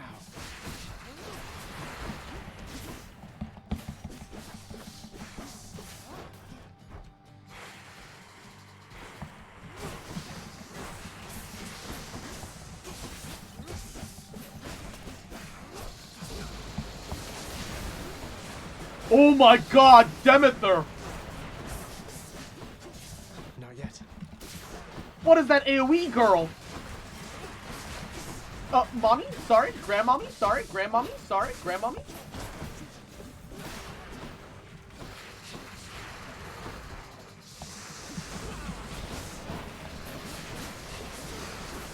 Oh my god! I can't. What is that AoE? What? What is that AoE? Jesus! Okay, note to self. Demeter 8, 100% of the time, all the time.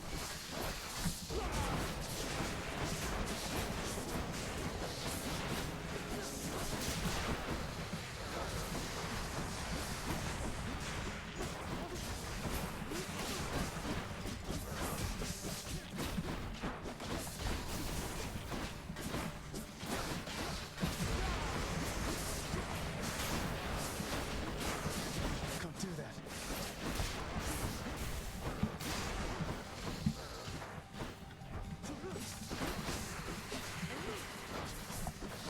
Not now.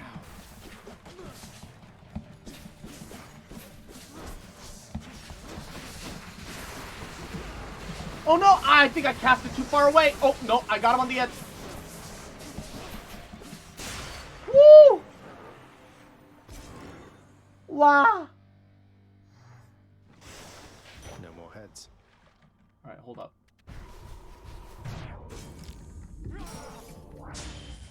Oh! No, I do not want to turn on sticky keys. By my birthright. Whew. I just wanted to use Death Defy to get my health back up and then use the Shadow to full heal. It almost didn't let me do it. It alt-tabbed me out because I was spamming shift too hard trying to get out of there. Woo. What can I buy? 27 Darkness. Fuck it. And Spirits J, mwah, thank you for the host, cutie. I do appreciate it. Next Means a lot. region. Mwah. Ah, Elysium. Demeter's gonna be really good for the AoE. Champions of Elysium, I've returned. Ooh. For all his yeah, faults, if Father did make this place look good. If I can get the opportunity to get more max HP to upgrade Demeter's 8, yeah, it's very important that I do so.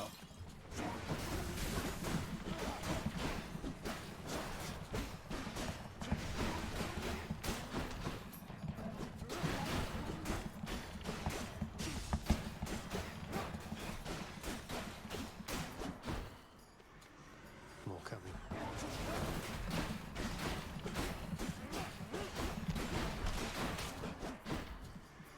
How many more of these are there?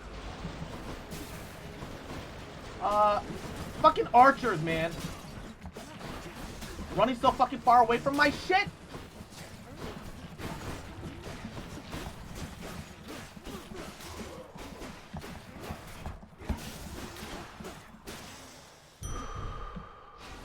Get that max HP, baby. Woo!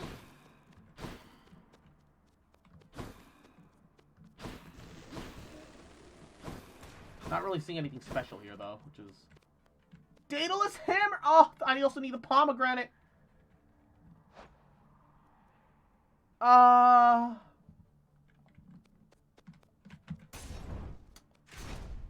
Fuck, dude.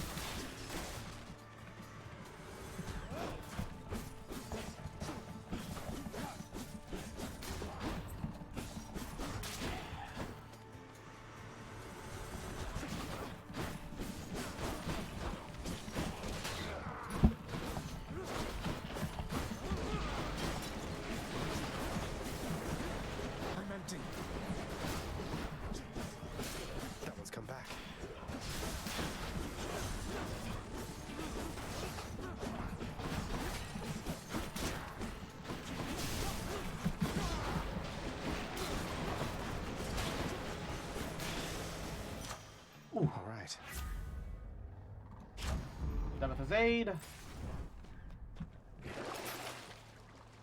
Ensure a fishing point will be ahead when possible. Nah.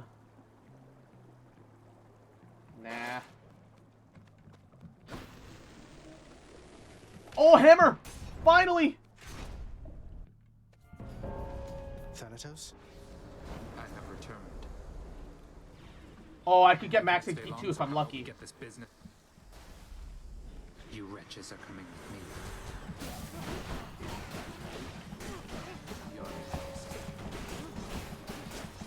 Good. Oh no, the enemies here are kind of too tanky. He's gonna yoink them all from me. That's not fair.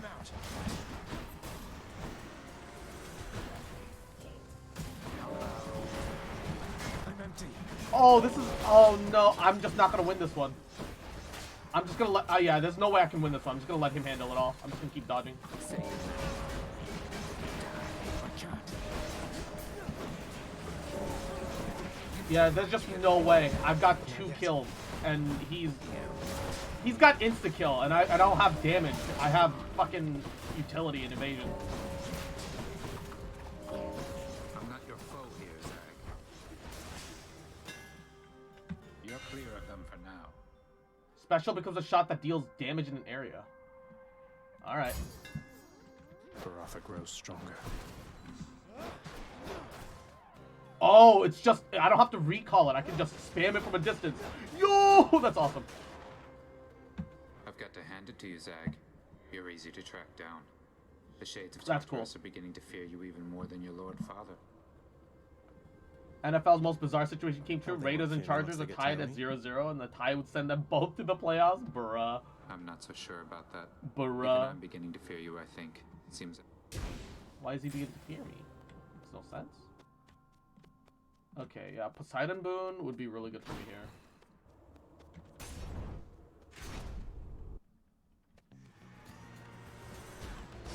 Come forth and Oh, be swatted, no. deadly butterflies.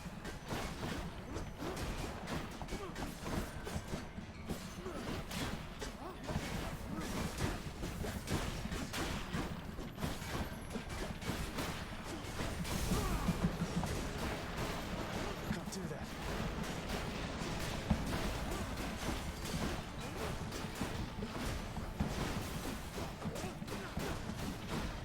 Not now.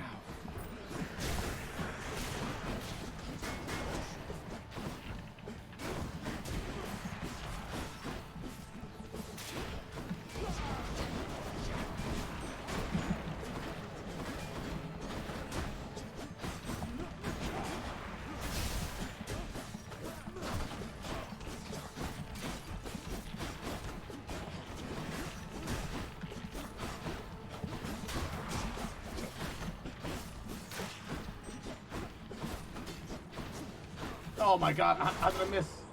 Alright. Alright, you kill me so I can get my health back. Thank you. Damn it.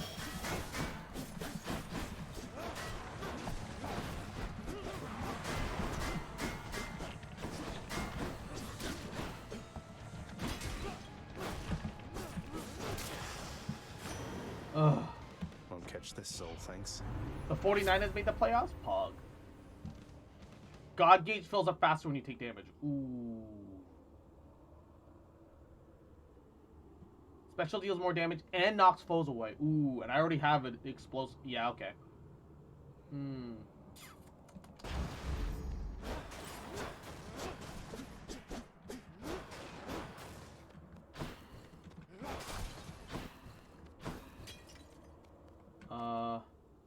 Pomegranate. Here I am.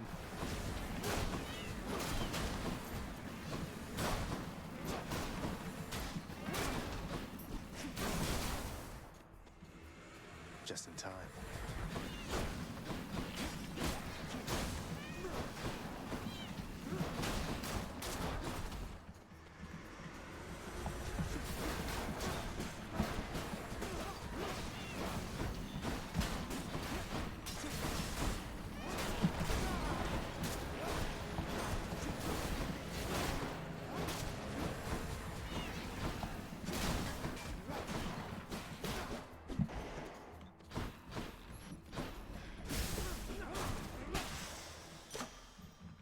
one standing.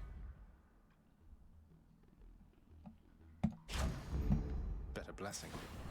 I need to like upgrade the rarity of the boon if possible. Oh, another Daedalus hammer. Oh, hold up. Please, help. Oh, thank you. That one. Alright. Alright. Second hammer.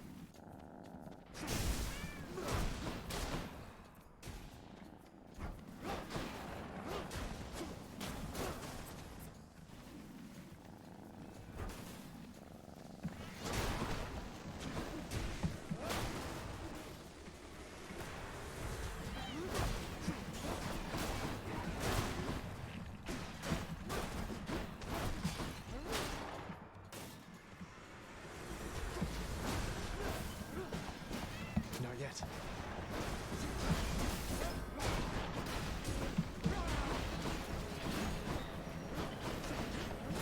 Why'd they suddenly become impervious? Hold up, what? I can't.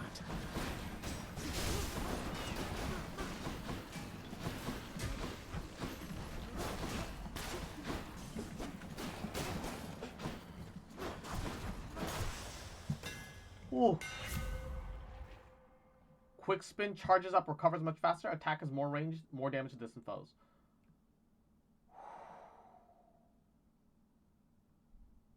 I'm never gonna use this. Fix that. Why would you ever choose to use the spin attack? It just seems bad. Keys. Ooh, the blue crystal mobs can shield others. Ugh.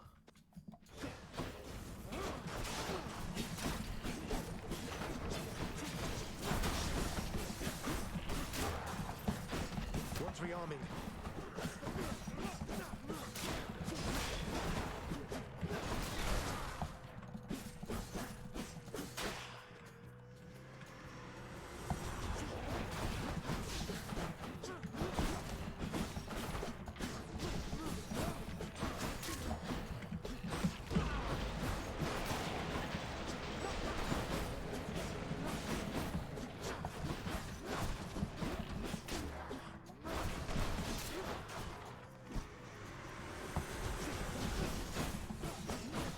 Not now.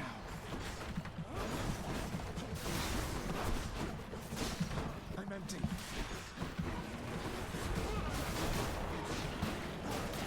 Can't do that.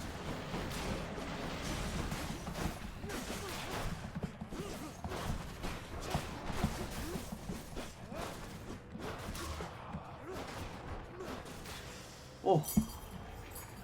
Key. Oh, fish. What lurks in the river Lethe? Come on out. A charp. I caught a carp. Wait, a carp? But with the CH? Why? But why?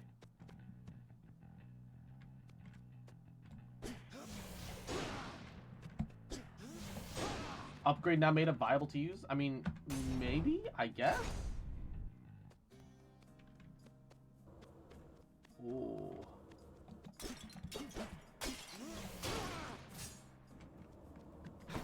You're back. What was this guy again? I shall not take up arms again, stranger. Not even against you.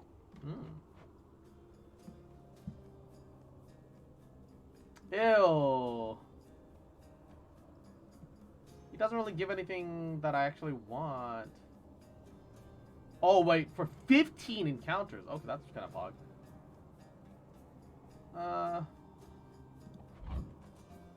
Certainly, stranger.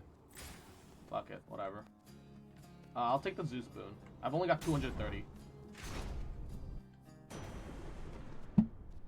Oh, it's just the Zeus boon. In the name of Hades. All right. After using call, you do more damage for 15 seconds. Ooh. And I haven't had that before.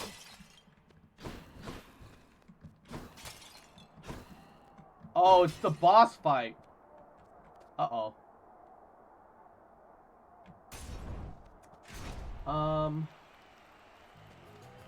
Care for a rematch? Well, Hellspawn, you stained my honor last we battled here. But as you plainly see, I have returned, as has Asterius. And we've no shortage of honor left to spare. Okay, I do not like this. Shouldn't I be the champion of Elysium now that I've beaten you? Isn't there someone else around to challenge me? Say, Heracles? Someone less chatty? Ah, very clever, fiend. Invoking Heracles' name in an attempt to drive me to a jealous rage. Fuck you, Jersey Shore. It shall not work, but you shall dearly pay nevertheless.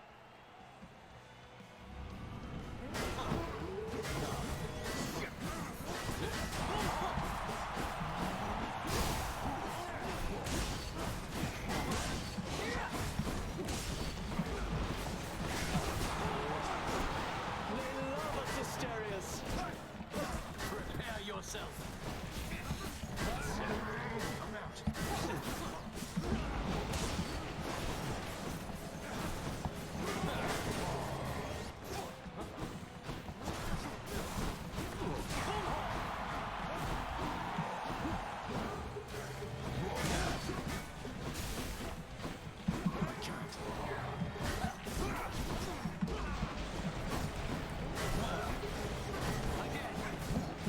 Stay inside my AoE, you asshole! Stop auto-blocking all of my AoE! You fucker! Oh no, he's impervious! Goddess Athena, Athena, no!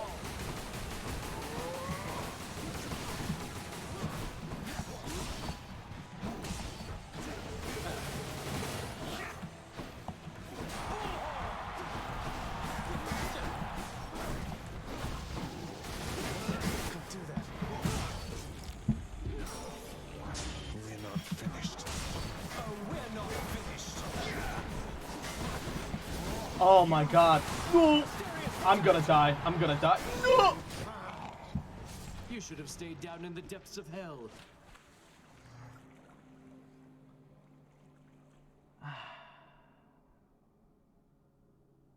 Charge up Demeter's aid to coat the whole Losing to area? Theseus. But I'm dead. Be well. Achilles, did you ever used to pray to the gods? Make offerings to them? Demeter's aid when fully charged coats the whole arena to sound. Jesus. It's hard to, it's too hard to charge it up. I always had my doubts the gods were listening. Like, if I had the Poseidon thing, I could have, but literally there was something that I hadn't unlocked before, so I'd rather unlock everything at least once, even if it costs me the run. They're helping, definitely, sir. You know? Groaning and groaning. It just feels like it's more useful to me. You keep an eye on father for me, boy. Cerberus promised. Why, I can scarce believe my eyes. Is that... Cerberus looks mournful. No need to drag the dog into this, father. Yeah, why you gotta drag Cerby Anything you into say this? to He's me, such a good you say boy. in front of Cerberus. You might even learn a thing or two from him of listening and of obedience. Oh my god. Why you gotta be like this, Dad? Why you like this, Dad? Why you like this?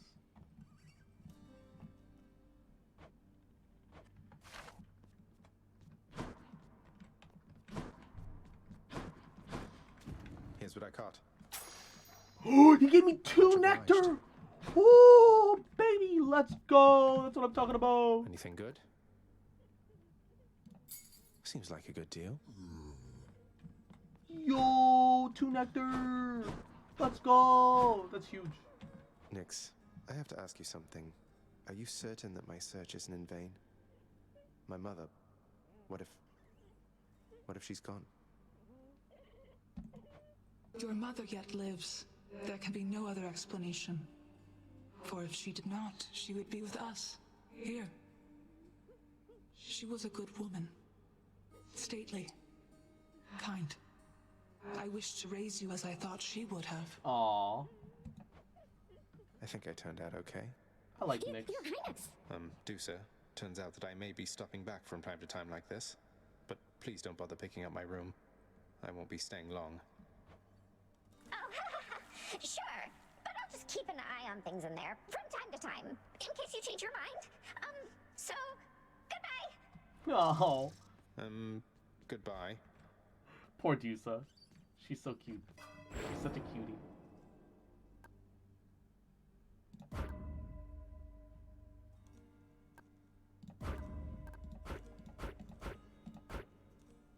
Oh man, Olympian favor still can keep going. Yo, that's huge. Actually, that's kind of huge. Good to go. Ooh. What was I talking about? I gave him a fish and I got 2 nectar out of it, which cost me an exorbitant amount to build up. But also, it's like 6 o'clock. It's time for dinner. We're just gonna end stream. I just realized. Nothing too crazy. Nothing too crazy to worry about. Sorry, I just felt like playing Hades, and I was having a good time, just vibing, and I lost track of time, as usual. But you guys take care. Mwah. I'll see you guys tomorrow. Maybe Dark Souls, maybe something else. Chocolate, no! Hey, welcome to the stream, Chocolate. Thanks so much for stopping by. Mwah. Oh, I'm sorry. I'm ending stream now. And alright, fine, Equinox. I guess you are my little fox chip. Come here. Mwah, mwah, mwah. Oh, you guys take care. You guys all have a good rest of your evening. I'm gonna go get food. I'm early today. Yeah, we've noticed. And Anusta, thank you for stopping by till the end of the stream. You have a good night as well. Everyone take care. I love you. And I'll miss you.